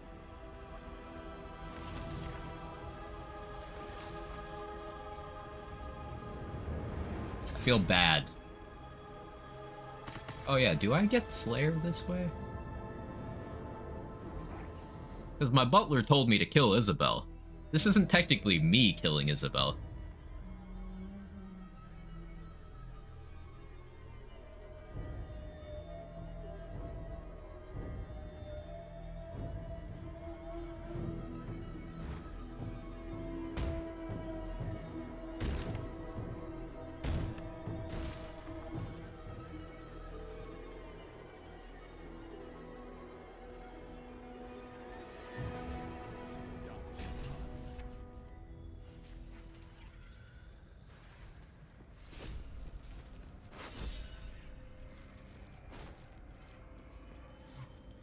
I like the dual statuses of mortally wounded and dead.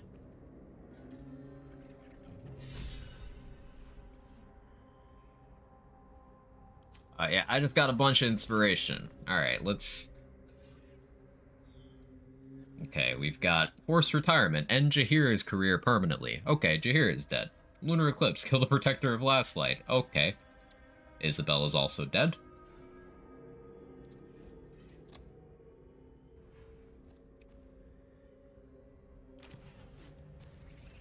Cool. And side note, Jaheira being dead means that in Act 3, when I run into Minsc, I will have no option except for killing him.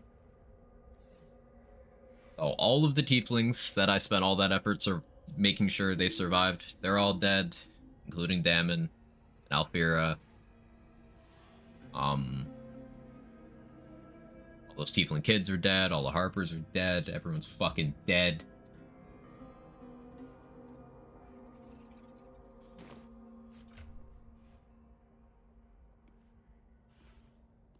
Char forcefully equipped this new gear. Stop changing my loadouts, Char. Although, admittedly, that's pretty good. He gave good gear.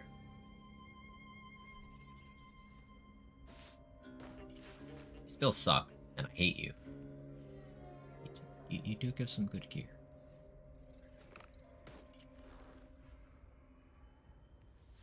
Beckoning Darkness is good.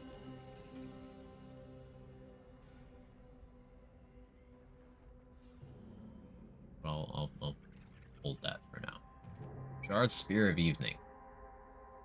Insane weapon. Probably respect Shadowheart around that.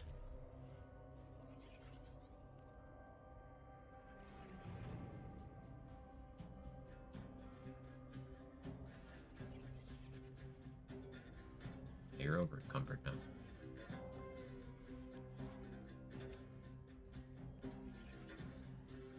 All the time saving off here for this? Yes. Had to give you that emotional damage, you know?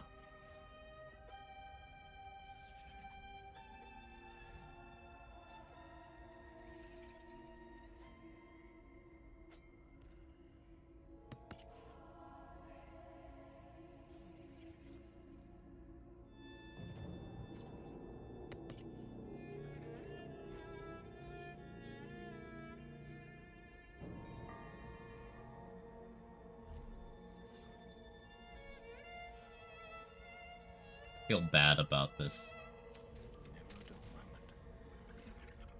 I've done it. I've actually done it. A dark justiciar chosen by Lady Shar. Very Oh, this Quag doesn't Christmas. feel real.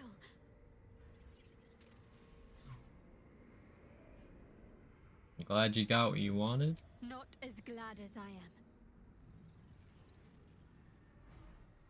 What comes The next? long overdue death of Ketheric Thorm. Lady Shah's church in Baldur's Gate has yet to be cleansed. A rot has set in amongst the leadership, one that I must cut out. Even once all that is done, more will be asked of me, no doubt. The holy work will not be done until the Night Singer's eternal darkness is Eternal restored. darkness, huh? There is one other matter. As the chosen of Lady Shah, it is time to carry myself like one. What does that mean? I still carry certain vestiges of a novice. That will no longer do. If I am to lead in Lady Shah's name, leave it to me. You'll see exactly what I mean soon What, enough. a haircut? Lady Shah willed it to fall. Though even I won't revel in all those deaths as much as you.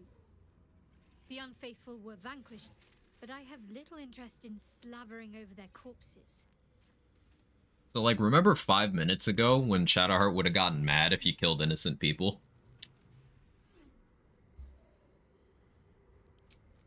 It's a lot to process. Not... Honestly, I think I'm caught for words. I suppose we'd go our set... Perhaps. There's someone waiting for me there. So let's just say it's very personal. Must find... We've no... I haven't gone through a lot of this basic dialogue with her. How are you holding up? Don't... Yeah, this is a certified wag moment. Feel so bad.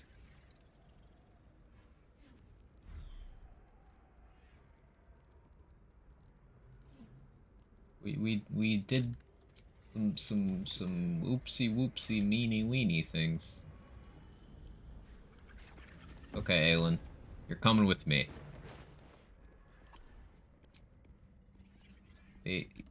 She might be dead, but we can bring her with us.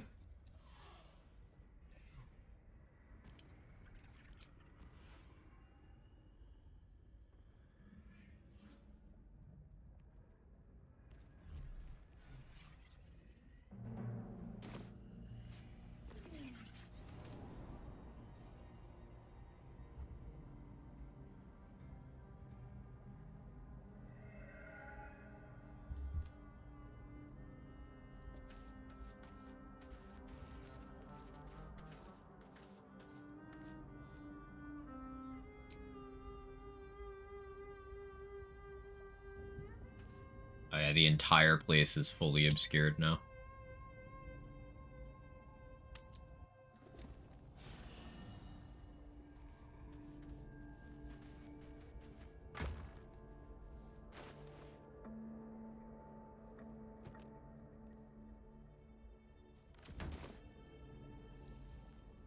Anyone got anything to say about this?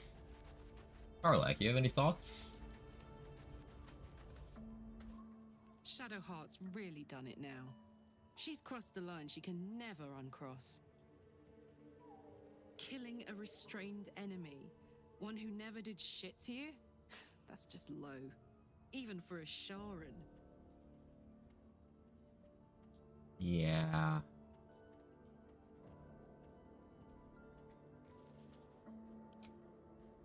Yeah. Alright, come on, Will. Tell me I'm not the bad guy here. Blade, I've witnessed countless cruelties, faced unimaginable evil. But Thorn, he is made of pure hate. Okay. And lest we forget, we've a devil to rescue. Okay. Anything else? A veritable angel, chained and tortured for centuries. To think she was so close to freedom. Unfettered slaughter. No more and no less. I thought better of Shadowheart.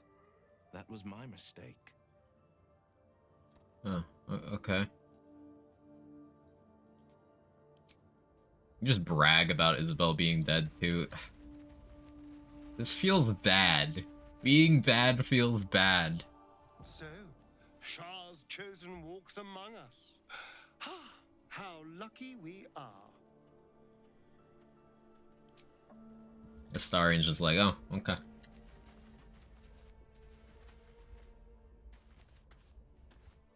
It was unsightly watching Shadowheart slay the daughter of Selûne. I didn't think she would sink so low. This is proof that Lae'zel doesn't match an evil party either. So she's like, damn, that was bad. People think because Lae'zel's kind of mean that she's evil. No, no.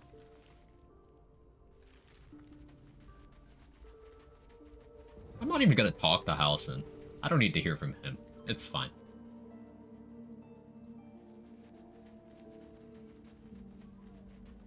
It's fine. It's fine. Scratch doesn't think I'm evil, right? Pants through a ball held firmly in his mouth.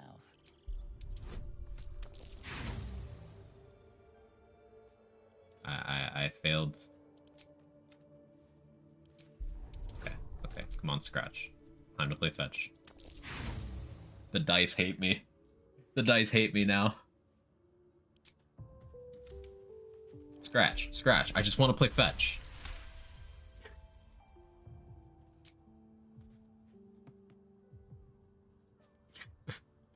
He relinquishes the ball. It is well chewed and slick with drool. His eyes track the ball avidly. He shuffles on his paws. Scratches tongue. We pet the boy. We pet the boy. See, not evil. We can play fetch with the dog.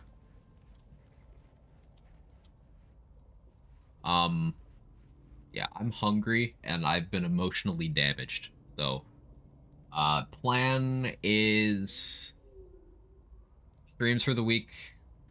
Cyberpunk, Saturday Baldur's Gate. I feel like that's a good rhythm. Next BG stream we'll be able to finish Act 2. And I'll be able to pretend like I didn't do evil shit. Of course, we're gonna have more evil shit in other character storylines, but it's a whole thing. It's a whole thing. Thank you everybody for hanging out. Anyone live to raid this time of day?